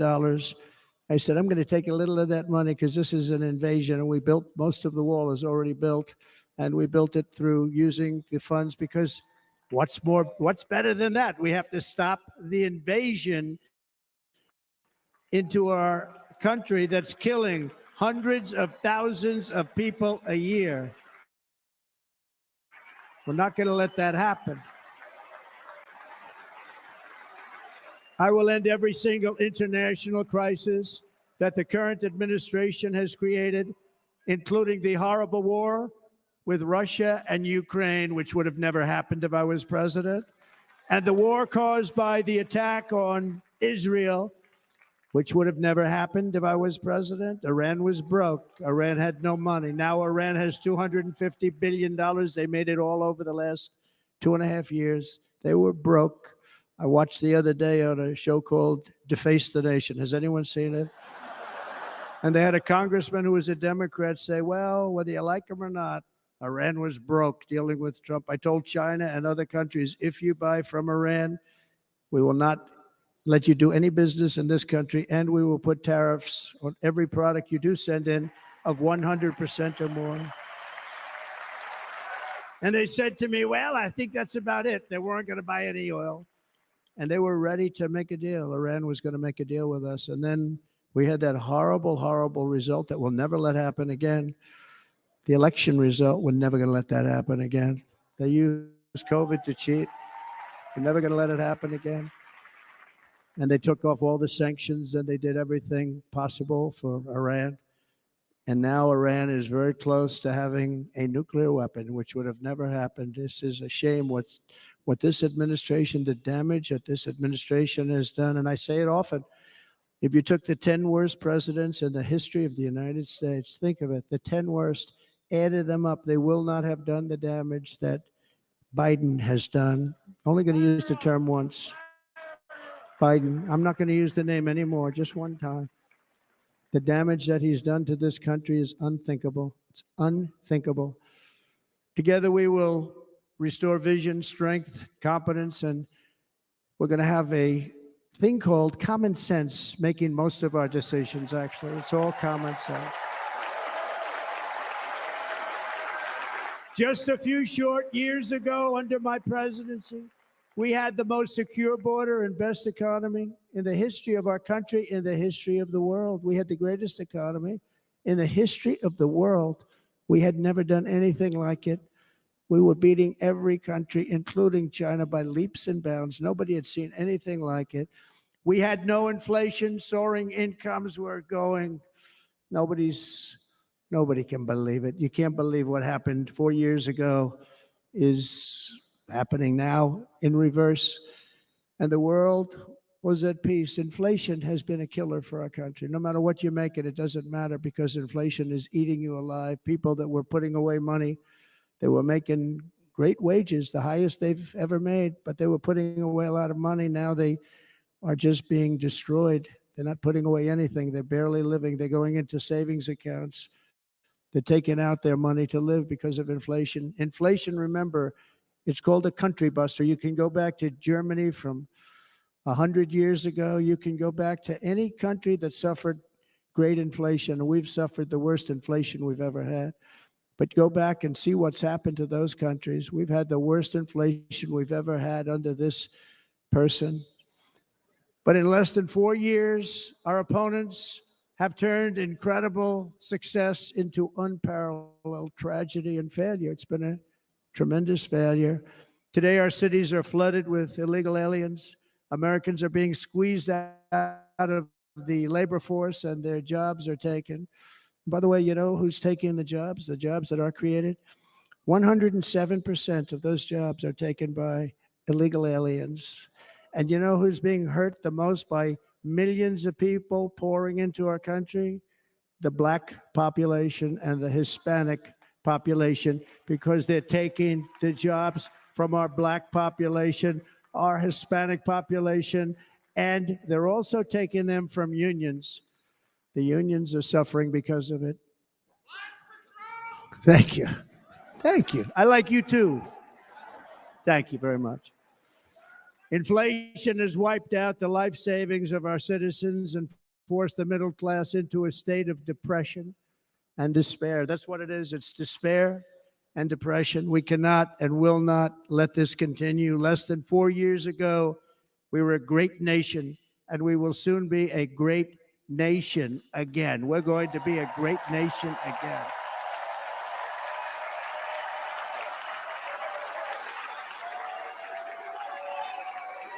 Thank you. With proper leadership, every disaster we are now enduring will be fixed, and it will be fixed very, very quickly. So tonight, whether you've supported me in the past or not, I hope you will support me in the future, because I will bring back the American dream. That's what we're going to do. You don't even hear about the American dream anymore. With great humility, I am asking you to be excited about the future of our country. Be excited. Be excited.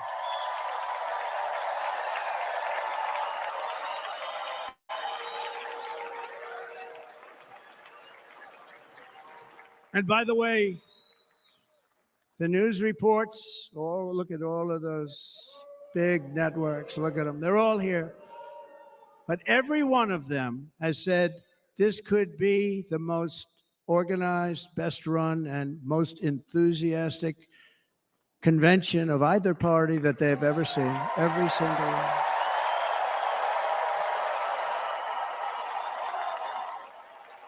And it's true.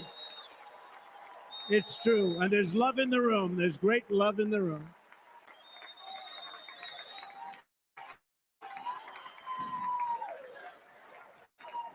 So I better finish strong. Otherwise, we'll blow it. And we can't let that happen. Now, this was great. All of the great people that spoke, and everybody hit a home run. I mean, there's not one that I can think of where I said, oh, gee, that wasn't great. Every single person. I refuse to be the only one. Don't do that to me. They're already getting ready. See, I gave them an idea. Now, this was a great convention. This was, I think we're actually going to go home and miss it. You know, usually with first of all, look at these crowds. You'd never have this at a convention. Look at these crowds.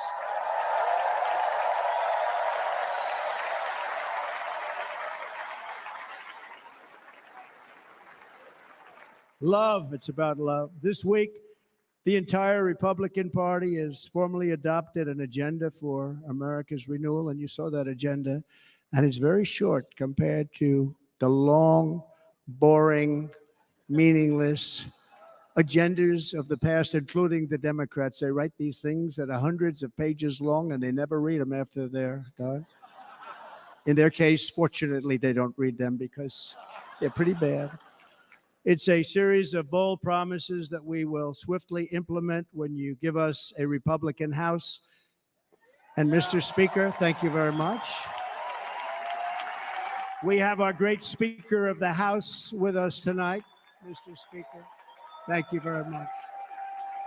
Thank you. A Republican Senate. We have many senators here.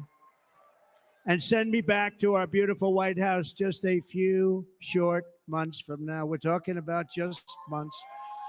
It can't come fast enough. We have to get it done. First, we must get economic relief to our citizens. Starting on day one, we will drive down prices and make America affordable again. We have to make it affordable. It's not affordable. People can't live like this. Under this administration, our current administration, groceries are up 57%, gasoline is up 60 and 70%, mortgage rates have quadrupled.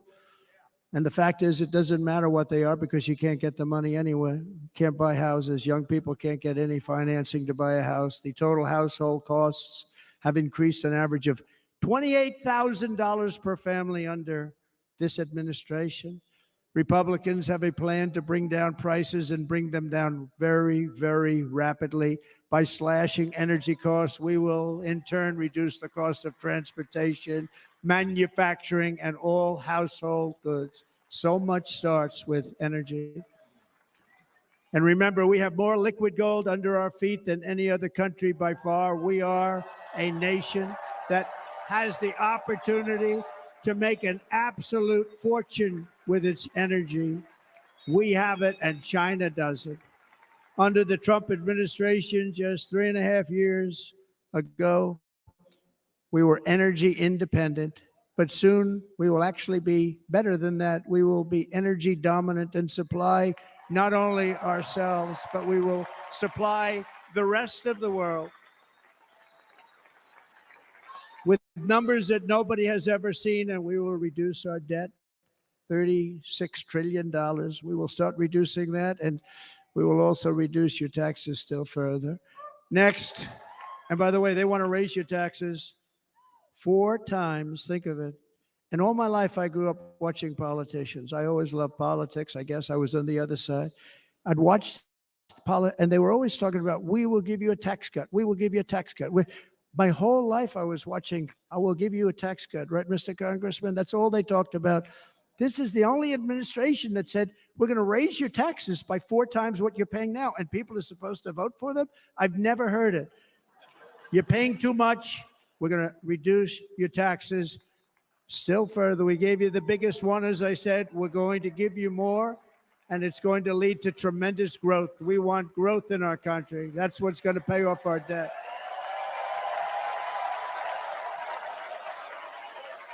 And next, we will end the ridiculous and actually incredible waste of taxpayer dollars that is fueling the inflation crisis. They've spent trillions of dollars on things having to do with the Green New Scam. It's a scam.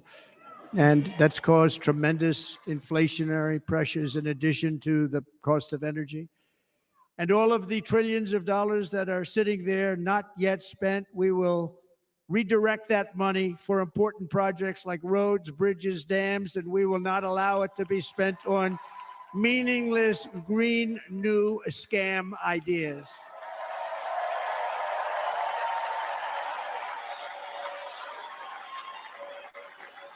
And I will end the electric vehicle mandate on day 1.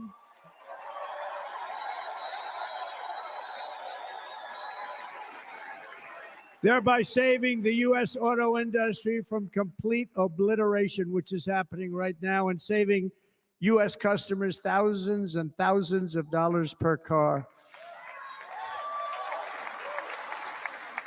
And right now, as we speak, large factories just started are being built across the border in Mexico. So with all the other things happening on our border, and they're being built by China to make cars and to sell them into our country, no tax, no anything. The United Auto Workers ought to be ashamed for allowing this to happen. And the leader of the United Auto Workers should be fired immediately. And every single auto worker, union and non-union, should be voting for Donald Trump, because we're going to bring back car manufacturing, and we're going to bring it back fast.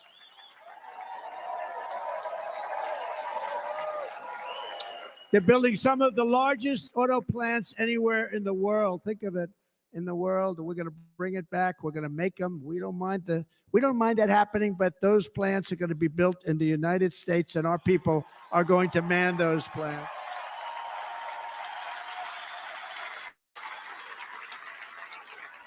And if they don't agree with us, we'll put a tariff of approximately 100 to 200% on each car, and they will be unsellable in the United States. We have long been taken advantage of by other countries. And think of it, oftentimes these other countries are considered so-called allies. They've taken advantage of us for years. We lose jobs, we lose revenue, and they gain everything and wipe out our businesses, wipe out our people. I stopped it for 4 years. I stopped it. And we're really ready to make changes like nobody had seen before. And remember, USMCA, I got rid of NAFTA, the worst trade deal ever made, and replaced it with USMCA, which is, they say, the best trade deal ever made. Actually, probably the best trade deal was the deal I made with China, where they buy $50 billion worth of our product. They were buying nothing. They buy $50 billion worth. They had to. But I don't even talk about it because of COVID. I don't even mention it, frankly, because of what happened with the China virus.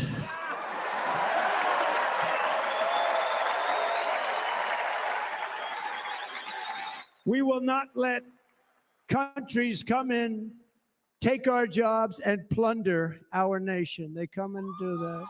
They plunder our nation. The way they will sell their product in America is to build it in America. Very simple. Build it in America and only in America.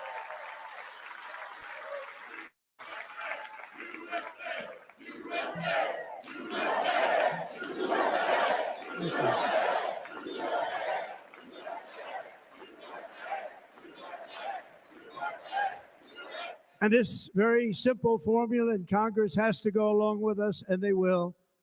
This very simple formula will create massive numbers of jobs. We will take over the auto industry again, and many, many hundreds of thousands of jobs. We lost so many jobs over the years. If you go back 20, 25 years, they've stolen, going to China and Mexico, about 68% of our auto industry manufacturing jobs. We're going to get them all back. We're going to get them all back, every one of them. At the center of our plan for economic relief are massive tax cuts for workers that include something else that's turned out to be very popular, actually. Here it's very popular in this building and all those hotels that I saw that are so nice. I'm staying in a nice one. It's called no tax on tips. No tax on tips. No tax on tips.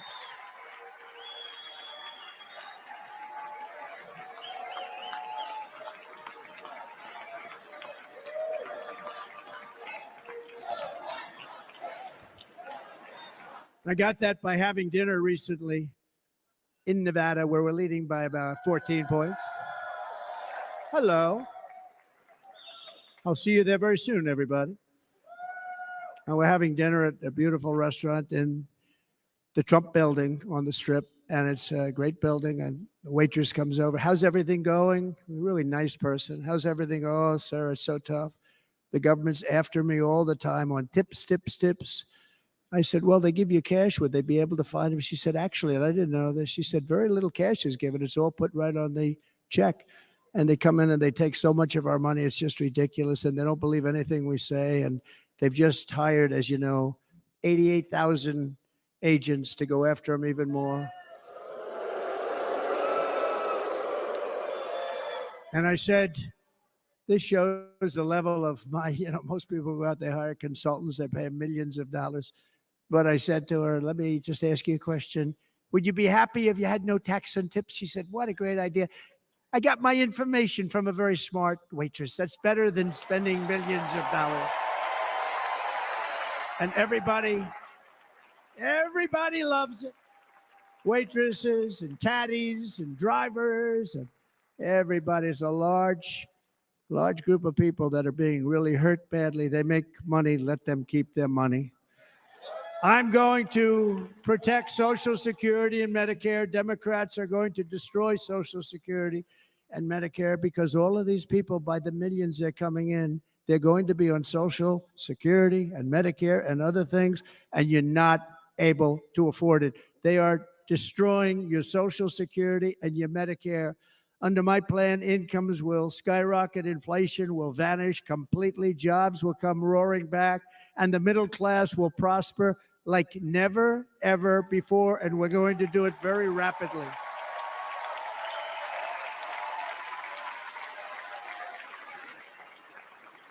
But no hope or dream we have for America can succeed unless we stop the illegal immigrant invasion, the worst that's ever been seen anywhere in the world. There's never been an invasion like this anywhere. Third world countries would fight with sticks and stones not to let this happen. The invasion at our southern border, we will stop it, and we will stop it quickly. You heard Tom Homan yesterday. Tom Homan, put him in charge and just sit back and watch. Brandon Judd, the Border Patrol, he's incredible. These guys, they really, their job is a lot easier if they don't have to do anything, but they want to. They're patriots. Brandon Judd, Border Patrol, ICE. ICE goes out. You have to see what ICE does with MS-13. You have these are probably the worst gang, and ICE goes in there. And I know a lot of people in these rows here, and they're very tough people, but they don't want to do this job. they'll go into a pack of MS-13 killers. They're the worst, probably the worst gangs in the world. We have thousands of them. I moved thousands and thousands out in my 4 years. We moved them out, and it was a pleasure. But ICE would go right into a pack of these killers, and you see fists flying, you see everything flying, and then they take them. They put them in a paddy wagon. They take them back, and they get them out of our country. And the other countries weren't accepting them back, and I called up, and I said, tell them that we're not giving them economic aid anymore. And the next day, I got calls from all of these countries that were terminated.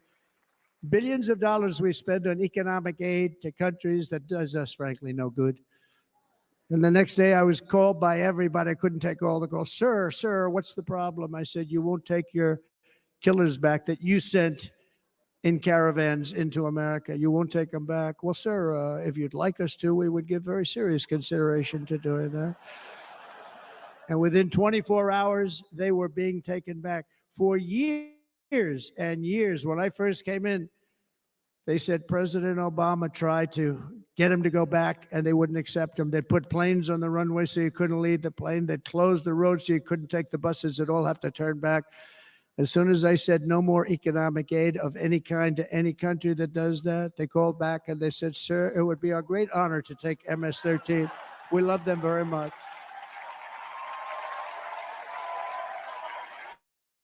We love them very much, sir. We'll take them back. At the heart of the Republican platform is our pledge to end this border nightmare and fully restore the sacred and sovereign borders of the United States of America. And we're going to do that on day one.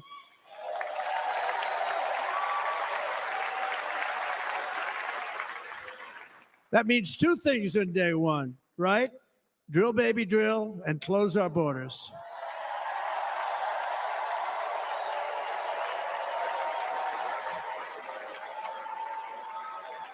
And by the way, and I think everybody as a Republican, as a patriot in this room, and most Democrats, we want people to come into our country, but they have to come into our country legally.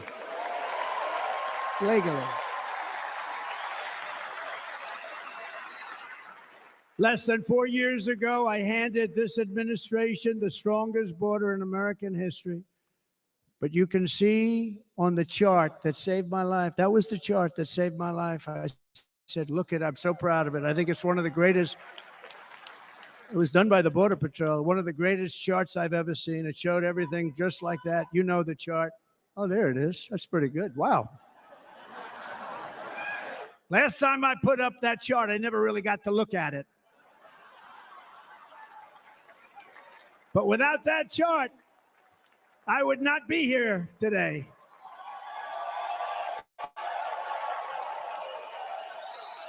Never got to look at it.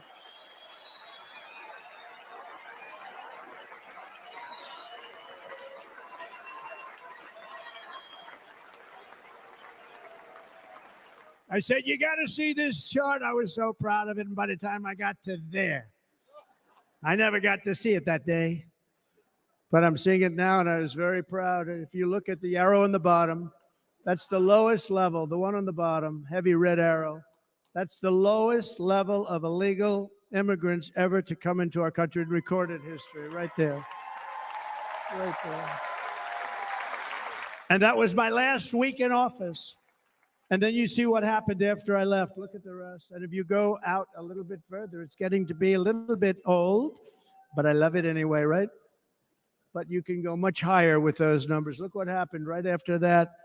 The invasion began. We had the opposite. We stopped the invasion, but the invasion that we stopped was peanuts by comparison to what happened after I left. Look at what happened after I left. They took over our country. We ended all catch and release. We shut down asylum fraud. We stopped human trafficking and forged historic agreements to keep illegal aliens on foreign soil. We want them to stay on their soil. Under the Trump administration, if you came in illegally, you were apprehended immediately and you were deported. You went right back.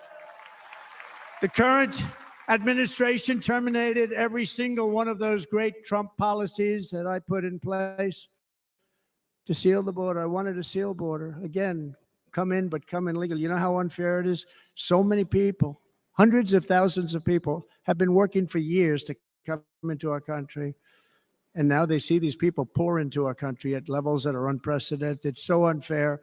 And we're not going to do it. We're not going to stand for it. They suspended wall construction, ended remain in Mexico. We had a policy, remain in Mexico. You think that was easy to get from the Mexican government? But I said, you must give it to us. If you don't give it to us, there will be repercussions. And they gave it to us, but not easy. Canceled our Safe Third agreements, demolished Title 42, implemented nationwide catch and release. That's catch and release, where we catch them and release them into our country. We catch them and release them into Mexico. There's a slight difference. And took 93, this is the previous administration, 93 executive actions to throw open our border to the world. The entire world is pouring into our country because of this very foolish administration. The greatest invasion in history is taking place right here in our country. They are coming in from every corner of the earth, not just from South America, but from Africa, Asia, the Middle East. They're coming from everywhere. They're coming at levels that we've never seen before. It is an invasion indeed, and this administration does absolutely nothing to stop them. They're coming from prisons. They're coming from jails. They're coming from mental institutions and insane asylums. The press is always on me because I say this. Has anyone seen Silence of the Lambs? The late, great Hannibal Lecter. He'd love to have you for dinner.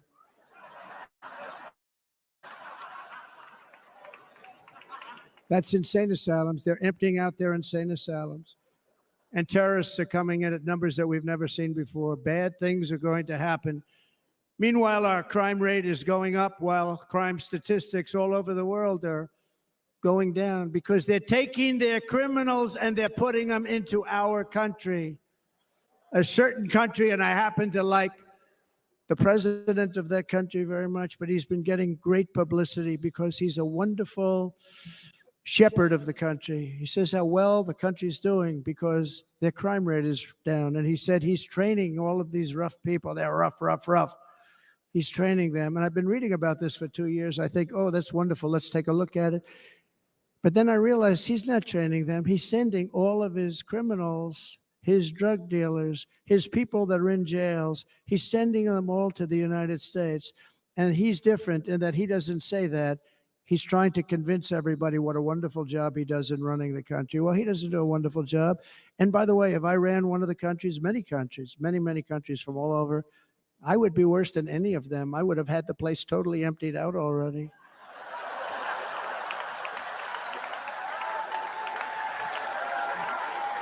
But we become a dumping ground for the rest of the world, which is laughing at us. They think we're stupid. And they can't believe that they're getting away with what they're getting away with, but they're not going to be getting away with it for long. That's what I can tell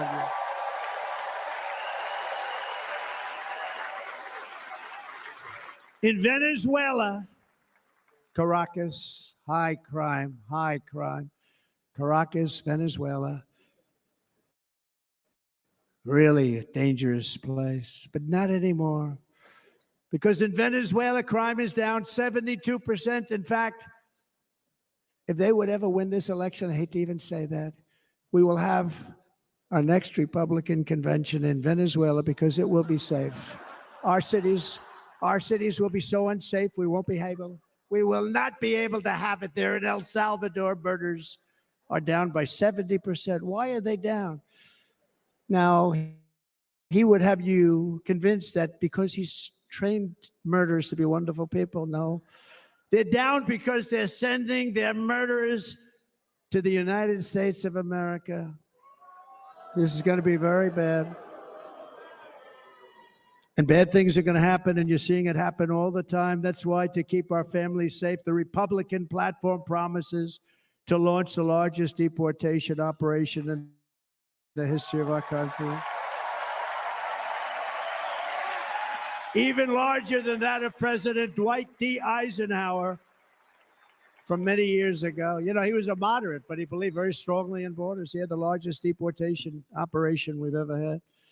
Just recently, I spoke to the grieving mother of Jocelyn Nungary, a wonderful woman, a precious 12-year-old girl from Houston who last month was tied up, assaulted, and strangled to death after walking to the convenience store just a block away from her house.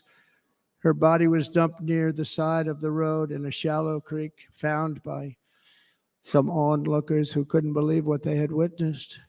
Charged with Jocelyn's heinous murder are 2 illegal aliens from Venezuela who came across our border, were in custody, and were then released into the country by this horrible, horrible administration that we have right now. I also met recently with the heartbroken mother and sister of Rachel Morin.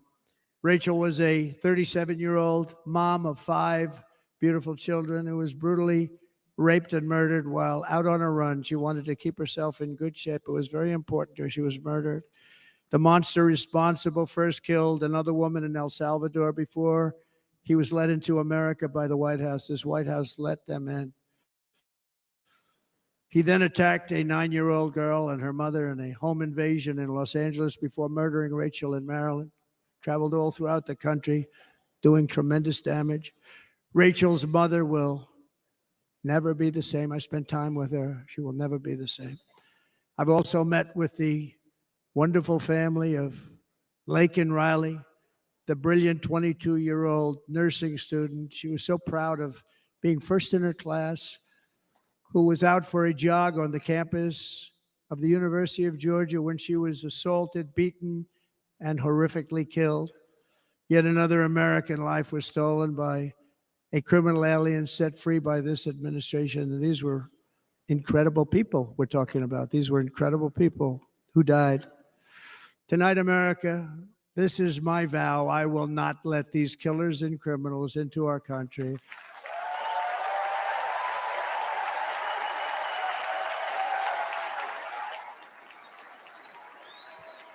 I will keep our sons and daughters safe. As we bring security to our streets, we will help bring stability to the world. I was the first president in modern times to start no new wars. You know, we were the toughest, we were the most respected. And you saw this. Hungry, strong country run by a very powerful, tough leader. He's a tough guy. Press doesn't like him because he's tough. And he came out recently. They were asking him at an interview, the whole world is exploding. What's happening? What's going on? Viktor Orban, Prime Minister of Hungary, very tough man. He said, I don't want people coming into my country and blowing up our shopping centers and killing people.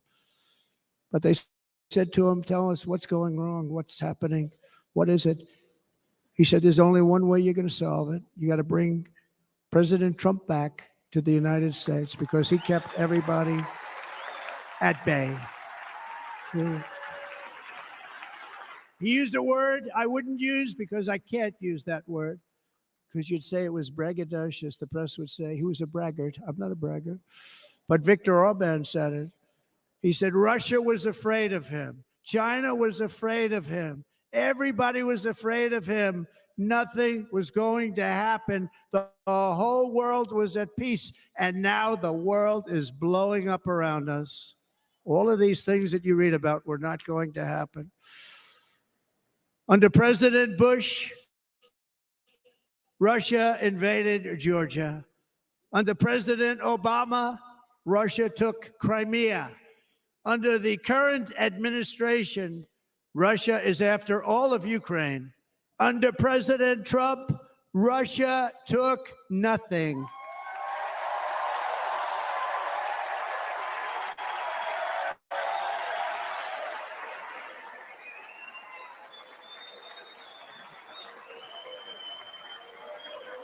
We defeated 100% of ISIS in Syria and Iraq, something that was said to take 5 years, sir. It'll take 5 years, sir. We did it in a matter of a couple of months. We have a great military. Our military is not woke. It's just some of the fools on top that are woke.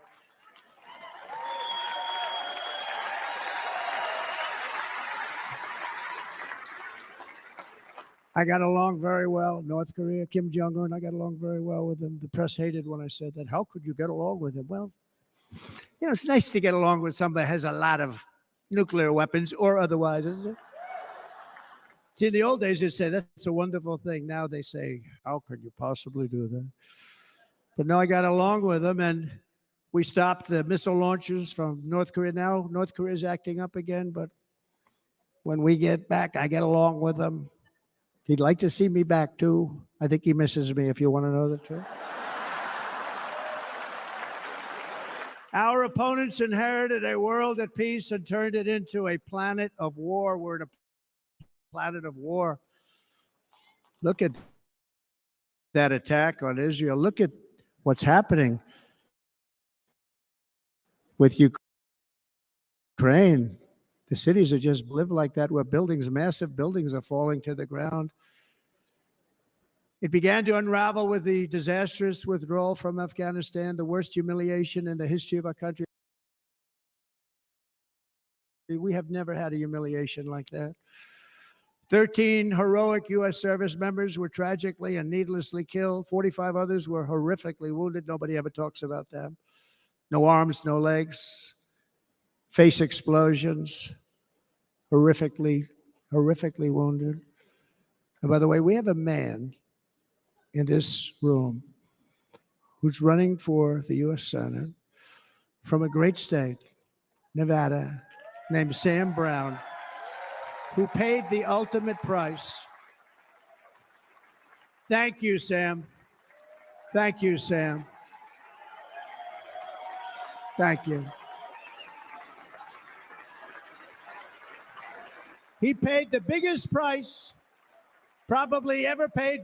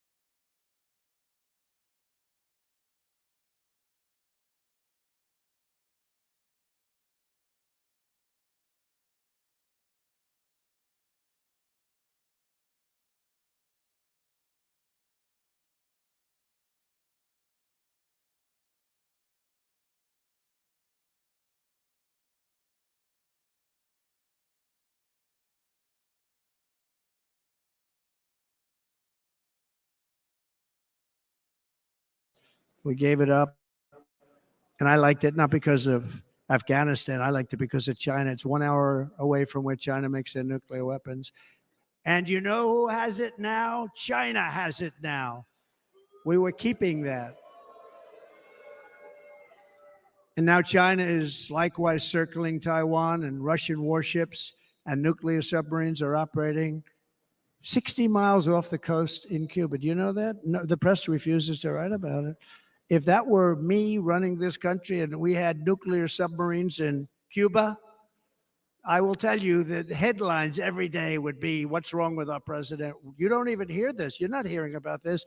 Russia has nuclear submarines and warships 60 miles away, Mr. Congressman. from Miami, by the way, happens to be here. Correct? In Cuba.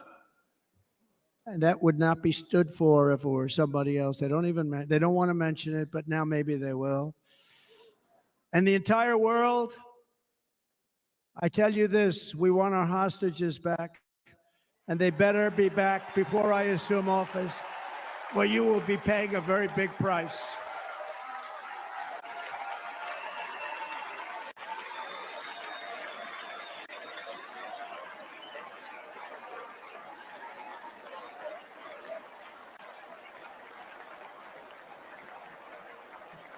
With our victory in November, the years of war, weakness, and chaos will be over. I don't have wars. I had no wars other than ISIS, which I defeated, but that was a war that was started. We had no wars. I could stop wars with a telephone call.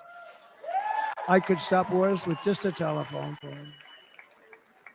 If properly stated, it would never start. We will replenish our military and build an Iron Dome missile defense system to ensure that no enemy can strike our homeland.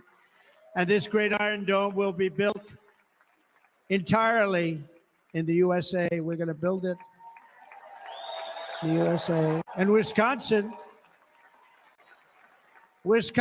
just like I gave you that massive ship contract, and you're doing a very nice job, Governor, right? Thank you, Governor. And they're doing a great job. In fact, I had a little design change, and we gave them a tremendous for essentially what we used to call destroyers. These are now the most beautiful. They look like yachts. I said, we have to take the bow and we have to make it a little nicer and a little point at the top instead of a flat nose. And the people at the shipyard said, this guy sort of knows what he's doing. We have the most beautiful ships, right, Governor? And everybody sitting over there.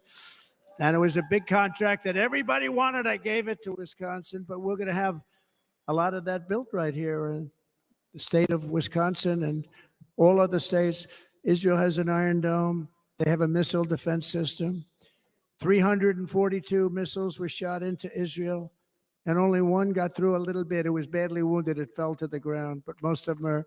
And Ronald Reagan wanted this many years ago, but we really didn't have the technology many years ago. Remember, they called it Starship, spaceship, anything to mock him. But he was a very good president, very, very good. But now we have unbelievable technology. And why should other countries have this and we don't? No, we're going to build an Iron Dome over our country, and we're going to be sure that nothing can come and harm our people. And again, from an economic development standpoint, we're going to make it all right here. No more sending it out to other countries in order to help. It's America first. America first. We will unleash the power of American innovation. And as we do, we will soon be on the verge of finding the cures to cancer, Alzheimer's disease, and many other diseases. We're going to get to this gentleman that I don't want to mention.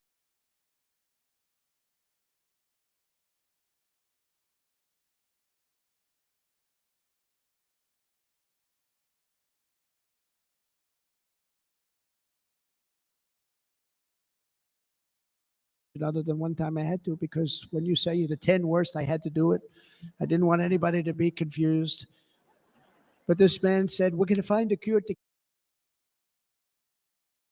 cancer. Nothing happened. We're going to get to the cure for cancer and Alzheimer's and so many other things. We're so close to doing something great. But we need a leader that will let it be done. We will not have men playing in women's sports. That will end immediately.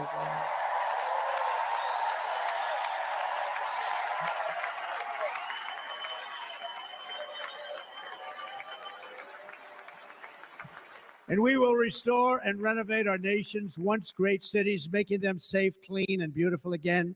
And that includes our nation's capital, which is a horrible killing field. So many things. They leave from Wisconsin. They go to look at the Washington Monument. They end up getting stabbed, killed, or shot. We will be very soon very proud of our capital, again, Washington, D.C.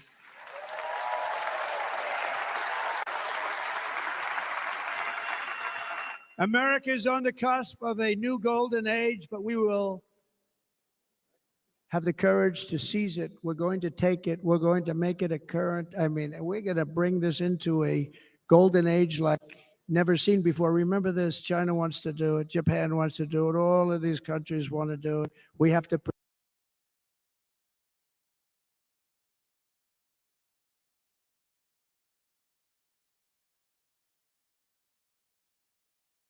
produce massive amounts of energy if we're going to produce the new. If you look at some of the things that have been done and some of the things that we're going to do, but AI needs literally we're spending places where they recharge electric cars. They built 8 chargers at a certain location toward the Midwest. 8 chargers for $9 billion. Think of them as a tank for filling up your gas. Think of it. They spent $9 billion on 8 chargers, 3 of which didn't work. And if you were going to do this all over our country, this crazy electric mandate, if you're going to do this all, and by the way, I'm all for electric. They have their application. But if somebody wants to buy a gas-powered car, gasoline-powered car, or a hybrid, they're going to be able to do it. And we're going to make that change on day 1.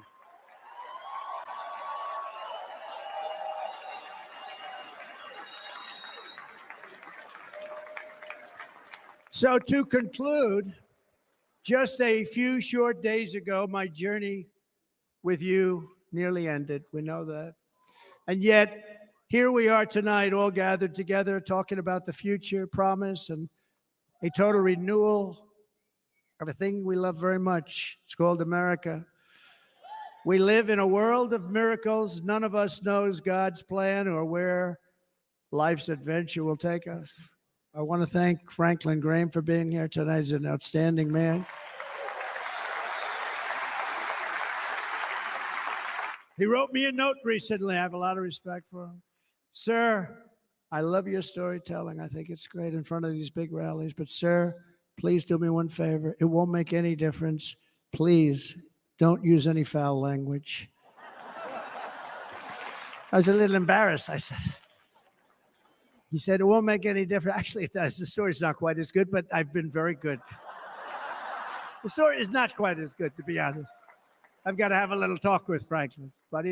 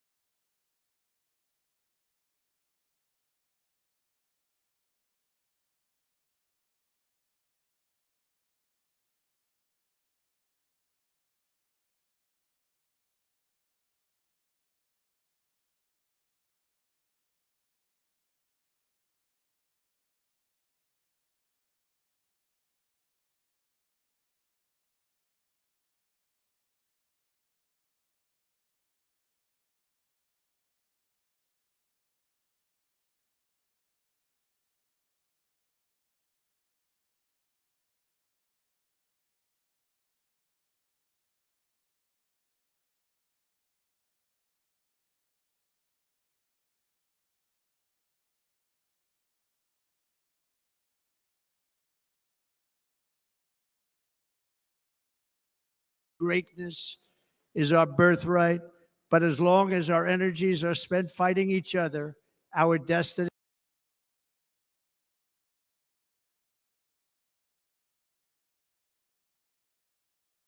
will remain out of reach, and that's not acceptable. We must instead take that energy and use it to realize our country's true potential and write our own thrilling chapter of the American story. We can do it together. We will unite. We are going to come together, and success will bring us together.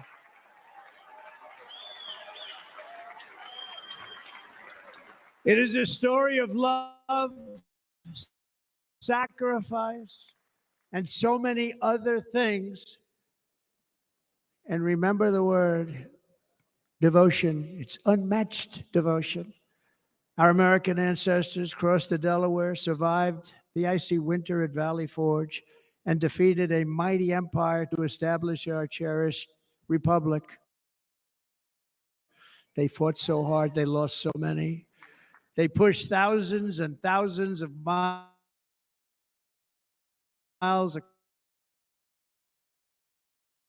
They packed their families into covered wagons, trekked across hazardous trails, scaled towering mountains, and braved rivers and rapids to stake their claim on the wide open, new, and very beautiful frontier. When our way of life was threatened, American patriots marched onto the battlefield, raced into enemy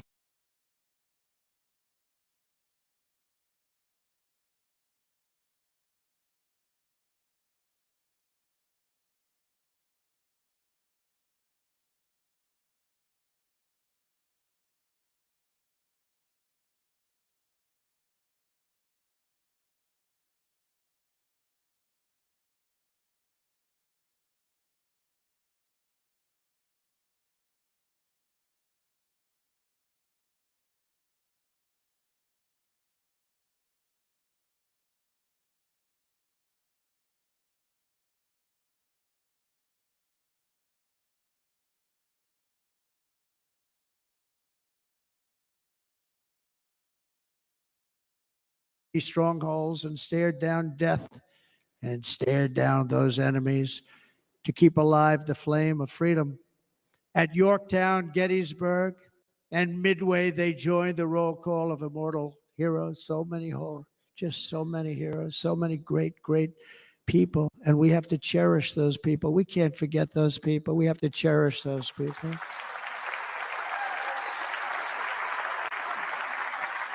And building monuments to those great people is a good thing, not a bad thing. They saved our country. No challenge was too much. No hardship was too great. No enemy was too fierce. Together, these patriots soldiered on and endured, and they prevailed because they had faith in each other, faith in their country, and above all, they had faith in their God.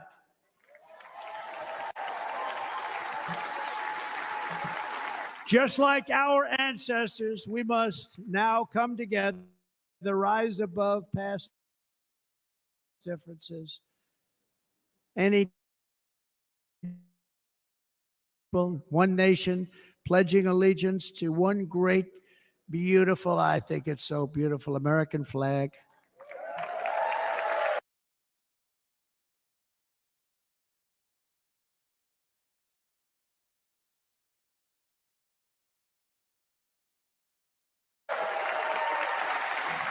Tonight, I ask for your partnership, for your support, and I am humbly asking for your vote. I want your vote. Going to make our country great again. Every day, I will strive to honor the trust you have placed in me, and I will never, ever let you down. I promise that. I will never let you down. To all of the forgotten men and women who have been neglected, abandoned, and left behind, you will be forgotten no longer. We will press forward, and together we will win, win, win.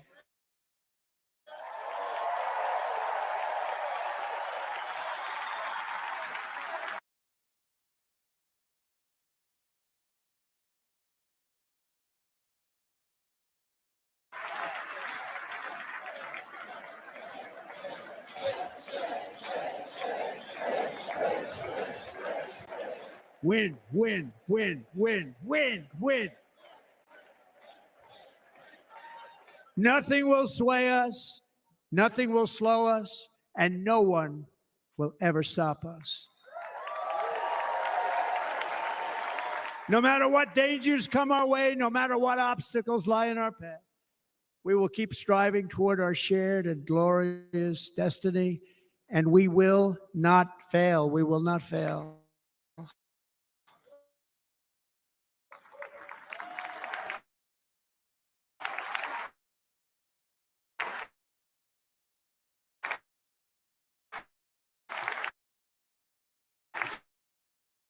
Together we will save this country.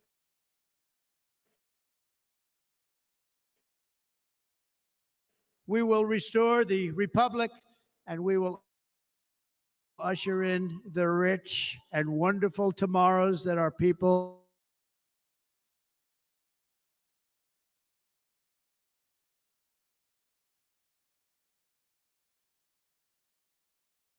Thank you very much, Wisconsin.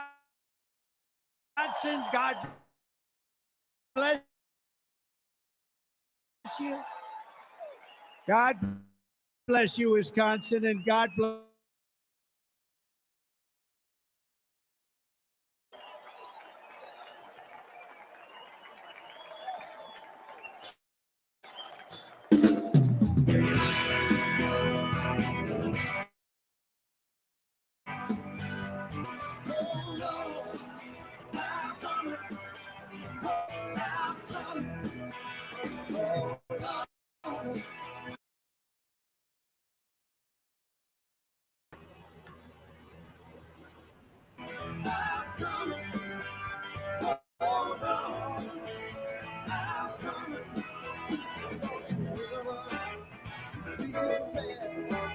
Lean on me when times are bad. When the day comes and you're down in a river of trouble, about to drown. Oh, I'm coming. Hold on. I'm coming. Hold on. I'm coming. Hold on. I'm coming. I'm on my way. When you get cold, real cold, no need to worry, 'cause I'm here. No need to suffer, 'cause I'm here. Hold on.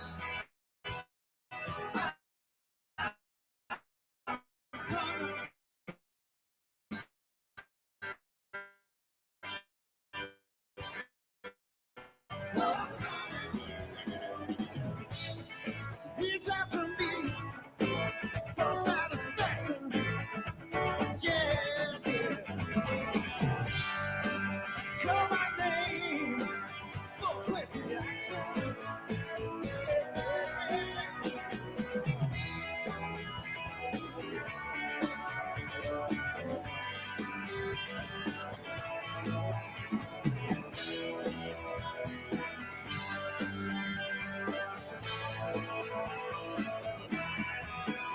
Hold on, I'm coming.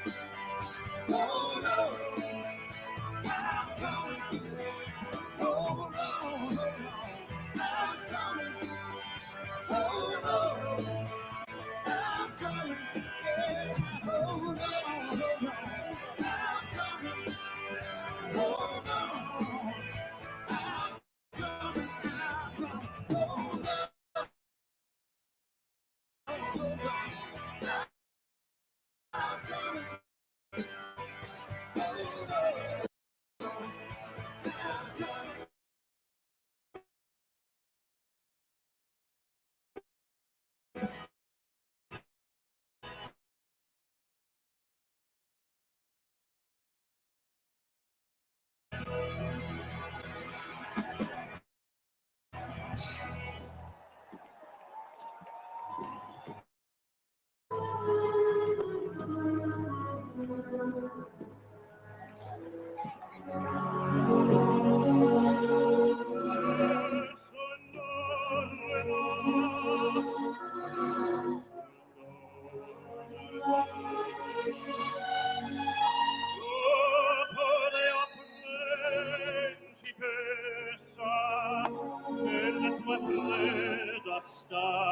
speranza, con le vive stelle che tremano d'amore e di speranza.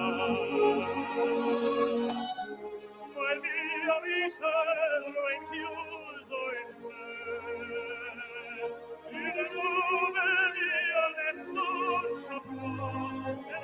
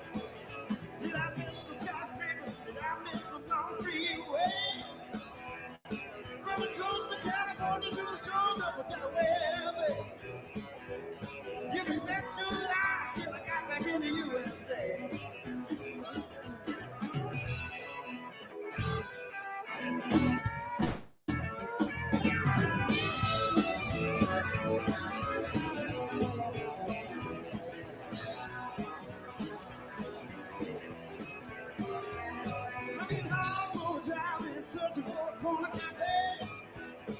There's hamburger sizzle on an open grill night and day.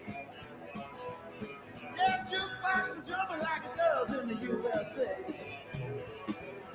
Yeah, I'm so glad to be living in the USA. Yeah, I'm so glad I'm living in the USA. Anything you want, they can get it right here in the USA.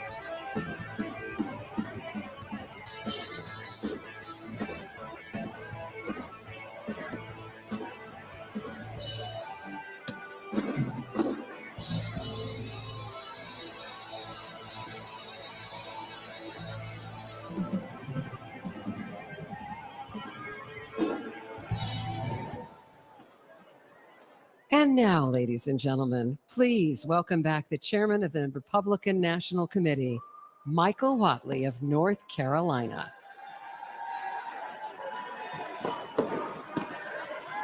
I need everybody to move up and up.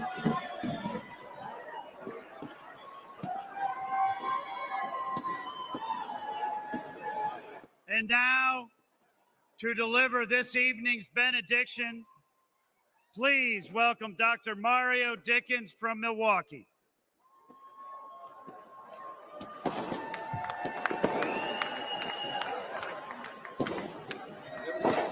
Thank you. Thank you, Mr. Chairman.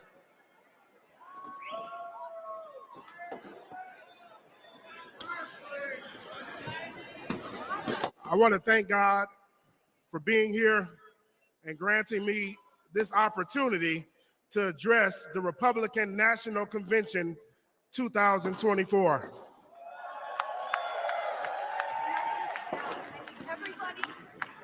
I'm staying on script, but I got to say one thing. Just 4 hours ago, my granddaughter was born.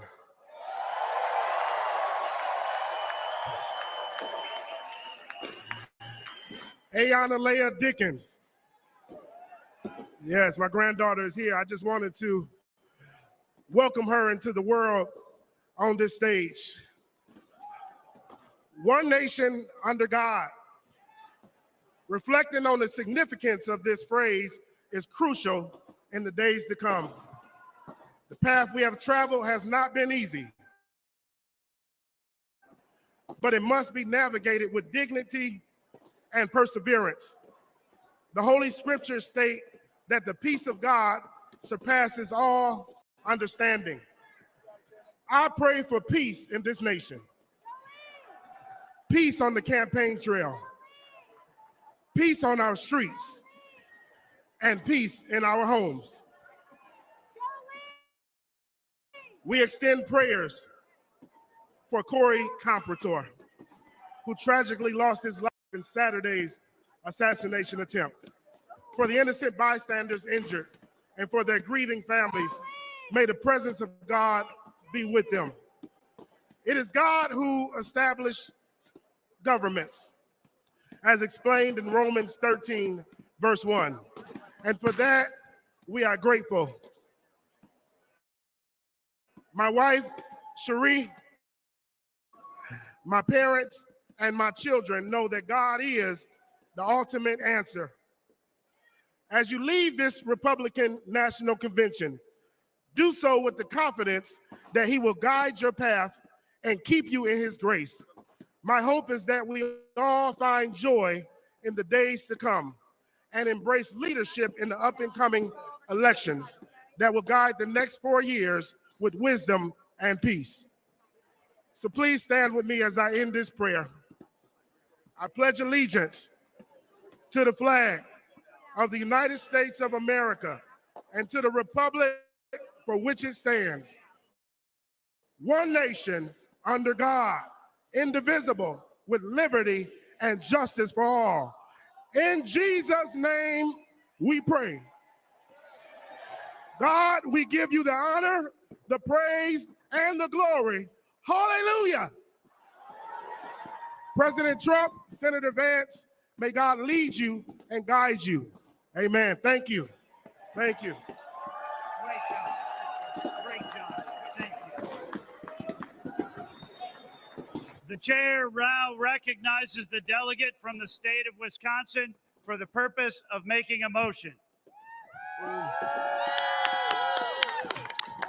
Chairman Mike Wadley, thank you so much for bringing this convention to the greatest state in America, Wisconsin, a great city of Milwaukee.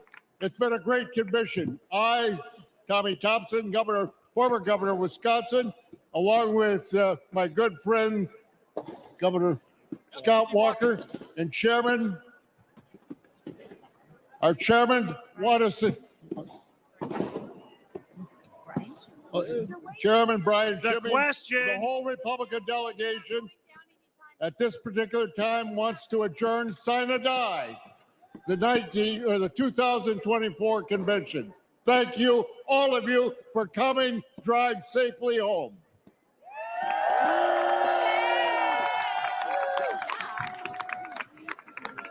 The question now occurs on the motion to adjourn the greatest Republican convention in history. Sine die. All those in favor signify by saying aye. All those opposed signify by saying no. In the opinion of the chair, the ayes have it. Accordingly, the 2024 Republican National Convention stands adjourned sine die.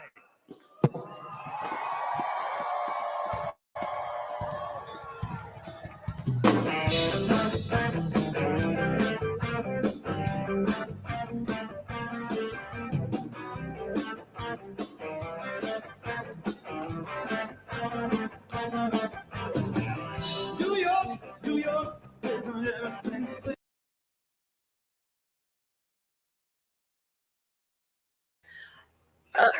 Okay. Anybody who's with me still, thank you for joining me, and hope you have a great night, and we'll see you soon. Bye-bye.